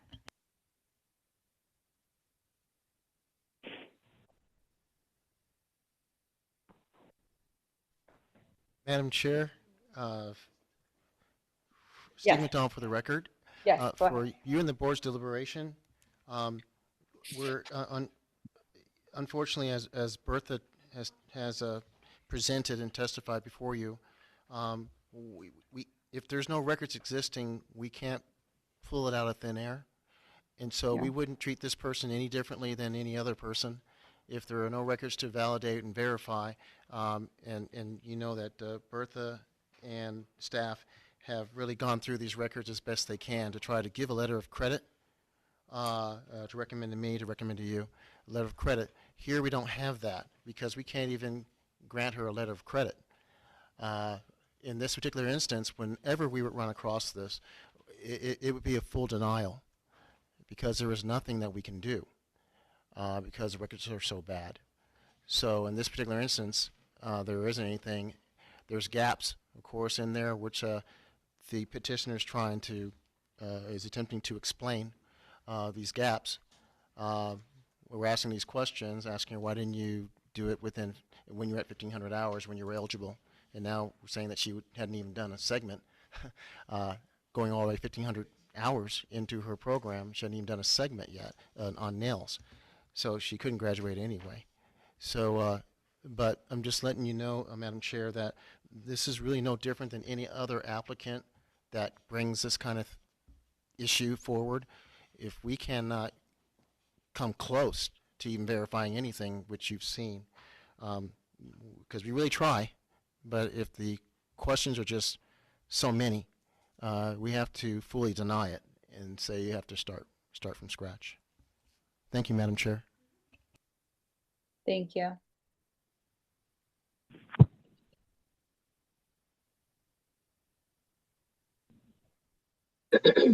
Hello, yes, this is Board Member Harris. Yeah. To our student, so with all those discrepancies, you have to understand our part. And evidently somebody dropped the ball there at the school.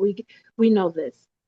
But have you called the school to see what Miss Dixon would tell you, that you can probably come there and redo your hours so you can pass the test? Because at this point, I think you just have to start all over. And they give you a letter, we give you a letter of credit, I do believe. But even with that, have you spoken with her? I've spoken to her like just about documents, but as far as like I've tried reaching out to her about getting like half of, because I paid extra because I had initially started as hair design.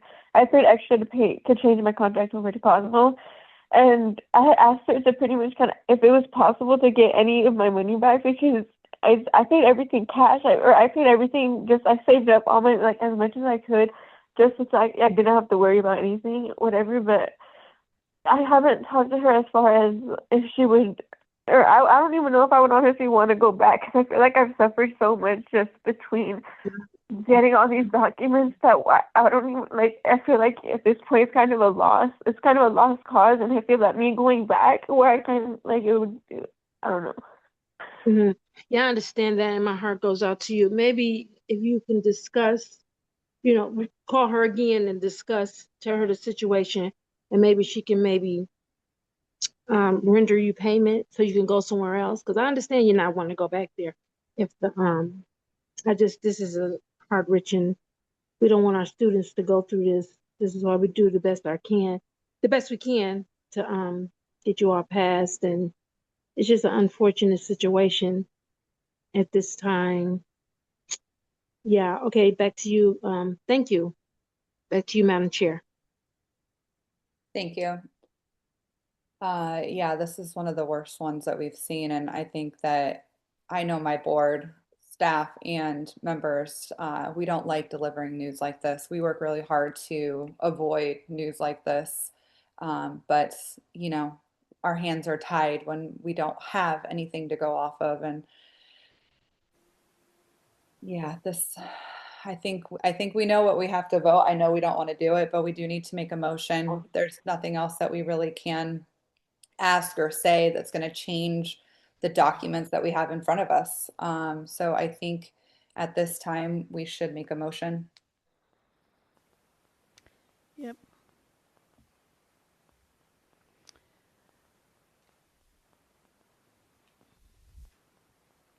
This is Board Member Moreno. I would like to deny Natalie Lima, ST. Oh, sorry about that. Vivian Ortiz. No, we're Natalie, right? Yeah. Natalie Lima. I'm sorry. Let me go back. Board Member Moreno. My side partner here is bugging me. I want to deny Natalie Lima ST 1010133969 petition. Board Member Harris, I second that motion. All in favor? Aye. Aye. Any opposed? Okay, motion carries. Natalie, I'm so sorry that we have to deny this application for testing, and sadly, we are not able to offer any type of letter of credit at this time either. I know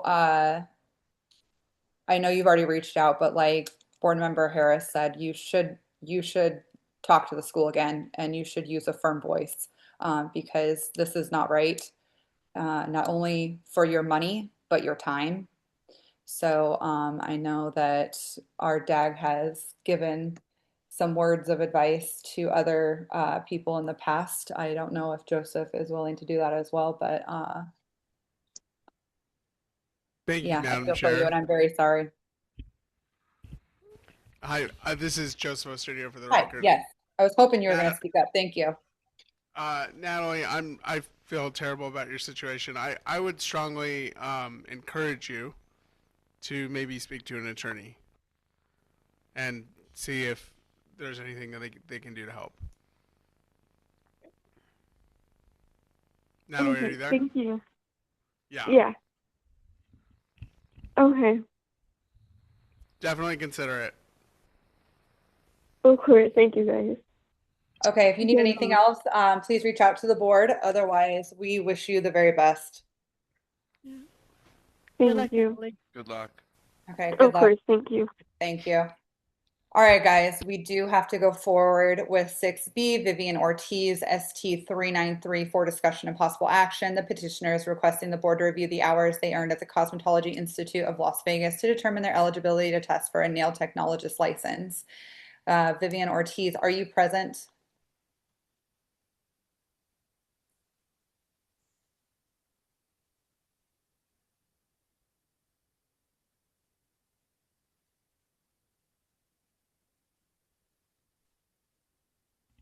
Petitioner Ortiz, are you present?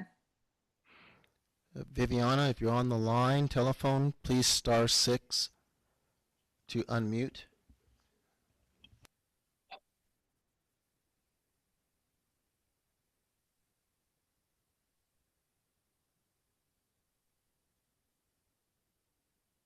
Okay, let's trail for now and come back.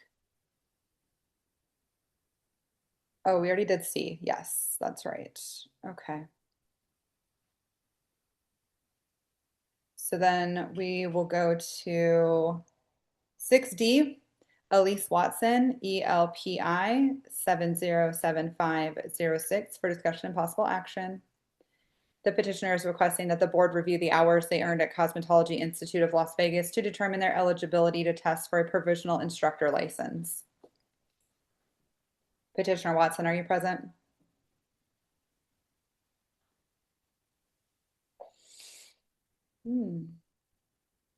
Hello. Hi, are you Hello. Petitioner Watson? Hey. I'm like, oh, did they can't hear me? Hi, how are you? Good. Are you Petitioner Watson? Yes, ma'am. I'm Elise Watson Awesome. now. Okay, very good. I know there's been some trouble with the mute button, so we're happy that got handled and figured out. If you could please raise your right hand and let us know when it's up, and then we'll have you sworn in. It's up. Thank you. All right, Miss Watson L, right? Do you solemnly Yes. swear or yeah, okay. Do Sorry. you solemnly swear or affirm that the testimony, the petition, and any other evidence you give in this matter shall be the truth, the whole truth, and nothing but the truth, under penalty of perjury? Yes, sir. All right, thank you. Yes. Okay, so at this time, if you can walk us through your petition, we'd love to hear from you, and then what we'll do is we'll hear from board staff, okay? Okay. Just one moment. I'm pulling it back up. So basically, I am here today to request that my hours be recalculated so I can go ahead for testing. I am a single mother out here in the state of Nevada by myself with my children with no support, and this is a part of my income. So I completed over 500 hours. So I just want everything, just really be able to test and get back to work. Okay, thank you. So like I said, at this time, we'll hear from board staff. They're going to make a presentation. I don't know if you have a computer in front of you or anything like that, but the documents are on the board website under agenda documents, so you can see those. Yes. Awesome. All right. This is Lauren Gossage for the record. For the members of the board, you can find Elise Watson L's documents in your board pack under 6D.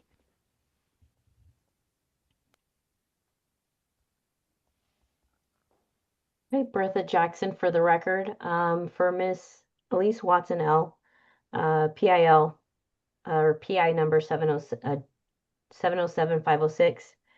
The petitioner is requesting for the board to review her hours earned at Cosmetology Institute of Las Vegas to determine their eligibility to test for a provisional instructor license. With Miss L's documents, if we go to the first slide, it's her petition. The second slide is her pay stubs and supporting documents. If we go to her time card and payroll discrepancies. So on her time card, we show for the pay period of 5/25/25 through 6/24/25. Her time card totals are 39.22 hours. Her pay stub shows 38.22 hours. The instructor was underpaid by an hour and 9 minutes. On the next slide, the pay period for 6/25/25 to 7/24/25. The instructor's time cards totaled 90 hours and 11 minutes. The pay stubs show 94.15 hours, which adds up to 94 hours and 9 minutes. The instructor was overpaid by 3 hours and 58 minutes. On the next slide, for her pay stub for July 25th, 2025 to 8/24/25, time card shows 67:28. The pay stub shows 67:29. The instructor was underpaid by 11 minutes. The next slide for August 25th, 25 to 9/24/25, the instructor was underpaid by 32 minutes. For the next slide, pay period 9/25/25 to 10/24/25, the instructor was underpaid by 42 minutes. For 10/25/25 to 11/24/25, the instructor was underpaid by 10 minutes. For 11/25/25 to 12/24/25, the instructor was overpaid by 19 hours and 34 minutes. If any of these hours were holiday pay, they were not, there was no indication of that on her time cards or her pay stubs. They were indeed holiday pay. We were off for over a week. If I can just finish my review of it, and then you're more than welcome to speak after. Okay. For pay period 12/25/25 to 1/24/26, time cards totaled 44.56. The pay stub showed 52.52. Based on worked hours alone, the instructor was overpaid by 7 hours and 35 minutes. Holiday hours can't be verified against those time cards as well. For pay period 1/25/26 to 2/24/26, there are no time cards available. We had not received time cards for this student for this time period at the time that these slides were created. Her enrollment discrepancies, there is no enrollment contract. No document was provided by the school, so we couldn't review that portion of it. The next slide is transcript discrepancies. On her transcripts, the accreditation verbiage is still on there. No grades for any of the courses that she completed. Graduation date is listed on the transcript as 1/12/2026, but her last performance sheet reflects 1/20/26. For her performance sheet discrepancies, the school director signature is missing from 127 of the 129 provisional instructor performance sheets. Only 2 dates were completed for the school director's signature, and 98% of the provisional instructor performance sheets cannot be verified due to missing the director's signature on her forms. So it's like the kind of like what we've typically seen with the performance sheets where it has the student initial and the instructor initials. For hers, the school director was the one who was signing these, but only 2 of her days have signatures on them. For the next slide, this performance sheet that's in her file, we can't verify the date. We know that she signed it on June 18th, but we can't verify the date. There's no date listed on it, and there's no name. We're assuming it's her because the signature matches, but again, it's not listed on that form. The student was clocked in for 2 hours and 49 minutes, but only 2 hours are listed on this performance sheet for that day. The next slide, the time cards show 4 hours and 3 minutes clocked in on 7/17/25, but there's no performance sheet provided for that date.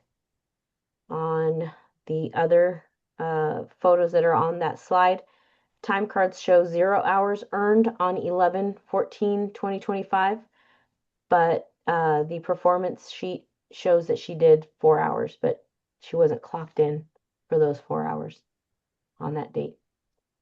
The next slide, her time card shows 0 being clocked in for 0 hours on 11/21/25, but her performance sheet shows that she was there for 4 hours. For November 18th, 2025, we have 2 different performance sheets for that day. She signed it twice, but it's for the same day, and the hours were earned in different subjects as well. The total hours, the cumulative hours are different, and so are the total hours. So we were not able to verify or determine what hours were actually earned for November 18th, 2025. In total, her findings, there were 118 individual days where her clocked time did not match her recorded daily hours. 117 out of the 123 days contain incorrect or missing totals, carryover hours, or the grand total hours. At least 121 days document ongoing instruction not signed by the school director. She clocked 503 hours and 44 minutes as of the date of graduation, which was November 12th, 2026, but clocked 524 hours and 11 minutes as of the last entry on her time cards, which was January 23rd, 2026. Her performance sheets add up to 501 hours according to her those entries. 475 of those hours, taking into account the missing performance sheets, days not clocked in according to the time cards, and going off of her last day listed on her performance sheet of January 12th, 2026, 483 if we credit all of the performance sheets and deduct the days that she was not clocked in and deduct hours clocked in but missing performance sheets. It would be 8 hours if we only took into account the 2 sheets that were signed from her. So out of the 123, only 2 of those were signed. If we did credit that, it would only be 8 hours. Her exam discrepancies, we did not receive any documents from the school for exams. Her theory coursework, no documents were provided by the school. Teaching discrepancies, we do show her signing off on July 4th of 2025. She has it listed as a holiday. The school was closed on that holiday, yet she initialed this student's performance sheet for that day on a day that she wasn't there and the date that the school was closed. On the next slide, these are multiple instances of this PI of Miss Elise signing off on a student's performance sheets when she was not present or on payroll on that specific date. The instructor signed off on December 4th, 2025 and December 5th, 2025. On the next one, we couldn't verify hours for January 21st, 2026 and January 22nd, 2026. The instructor's initials are of Elise L. Watson. She graduated from the program on January 12th.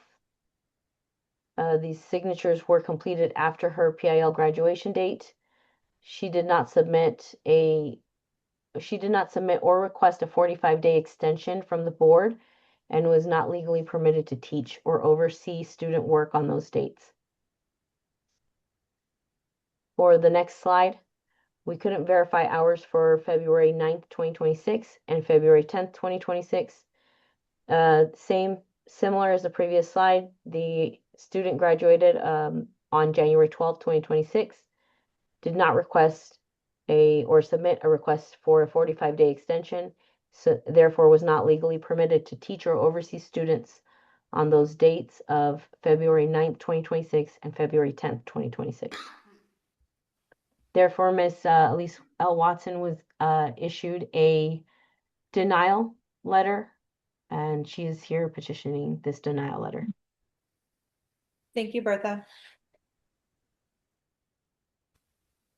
Once again, I think just an extensive amount of work on your shoulders, and we appreciate all the fact checking and findings that you've done and come up with. So thank you. We appreciate it. It's very nice having it laid out this way. Ms. Elise, I want to ask you a couple questions. Okay.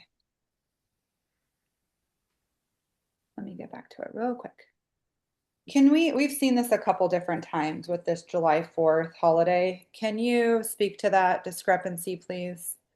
Where the school's closed, however, we see people that are signed in that day. We have, signatures from instructors now. Can we talk about that a little bit? Yes, we can talk about that because the school was closed on July 4th. So either I accidentally missigned, because if you guys look at the performance sheets, some of those performance sheets is not aligned correctly where the students will have to write certain dates in or kind of rig it to fit.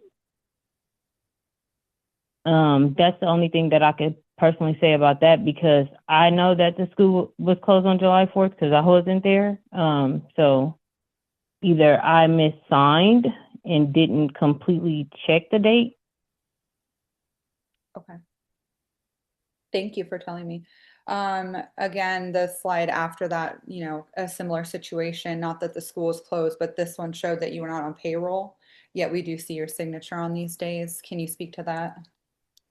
I don't have all the documents in front of me, but like it said, I missed dates in November. That is incorrect. November is my birthday month, so I know exactly everything that I did in November, and the only date that I missed in November was the Wednesday before Thanksgiving because me and my kids left and went back to Nebraska. So I don't know if it's a time clock error. I just want to clear it up real quick. This is for December 4th and December 5th. I'm sorry, this wasn't in November. This was the 12th and sorry. Yeah, what I'm saying is 12/5, sorry. It's 9 times out of 10, it's a time clock error because, as I was saying, even she stated that I wasn't there multiple days in November, and I'm saying that's incorrect. As far as December, I'm pretty sure I was there too because I got back from. Let me look at my calendar. Actually, you know what? Let me see. Because I actually, just one second. I'm Yeah, looking at sure. my phone.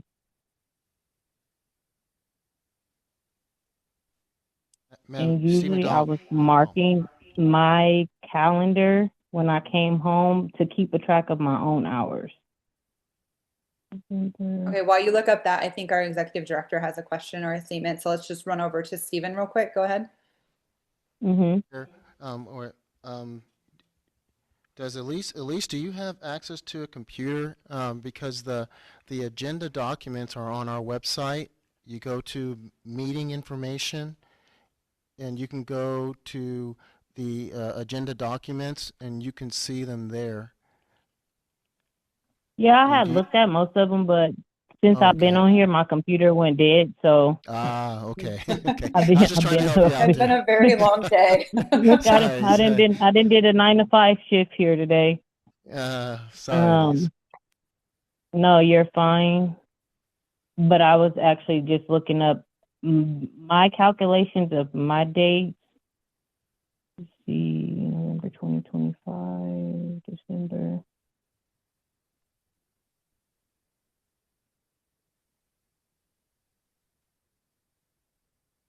Hmm.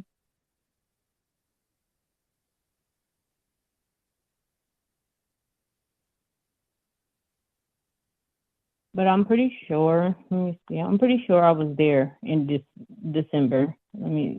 Because I got back from Nebraska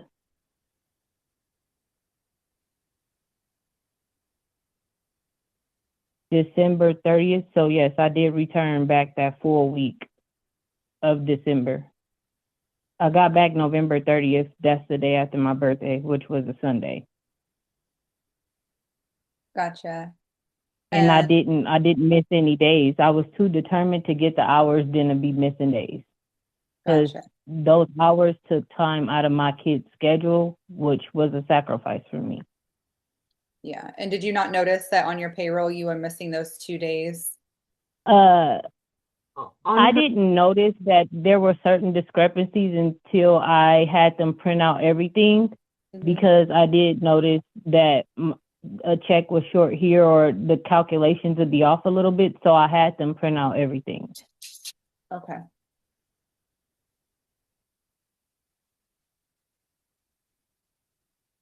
Okay. Miss Elise, Yeah. did you just mentioned that you would notify them when you had missed hours or they didn't pay you hours. Do you have records of them paying you back if or of corrections to your payroll? Because I mean, you're coming here saying, this is your livelihood, which totally understand. Um, if my check's short, you best believe I am on the phone with Stephen. Hey, Stephen, what happened with my check? Absolutely, yes. There is records on other checks of where I told Angel that, hey, this was short here, this was short there, and it was added onto other checks. However, I didn't know that we were supposed to put in the extension. So technically, I didn't stop working until Bertha informed me that I was over the time. Like, she couldn't even put in the extension for me when we talked. And I wasn't aware that we were supposed to put in the extension. So I'm way over 500 hours. I'm more into 600 plus hours, maybe even 700 hours, because of the fact that I wasn't informed that we were supposed to put in an extension. As far as the school director not signing off, as far as I'm aware, and especially as of now, there's no more signatures needed or required. Not to mention, I did that paperwork, that bundle of paperwork that I did, I had to redo all of them because I had messed up on the previous packet. So the clerical errors, I don't think that should invalidate my actual hours that I put into this program. Because I'm pretty sure we all know that I'm way past the 500 hours that's recommended and lawfully recommended for the program. Y'all are literally taking back my signature. Y'all said I haven't completed these hours, but y'all said I couldn't sign on certain stuff because I wasn't supposed to been signing because I was outside of the hours and the extension was supposed to put in. So what are we doing here? Elise, can you explain the reason why there's 2 November 18th in your file? As I just stated, I did the paperwork and then I had to redo all the paperwork because I completely messed up the first pack of paperwork. What was the time difference between both of them? When did you do the first packet and when did you do the second? When did you go back, I guess, to redo? I'm not sure. Honestly, I do so much stuff in between since then, and then I'm stressed out trying to get back to my livelihood. I can't tell you exactly when I did what packet, and then I noticed that I messed up and my calculations was completely off. So me and Angel sat down and redid all the paperwork. After you had already completed your program? Yeah, well, the second pack of paperwork is when I was after my program was completed. And I'm thinking it was before I talked to Bertha. I can't even remember the dates that I talked to Bertha. But I'm almost certain it was before I talked to Bertha. And that's when I found out that I wasn't even supposed to be working anymore, no longer. So you went back, because I was adjusted, and correct me if I'm wrong. Still working, but I had already completed the program. But I was still working because nobody informed me that I was supposed to put in an extension. When you started the provisional instructor course, did any other instructors or the owner go over what the regulations were for a PIL instructor?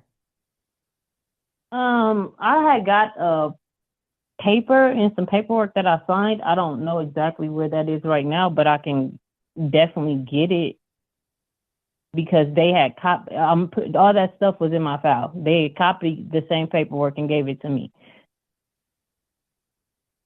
And then the last question, I guess, and correct me if I'm wrong, if I'm understanding it correctly, is after you finish your program, you went back, noticed you were missing performance sheets, and you went back and redid whatever performance sheets were missing for those dates. How did you remember what subjects you taught for those specific days and how many hours you did on those specific dates? Because Miss Angel had you guys go in there, but there's papers on the back of the wall and a big calendar on the back of the wall. So all my stuff went based off of what she put on the calendar for me to do for that week.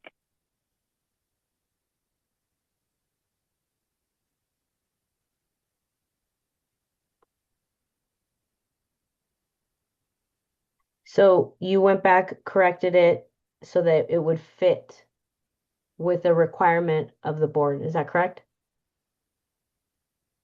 I went back and we corrected it based on what I actually did. Everything that I did at the school was within requirements of the board.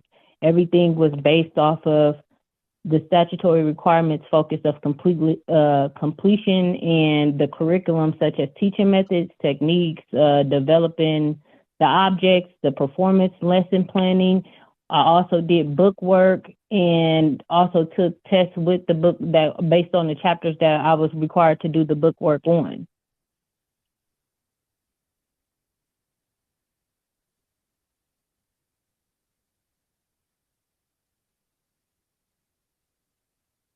Board Member O'Brien, real quick, just to slide in, the tests that you did, were they digital or were they written, like with a pen and a paper?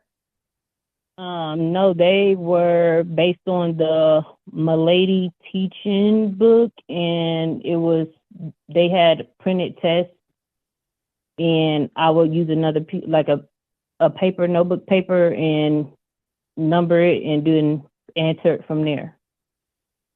Okay, thank you.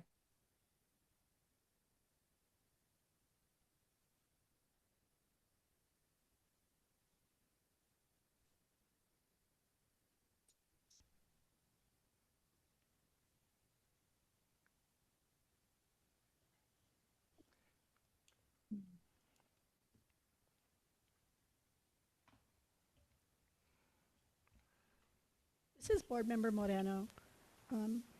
Ms. Watson, there's a few Yes. places where there is no documents to review, like your no enrollment contract. The other one. No exams. Did you not take exams and no theory coursework? Do you know where those I just documents are explained. at? I did take exams. I just said it was out of the Milady book, and they would print the test, and I would put it on another piece of paper. But as far as my knowledge, the school has already provided every document required, and the additional the documents that's being requested, from my knowledge, they have never been requested for another PIL applicant from that school to test.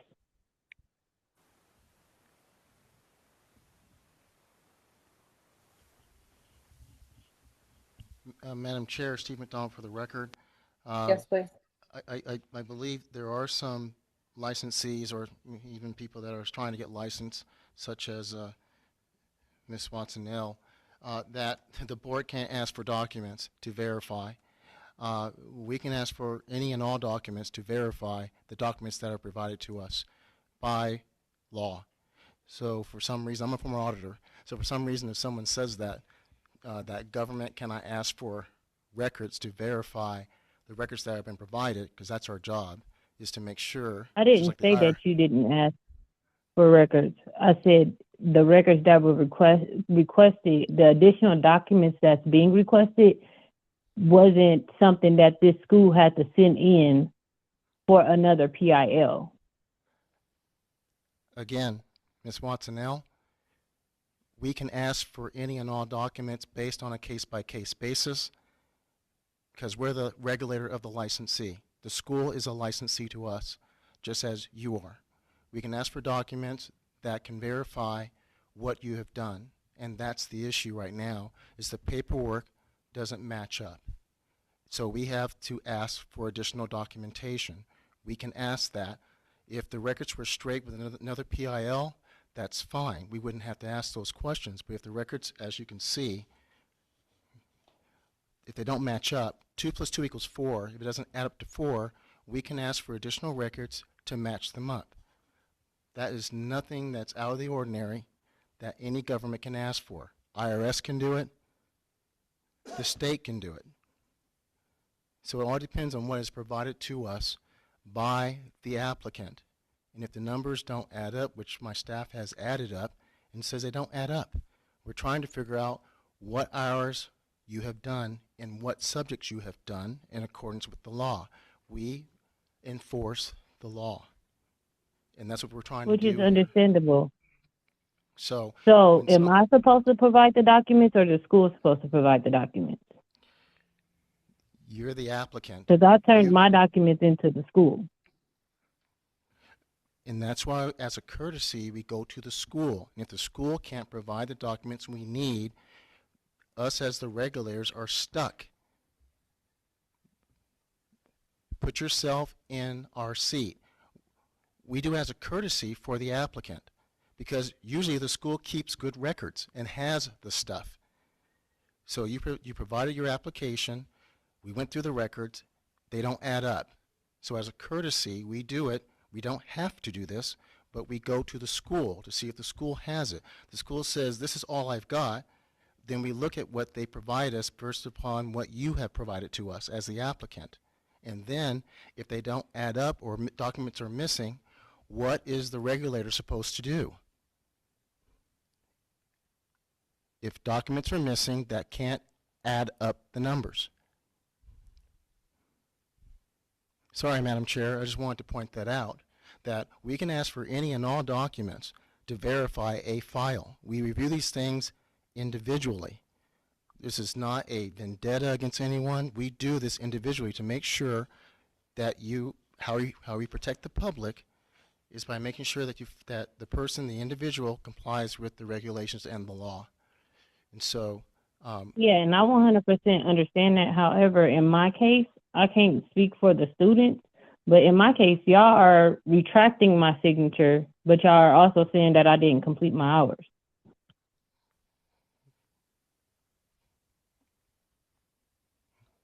oh no. If you guys want to continue to deliberate, Stephen Don for the record, we have the documents. They don't add up. We're back to the same situation with all of these petitioners, it appears. There's nothing we can do if the records don't add up. If the applicant does not have contemporaneous documents that support that, then we have to treat everyone the same, which we do by law. We do not treat anyone any different. So there's not much we can do if the records aren't there. If you want to continue to deliberate, we do have a recommendation, and I feel that we've been very generous when you hear my recommendation. But I'll wait for your deliberation, and then if you want our recommendation, we can provide it. Thank you. I do want to just clear up one thing that Miss Elisa said twice, and just maybe ensure that everybody's on the same understanding level. Could you reiterate or maybe rephrase what you were saying? We're retracting your signature and taking away hours. Could you tell me more what you mean by that? As I completed my hours on January 12th. As I said, I continued to work not knowing that I was supposed to put in an extension to continue to work while waiting on my test. So that means I'm still at work. I'm still signing off on students' performance sheets. Y'all are, as I went down all the documents, there are red squares around the hours that I signed off on that y'all making students go back to school for, because technically I was done with my hours. So it doesn't make sense if my hours is not being evaluated as a 500 hours, but y'all are taking the hours back from the students because I was completely done with my hours and I wasn't supposed to have been working. Right. So you're essentially upset that we're implying or like imposing, I don't want to say punishment because it's like a negative word, but like, for lack of a better term, because it's really late and I'm tired, a punishment based on you not being in compliance. Is that what you're upset about? No, it's not being in compliance, because I know I did everything that I'm supposed to do. Whatever is on the school, that don't really have nothing to do with me, into like what they're providing you guys. If I need to go to the school and get to the bottom of this is what I'm going to have to do, because I have sacrificed time away from my kids. I've put my hard work into this. I've put 500 plus hours into this. It's not about, it's more so, she said something about only thing y'all will be able to do is give me 8 hours, credit 8 hours. And I put over 500 hours into something, not to mention. Okay. I understand. If I understand. I did 500 hours, why would y'all be taking back the signature and taking the students' hours back if I'm not supposed to be working? Like, that doesn't make sense. Okay, so that wasn't really, that was what we were able to say. If we were to account for the hours that on the performance sheet would have a signature, then it would only be 8 hours, because 121 out of the 123 sheets didn't have those signatures by the school director. That wasn't what we're crediting you or anything like that. So I wouldn't get too hung up on that part, because that's not, that's like just like one apple on the entire orchard that we're looking at right now. So don't get hyper focused on that if that's going to help you through this. But I just, you had said it twice, and I just wanted to kind of just kind of understand that a little bit better. But I think you're just looking at something a little bit too closely when it's not really going to be pertaining to this as a whole. It goes into it, but it's not what is the nail in the coffin, so to speak. Okay. There is a whole bunch of more stuff in this entire situation. You guys And I got a know you job do. to do. I know you do. But I didn't want you to leave today thinking that that was what it was. So I'm glad that we got this under addressed a little bit more. Okay. Let's go ahead and just take a minute before, or I'm sorry, board members, do we have any more questions, concerns before we go to Stephen for a recommendation, and then we can chat about that, or we can chat now and then go to Stephen? How do we feel? I think we're okay. Yeah, are we ready to hear a Hold on recommendation a and go minute, from one there? second. Yeah, 1 second. Yeah, I have a question. This is Board Member Harris for the yeah. record. So, Ms. Dawson, I do believe from what I'm hearing, when you say we're taking your hours away, right? Because you've been there every day working. You've been at work, you clocking in, this and that and the other. But if a signature is not there at the end of the day, then there's no proof that you were there. So that's your school's fault. That's your administrator's fault. That's your owner's fault. They did you And injust you're 100% there. correct. Yes. So I think when you word it, because I'm familiar, so when you word it like that, it's like, so here at the board, we're just trying to help you to understand why you're not in compliance. Because we don't want you to leave this board meeting like, oh my God, I didn't accomplish anything. What you are deserved is explanation and some understanding on where to start next, right?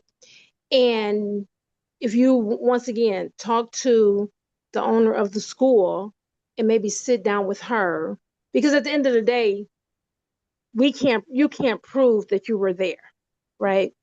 They say you were there, then on July the 4th was closed, you saying you were there, July the 4th they was closed, you wasn't there. That's a fact, right? If they're closed, you wasn't there.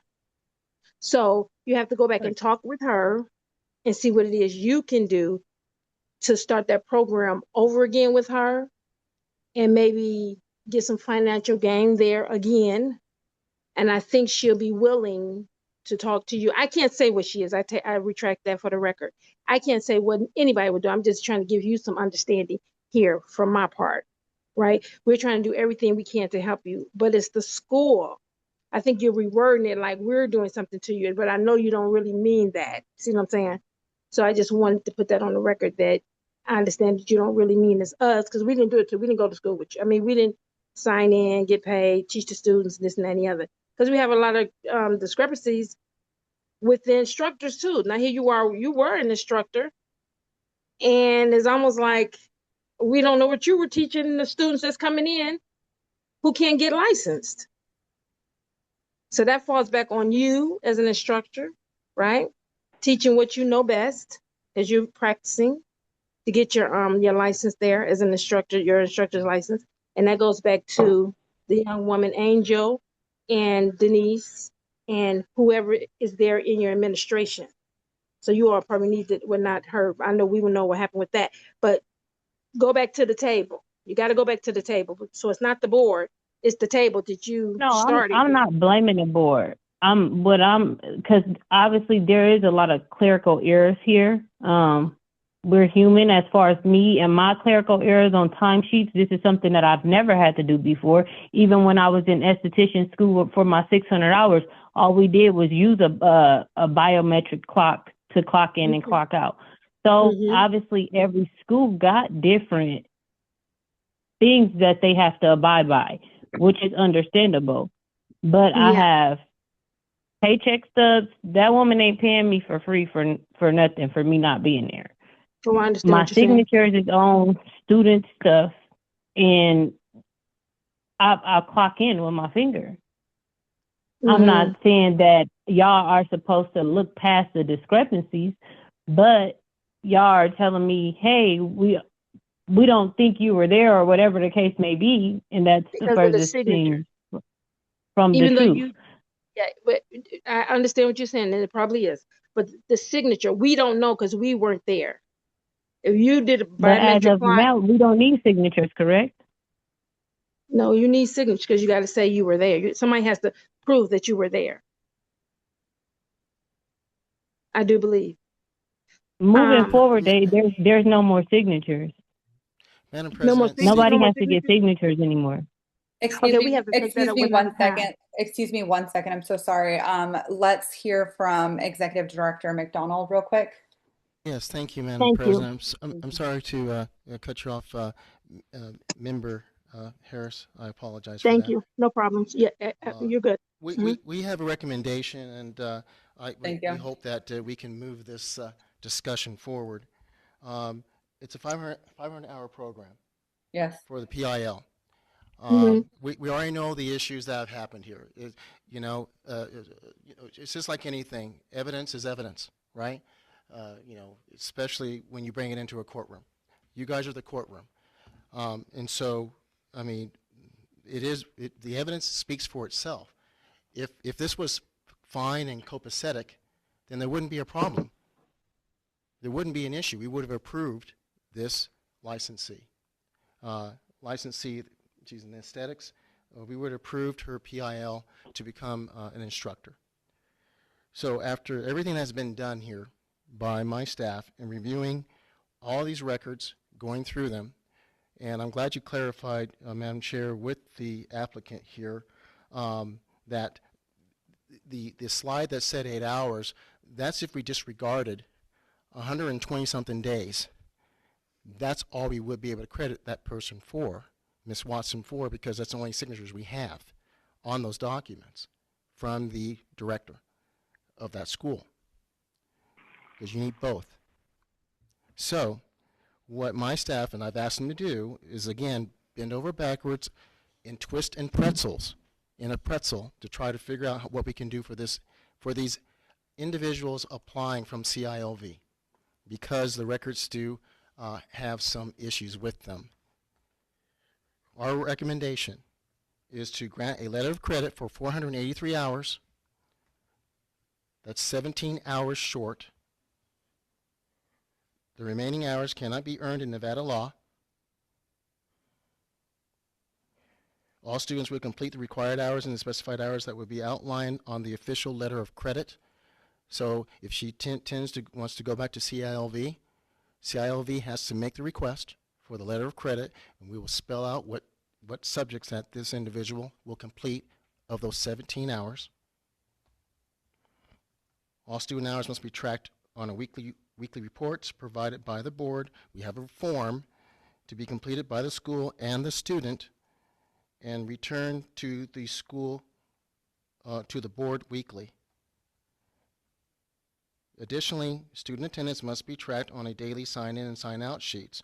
That's a backup document for the clock, because it seems the clock, the biometric machine, if we've heard testimony after testimony, even testimony with the director under oath, saying that the clock does go down. The internet, that's why you have a backup system to verify. That will be returned to the board weekly. We believe this works because this PIL is treated just like a student to me. Yes, she may be a licensee, but she also is a student instructor, eventually going to become a full instructor. So she's in the instructor program. And so we believe that staff bending like a pretzel with these records being so difficult, that we would like to give her a letter of credit for 483 hours. She's 17 hours short. And we think that is reasonable based upon the multitude of discrepancies in these records. Thank you, Madam Chair.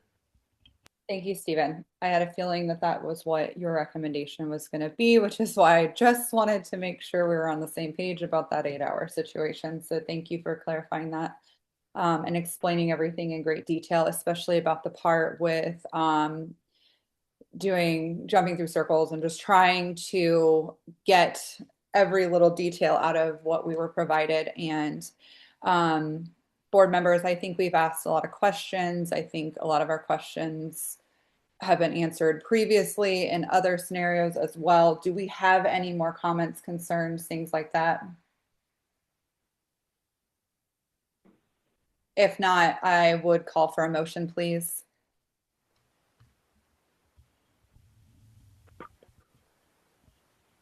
Madam Chair, board members, we recommend that you just make a motion to support board staff's recommendation. I can do that. I would like to, Board Member O'Brien, I would like to make a motion to support board staff's recommendation. Can I get a second? Board Member Moreno, I second that. Thank you so much. All in favor? Aye. Aye. Any opposed? Okay, motion carries. All right, Ms. Lee. So basically, it is very similar to what we've seen with the past with these cases with CILV. I do have one thing that I would like to say to you, and this is, I hope, I know we don't know each other, but I hope that you will just keep an open heart, because I'm saying this with like best intentions and no negativity at all. I would like you to, I would just put it out there for you to review everything that's in these documents and just see where the slip ups were, right? Like, where are the red boxes? What went wrong? How did you get wrapped up in this? You know, whether it's your fault, the school's fault, etc. Just find out those little areas. And what I challenge you to do is ensure that you go on and teach your students not to do this, not to have errors like this, or to ensure that signatures are taken care of, you know, and hunting those down and double, triple checking. Never take anybody's word, you know, as just that. Make sure that you see the evidence of it being done. You know what I mean? Because you know firsthand how this held you up and what that felt like, and time away from your babies. And as a mom, I know how frustrating that is and how unsettling that can be. But I do feel like the board has given you a very fair shake, and just having to make up those 17 hours. And I hope that you see this as fair and understand that this was the very best that we could do, but it was also very, very gracious of, you know, the board staff to go through and work so hard to get this done for you. Mm-hmm. Thank you. Thank you. Good luck. Thank you. All right. That brings us, that brings us to the end of agenda item 6. However, we do have some trails that we should pop back in for and just knock these out before we get down to the other items. Agenda item 7, which is the regulations. So I would like to go back up to 5K. And excuse me while I get up there. Okay. Let's see. We already did. Wait, I'm on the wrong thing.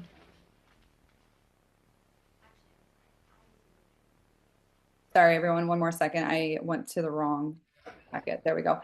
Brenton Chu, N15166 for discussion and possible action. Petitioner Brenton Chu, are you present?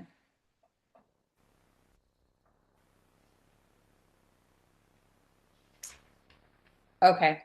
Moving on to petitioner 5N, Loretta Izaguirre on behalf of Skincare by Loretta S14801 for discussion and possible action. Petitioner Loretta, are you present? Okay. 5-0 Express Cuts and Tans S708168 for discussion and possible action. Is there a representative for Express Cuts and Tans?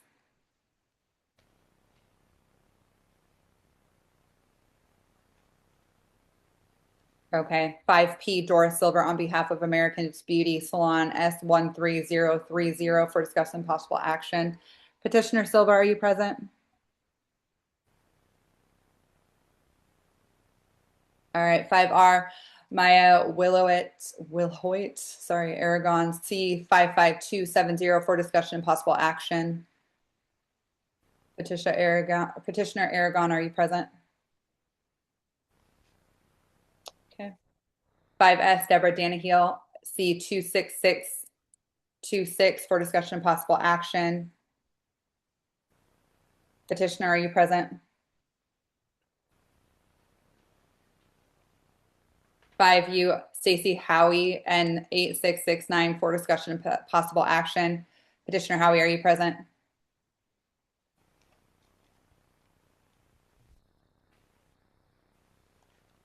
Okay, that is all of our petitions for citations. At this time, board members, have we had an opportunity to review the slides that board staff provided for us? If so, we can make a sweeping judgment on all of these.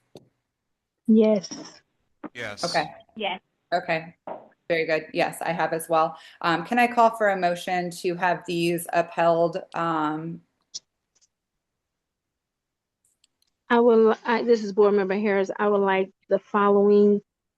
Do I have to say all the letters? I don't have them right in front of me. Madam Chair, if I may, Yeah. Member Yeah, Harris, please. how about I take a crack at it? Sure. And how about I do the motion, and then how about I do the motion, and if you agree, just say so moved. Oh, okay. Thank you. Okay. Board staff recommends motion to deny the following petitions. Agenda K, N, O, P, R, S, and U. So moved. So moved. Can I get a second? Board Member Moreno, I second that. Thank you. All in favor? Aye. Aye. Aye. Thank you. Any opposed? All right, motion carries. Thank you, Executive Director McDonald, for your assistance. At this time, we're going to go Yes, to thank you. agenda item 7, adoption of proposed regulation changes in NAC 644A for discussion and possible Molly? action. Yes. Molly. Oh, yes. We have a motion that we have to carry on with the licensee that didn't show up. Sure. Madam Oh. Chair, there's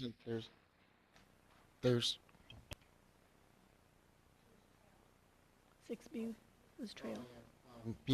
check 6B, Madam Chair, because she was trailed. That was yeah. not part of the motion, and you didn't call this person, so give it. Nope, you're right. Yes, I'm so sorry. So we'll have to do that one. I'm sorry. Okay. Yes, Vivian Ortiz, ST 393 for discussion and possible action. We are coming back to you. Are you present?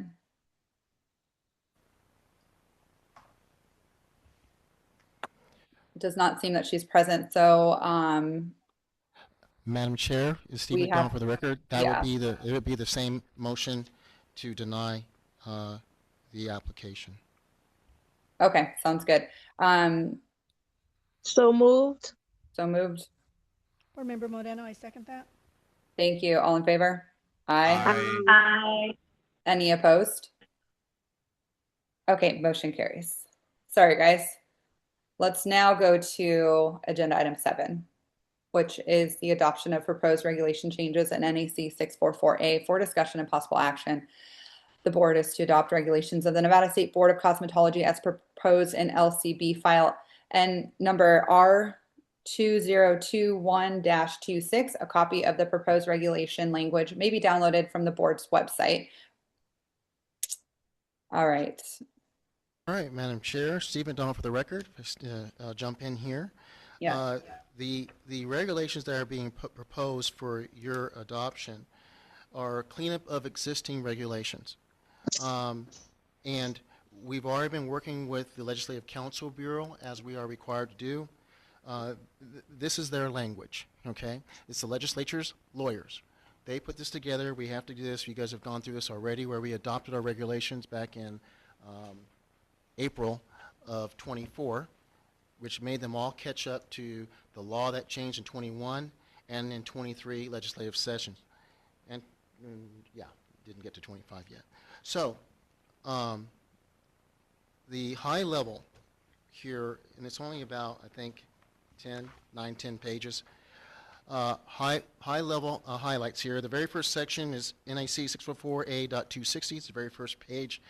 It's CEU clarification. The language wasn't clear that an instructor to keep their licensure needed to have 30 hours every 2 years of CEUs to maintain their license. It wasn't clear, so this is what clears it up. It just spells in there, says, or 30 hours per 2-year period. If you have a 4-year license, we don't give them 4-year licenses, do we? If they have a 4-year license, then they have to have 60. So it's every 2 years you must have 30 CEUs. That's just a clarification to make it very clear to instructors to maintain your licensure as an instructor. The other item I want to highlight in that section is the date of the class. That's one thing that's missing. For some reason, they don't put the dates on some of these certificates, which makes it kind of weird not to have a date when you took something. But we want to put it in there to make it clear that the date needs to be on your certificate. When did you take the class? Makes common sense, right?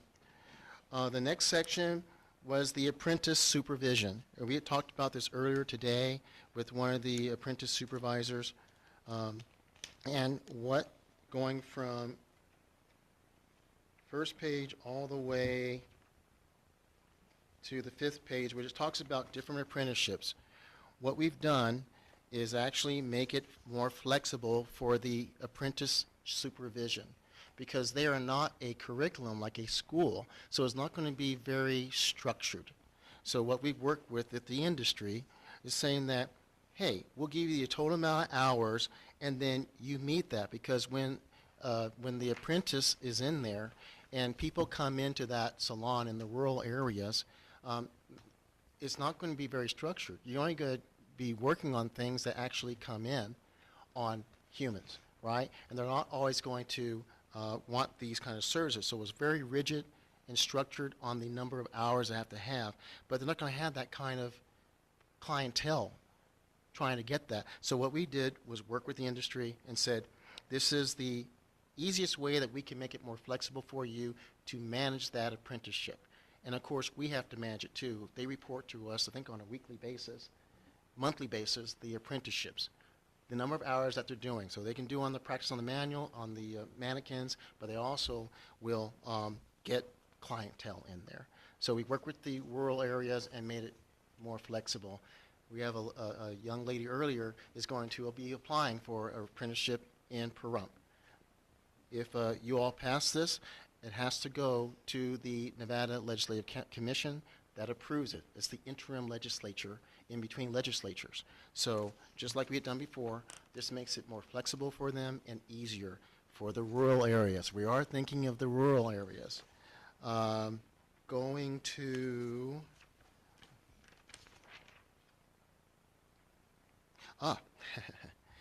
the in NAC 644A.505. What we added was licensed AEs. That wasn't in the reg where it talks about immediate supervision of a licensed person. You must have a person that is a licensed AE, an advanced esthetician, to supervise advanced estheticians. You must have somebody on staff. So that's what that does, and we added that in there because we actually have licensed AEs now, which we didn't before. So this clarifies it, cleans it up. It wasn't in there before. Just like a cosmetologist, nail technologist, nail technology, you see all the licenses there. Well, licensed advanced estheticians wasn't in there. So that's why we had to add that in there, because it's actually a license. So we did that. The next page, it talks about areas within a cosmetological establishment where lasers or light-based devices are used. We have that where people are putting reflective services in the license the AEs are using in the rooms. It's already actually a safety hazard and a safety requirement that they not do that. And they believe OSHA requires that already. We're just putting it in our in our regs. Okay, that's all we're doing there. So it's a safety issue.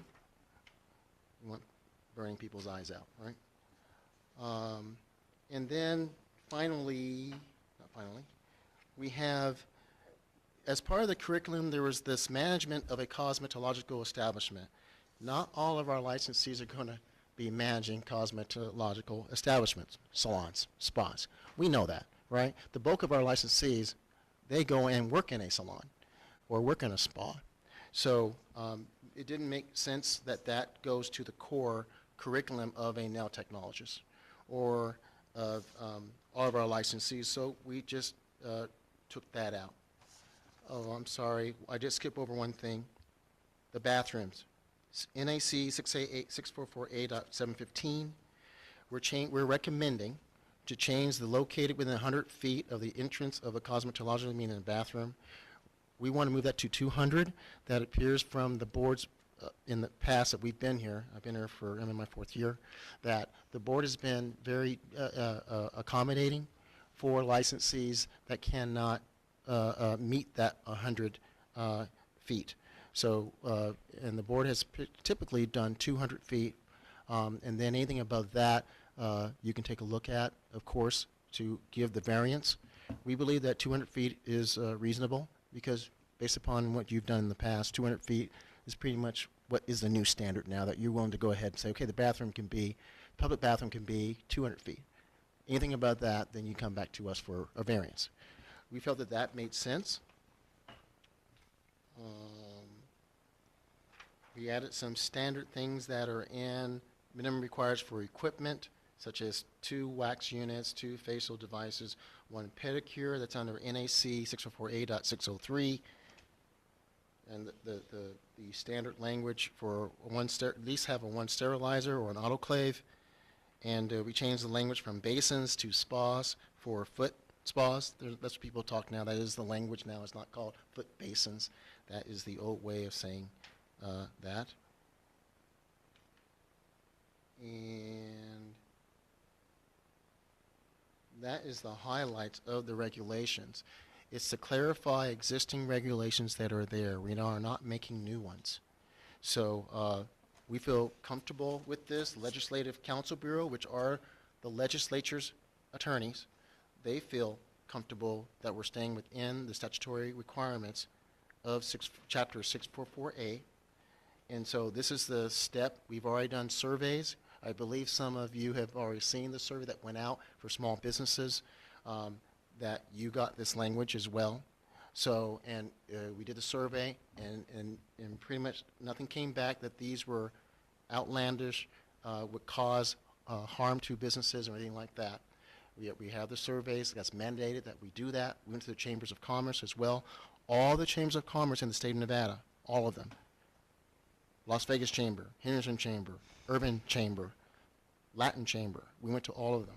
So not only did we send to the licensees or licensees that have salons, small businesses, we actually went to the chambers as mandated by law. That got put in the law last session, that we have to go to the Chambers of Commerce when we do regulations. So we did that. Didn't get anything saying that these are totally outlandish. So I wanted to give you a high-level overview of what is in there. And you all, of course, have seen it. And it really comes down to you adopting it, so that way we can take it back to the legislature now, and then they can put it on their agenda to adopt. This is the last step. They are the last step. So they see our laws, they see our regulations. They make sure we stay within the law that they have passed. And that's the process, Madam Chair. Thank you. Oh, and if you have any questions, we're here to answer. Thank you. Okay. Board members, do we have any questions? No. No, sounds great. Okay. So at this time, we need to make a motion to adopt these regulations. This is Board Member Harris. I would like to make a motion to adopt these regulations. Board Member Moreno, I second that motion. All in favor? Aye. Any opposed? Awesome. Motion carries. Great job, guys. Thank you for the explanation. Moving forward, let's go to agenda item 8, Executive Director Stephen McDonald, Board Operations Overview for discussion only. Executive Director Stephen McDonald will give a brief overview of the board's operations. Madam Chair, Steve McDonald for the record. It's that annual time of the year for me that if we can combine it with your permission, Agenda 8 and Agenda 9, I have it all combined in my review that I provide to you and the board members, if that is okay. Done. You hear me? Yes. Yes. Is that okay, Madam Chair? Yes. All right, thank you. All right. It's been a wonderful day today. Yeah, I will be brief. I'll say quickly, it's been a pleasure working with you on protecting the public, and for you giving me this opportunity to lead the ship and to make sure that our staff is doing things professionally, reasonably, out in the public, because we're all in this together. It is a win-win. High-level major accomplishments, of course, protect the public, health, safety, and welfare of the industry, while continuing growth and moving forward in the modernization process of our board. Eliminating illicit activity of prostitution and solicitation in our industry, continuing educating our cosmetology schools, salons, individual licensees, and the public in the regulation of our industry, increase in routine inspections and investigating complaints to protect the public. We have our litigation successes in district court, sustaining board decisions, and of course we still have a couple appeals out there. Enhancing efficient board operations while engaging with our stakeholders, and fiscally sound management of our board finances. And as you've seen with it seems like my write-up gets a little longer every year. That's because we're busy. We're doing our job and doing what we are mandated to do. That has been delegated to us by the legislature, right? The law. Upcoming, we have a 2027 legislative session. We're already working on that now as we speak, and looking at possible policy proposals that are being that will go through the governor's office, and we'll have to react to those as we did in last year in the 2025 session. And as part of this process, we meet with all of our law enforcement, federal and state as well, and of course our other regulatory partnerships that we have. We do joint inspections with pharmacy board. We don't do anything with the medical board. They do there's desk audits basically. We do joint things with the massage board. We do joint things with the barber board. So we meet with other regulatory agencies and to try to find opportunities there that in protecting the public, because they do too, just in their different areas, where we can look for collaboration. And one of the highlights, of course, we're recommending, you've already approved the regulations, so very thank you for that, the clarification for this year. Board operations, board meetings, we've already had 14. 855, which are the solicitation hearings. We'll probably be having some coming up because law enforcement is getting more energetic about doing those things. And of course, we've had a couple of schools, a couple of disciplinary complaints that we've had to do. And we had a regulatory workshop as part of law. Highlight real quickly, licensing. Our students are graduating and becoming licensed over the last 3 years, on average, about 2,127 per year. So our industry is growing. It is not going. It's not contracting. We did, just a highlight, licensing did, just in the last quarter, 5,826 applications. And we've only denied, unable to process 28 applications. That is 0.4%. That's 4 1,000ths of 1% that we do, that we deny. That's how we are really trying to work with the industry, work with those students trying to get licensed. So we're proud of that. The numbers speak for themselves. We're not trying to keep people out of the industry. That shows 0.4%. We don't deny very many. We work with that individual licensee or applicant. So jumping into compliance, we're doing a bang-up job. We are on track to completing 3,975 routine inspections, so about 4,000. So that's about an average of 670 inspections. That's routine inspections per inspector, per position that I have. So that's pretty darn good, 670. So we're really proud of that. Lastly, fiscal management. We have been within our budget since I've been here. I can't speak to the past. I could probably look at the past. But our last 3 fiscal years, we've been within our budget and collecting debts owed to the state of Nevada, Nevada State Board of Cosmetology. Simply, the board's fiscal operations, internal controls, accounting, and fiscal management received an outstanding independent audit the last 3 fiscal years. We haven't had any major findings. Educationally, As you all know, we do the quarterly newsletter. We send that out to, I mean, it's probably gone up higher, 54,019 licensees. This newsletter goes out to 54,000, okay? And we also are engaged in the industry, in social media. We're on Facebook, Instagram, X, and YouTube to make sure that people are getting the word directly from us and not the hearsay, as we say in legal terms, right? We also assist the schools in getting their NACS accreditation if they need it through the U.S. Department of Education. Who knows what will happen with that, because the U.S. Department of Education is being dismantled. So we'll see how many we get there. And lastly, just a couple of things, Madam Chair and board members. I was appointed to the second term to his international regulatory governance. There's some things that internationally we steal from, and they steal from us, on how they do things, as well as I'm on the executive board of the National Interstate Council of State Boards of Cosmetology. And I'm also over the executive directors. So Nevada is the lead on that. And I completed my 9-week program at the FBI Citizens Academy. We work with the FBI, the local FBI. And I did 9 weeks of that. And our collaboration remains strong with them. And that was after hours, by the way. So I wasn't getting home till 9:30, 10 o'clock at night. But it was worth it to maintain that relationship. And lastly, the future remains bright. And I'll leave it at that. Madam Chair and board members.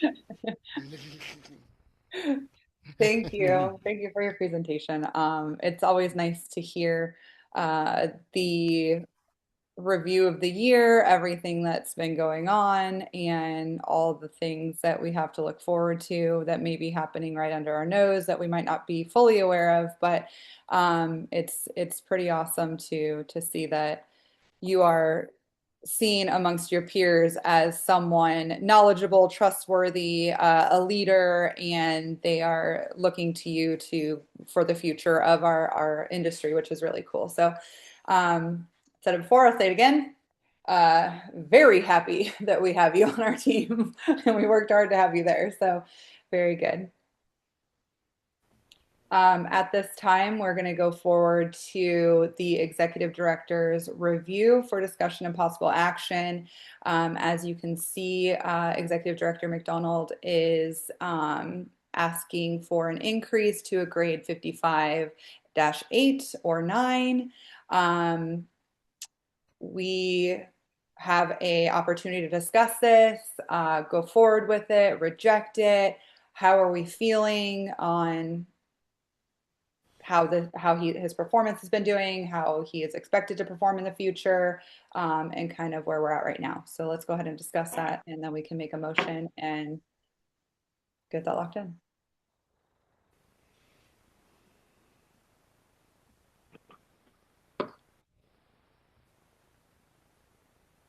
I know it's late. Don't everyone speak at once. Right. This is Board Member Jeffers. Right. Yeah, that we don't know what you're talking about. Board member Detroit, this is Board Member Jeffers. Yes, go ahead, Board Member Jeffers. Yeah, I mean, Stephen, I think you do an incredible job. I mean, I get to meet you like quarterly up here for lunches, and we have great conversation, and I really like how everything is taken care of. I mean, I came onto this board kind of in rocky times, and it has done a 180. So, I mean, I feel like you're well deserved of that. Thank you. Appreciate that. Board Member Detry, were you going to make a comment statement? I'm in agreement with Board Member Jeffers. Oh, look at that. Yeah, but this board member here, same here, well deserved. I really appreciate your hard work and your efforts with our staff and with our board, and just continuing to take us to the next level and keep us well informed, I might add. And so yeah, congratulations, well deserved. Thank you. Very good. Very good. Board Member O'Brien here, I do want to make a note also, just saying that just putting on the record, Executive Director McDonald's job isn't just, Monday to Thursday when the office is open. He's often seen working on Fridays, Saturdays, Sundays, beyond hours, like he stated, to get those certifications. So I 100% am in agreement that he does deserve an increase. At this time, I believe we need to decide if it's an 8 or a 9. So if we can have a discussion regarding that. And forgive me, I do not have those numbers in front of me. Do we want to know the difference between the two, or are we happy to go with one over the other blindly? What are we thinking here, board? Well, because remember Moreno here, because he's a 10, is there not a 10 on this? Yes, Dang! Wow, Member Moreno, Vice President Moreno. Wow, I tell you, if you want to get me to a 10, that'd be wonderful. And she's already saying I'm a 10. That's pretty good. That's pretty done generous of you. There actually is a 10-step scale, so I'm nearing the end at the top, and of course we use the state's compensation system.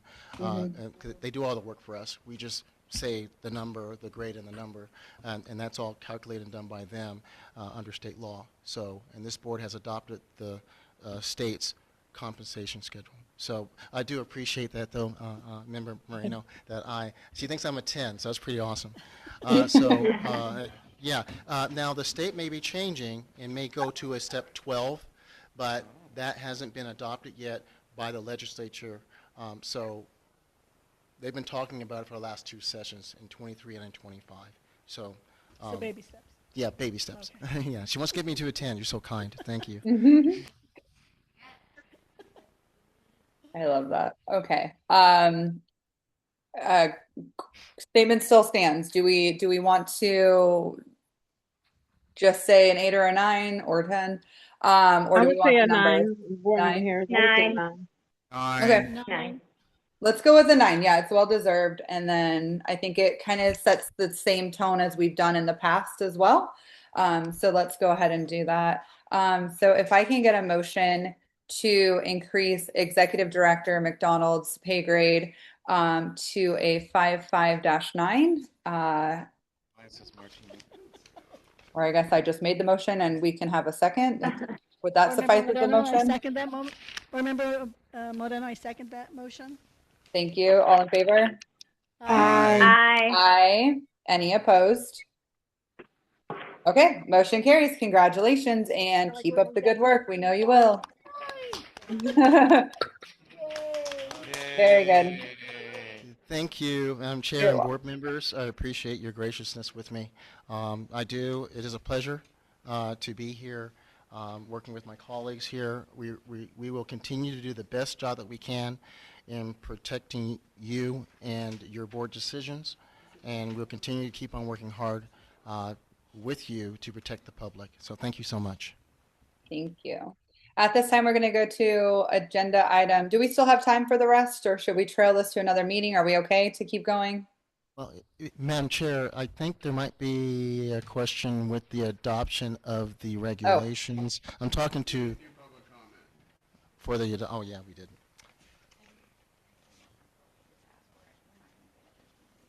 Madam, go ahead. So I'll let the dad say what we can do.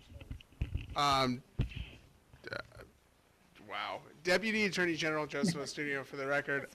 I think what we should do is open it to public comment, and if there is none, then I don't think we need to take a vote again. I just don't really see the need for it because there's really nobody on but staff. Correct. This is Janie Huggins for the record. Even if we just clarified for the record, we took a screenshot of it for attendance purposes, but just to clarify that there was no member of the public. It's all staff or board members. If there is public comment, if somebody's on there that we don't recognize and makes a comment, maybe we should. I would like us to re-vote on it. That's my recommendation. Thank you. Okay, I'm sorry, just so I understand. For agenda item 7, we were supposed to open that up for public comment? Yes. Oh, I'm sorry. Okay. It is, no, it's fine. Yeah. Okay, so we're going to go back to agenda item 7 and open it up for comment and then just wait and say, okay, then adopted. I'm sorry, my brain's not working. It's so late. You went down for the record. Yes, Madam Chair. Just go ahead and open it up. Go back to open up the agenda item and then ask for a public comment. If it's not there, based upon the DAG's advice, then you've already voted on it, then there's no need for you to vote on it again. Then we'll Just close it. open Okay, thank you. Okay, so we'll go back to agenda item 7, the adoption of proposed regulation changes in NAC 644A for discussion possible action. At this time, we are going to open this up for public comment. Is there anyone present that would like to make public comment regarding this regulation change?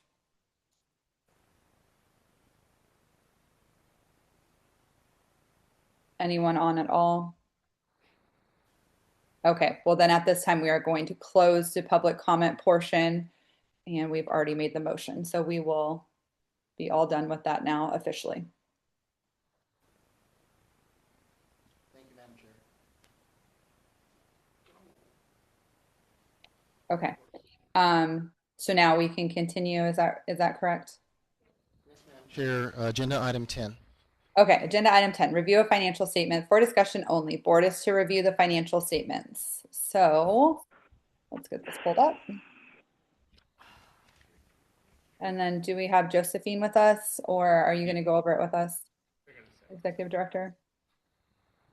Yes, I'm here. This is Hi. for the record. Okay. Hi, how are you? Yes, good. How are you? Thanks for staying late. Let's go. Yes.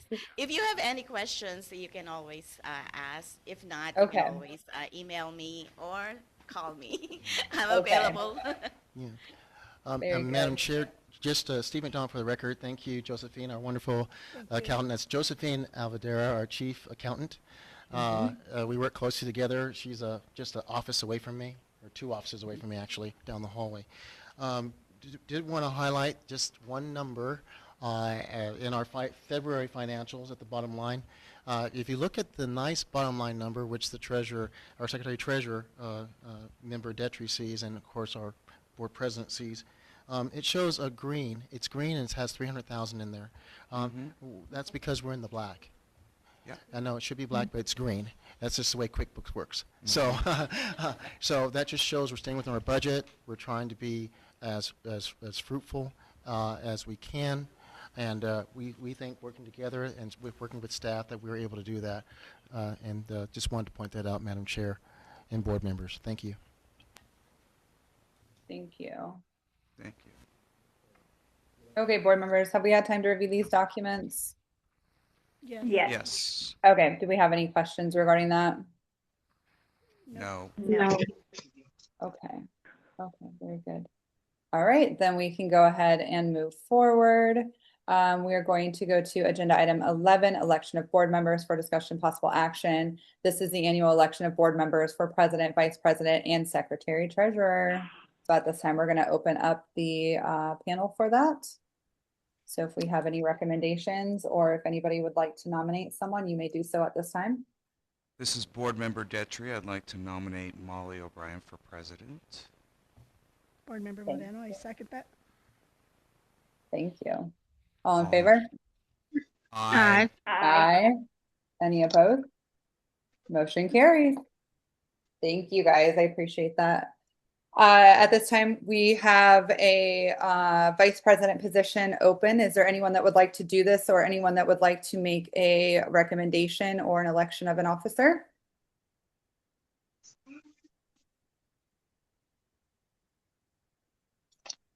I would like to nominate Karen Marino, if everyone feels like. This is Board Member Detry. I'd like to second that. Okay, very good, very good. All in favor? Aye. Aye. Any opposed? Very good. Motion carries. Okay, congratulations, Miss Karen. You did a great job. Looking forward to working again with you on that. Let's go on to our secretary and treasurer. Same situation. Does anybody have a recommendation, or would like to put someone up for that, or would like to put themselves up for that? This is Board Member Moreno. I would like to nominate William Daltrey. Very good. I second, Board Member O'Brien, I second that. Can I get, I'm sorry, I'm the second. All in favor? Aye. Aye. Any opposed?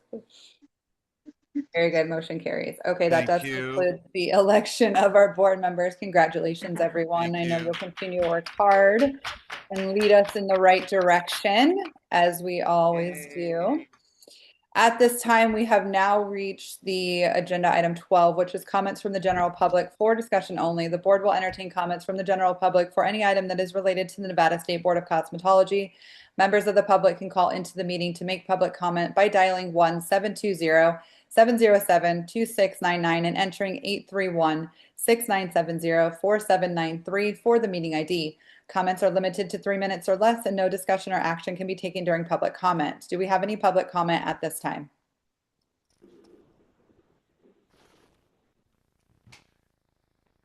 Okay. I'm going to have a last call for public comment before I close it. Last call.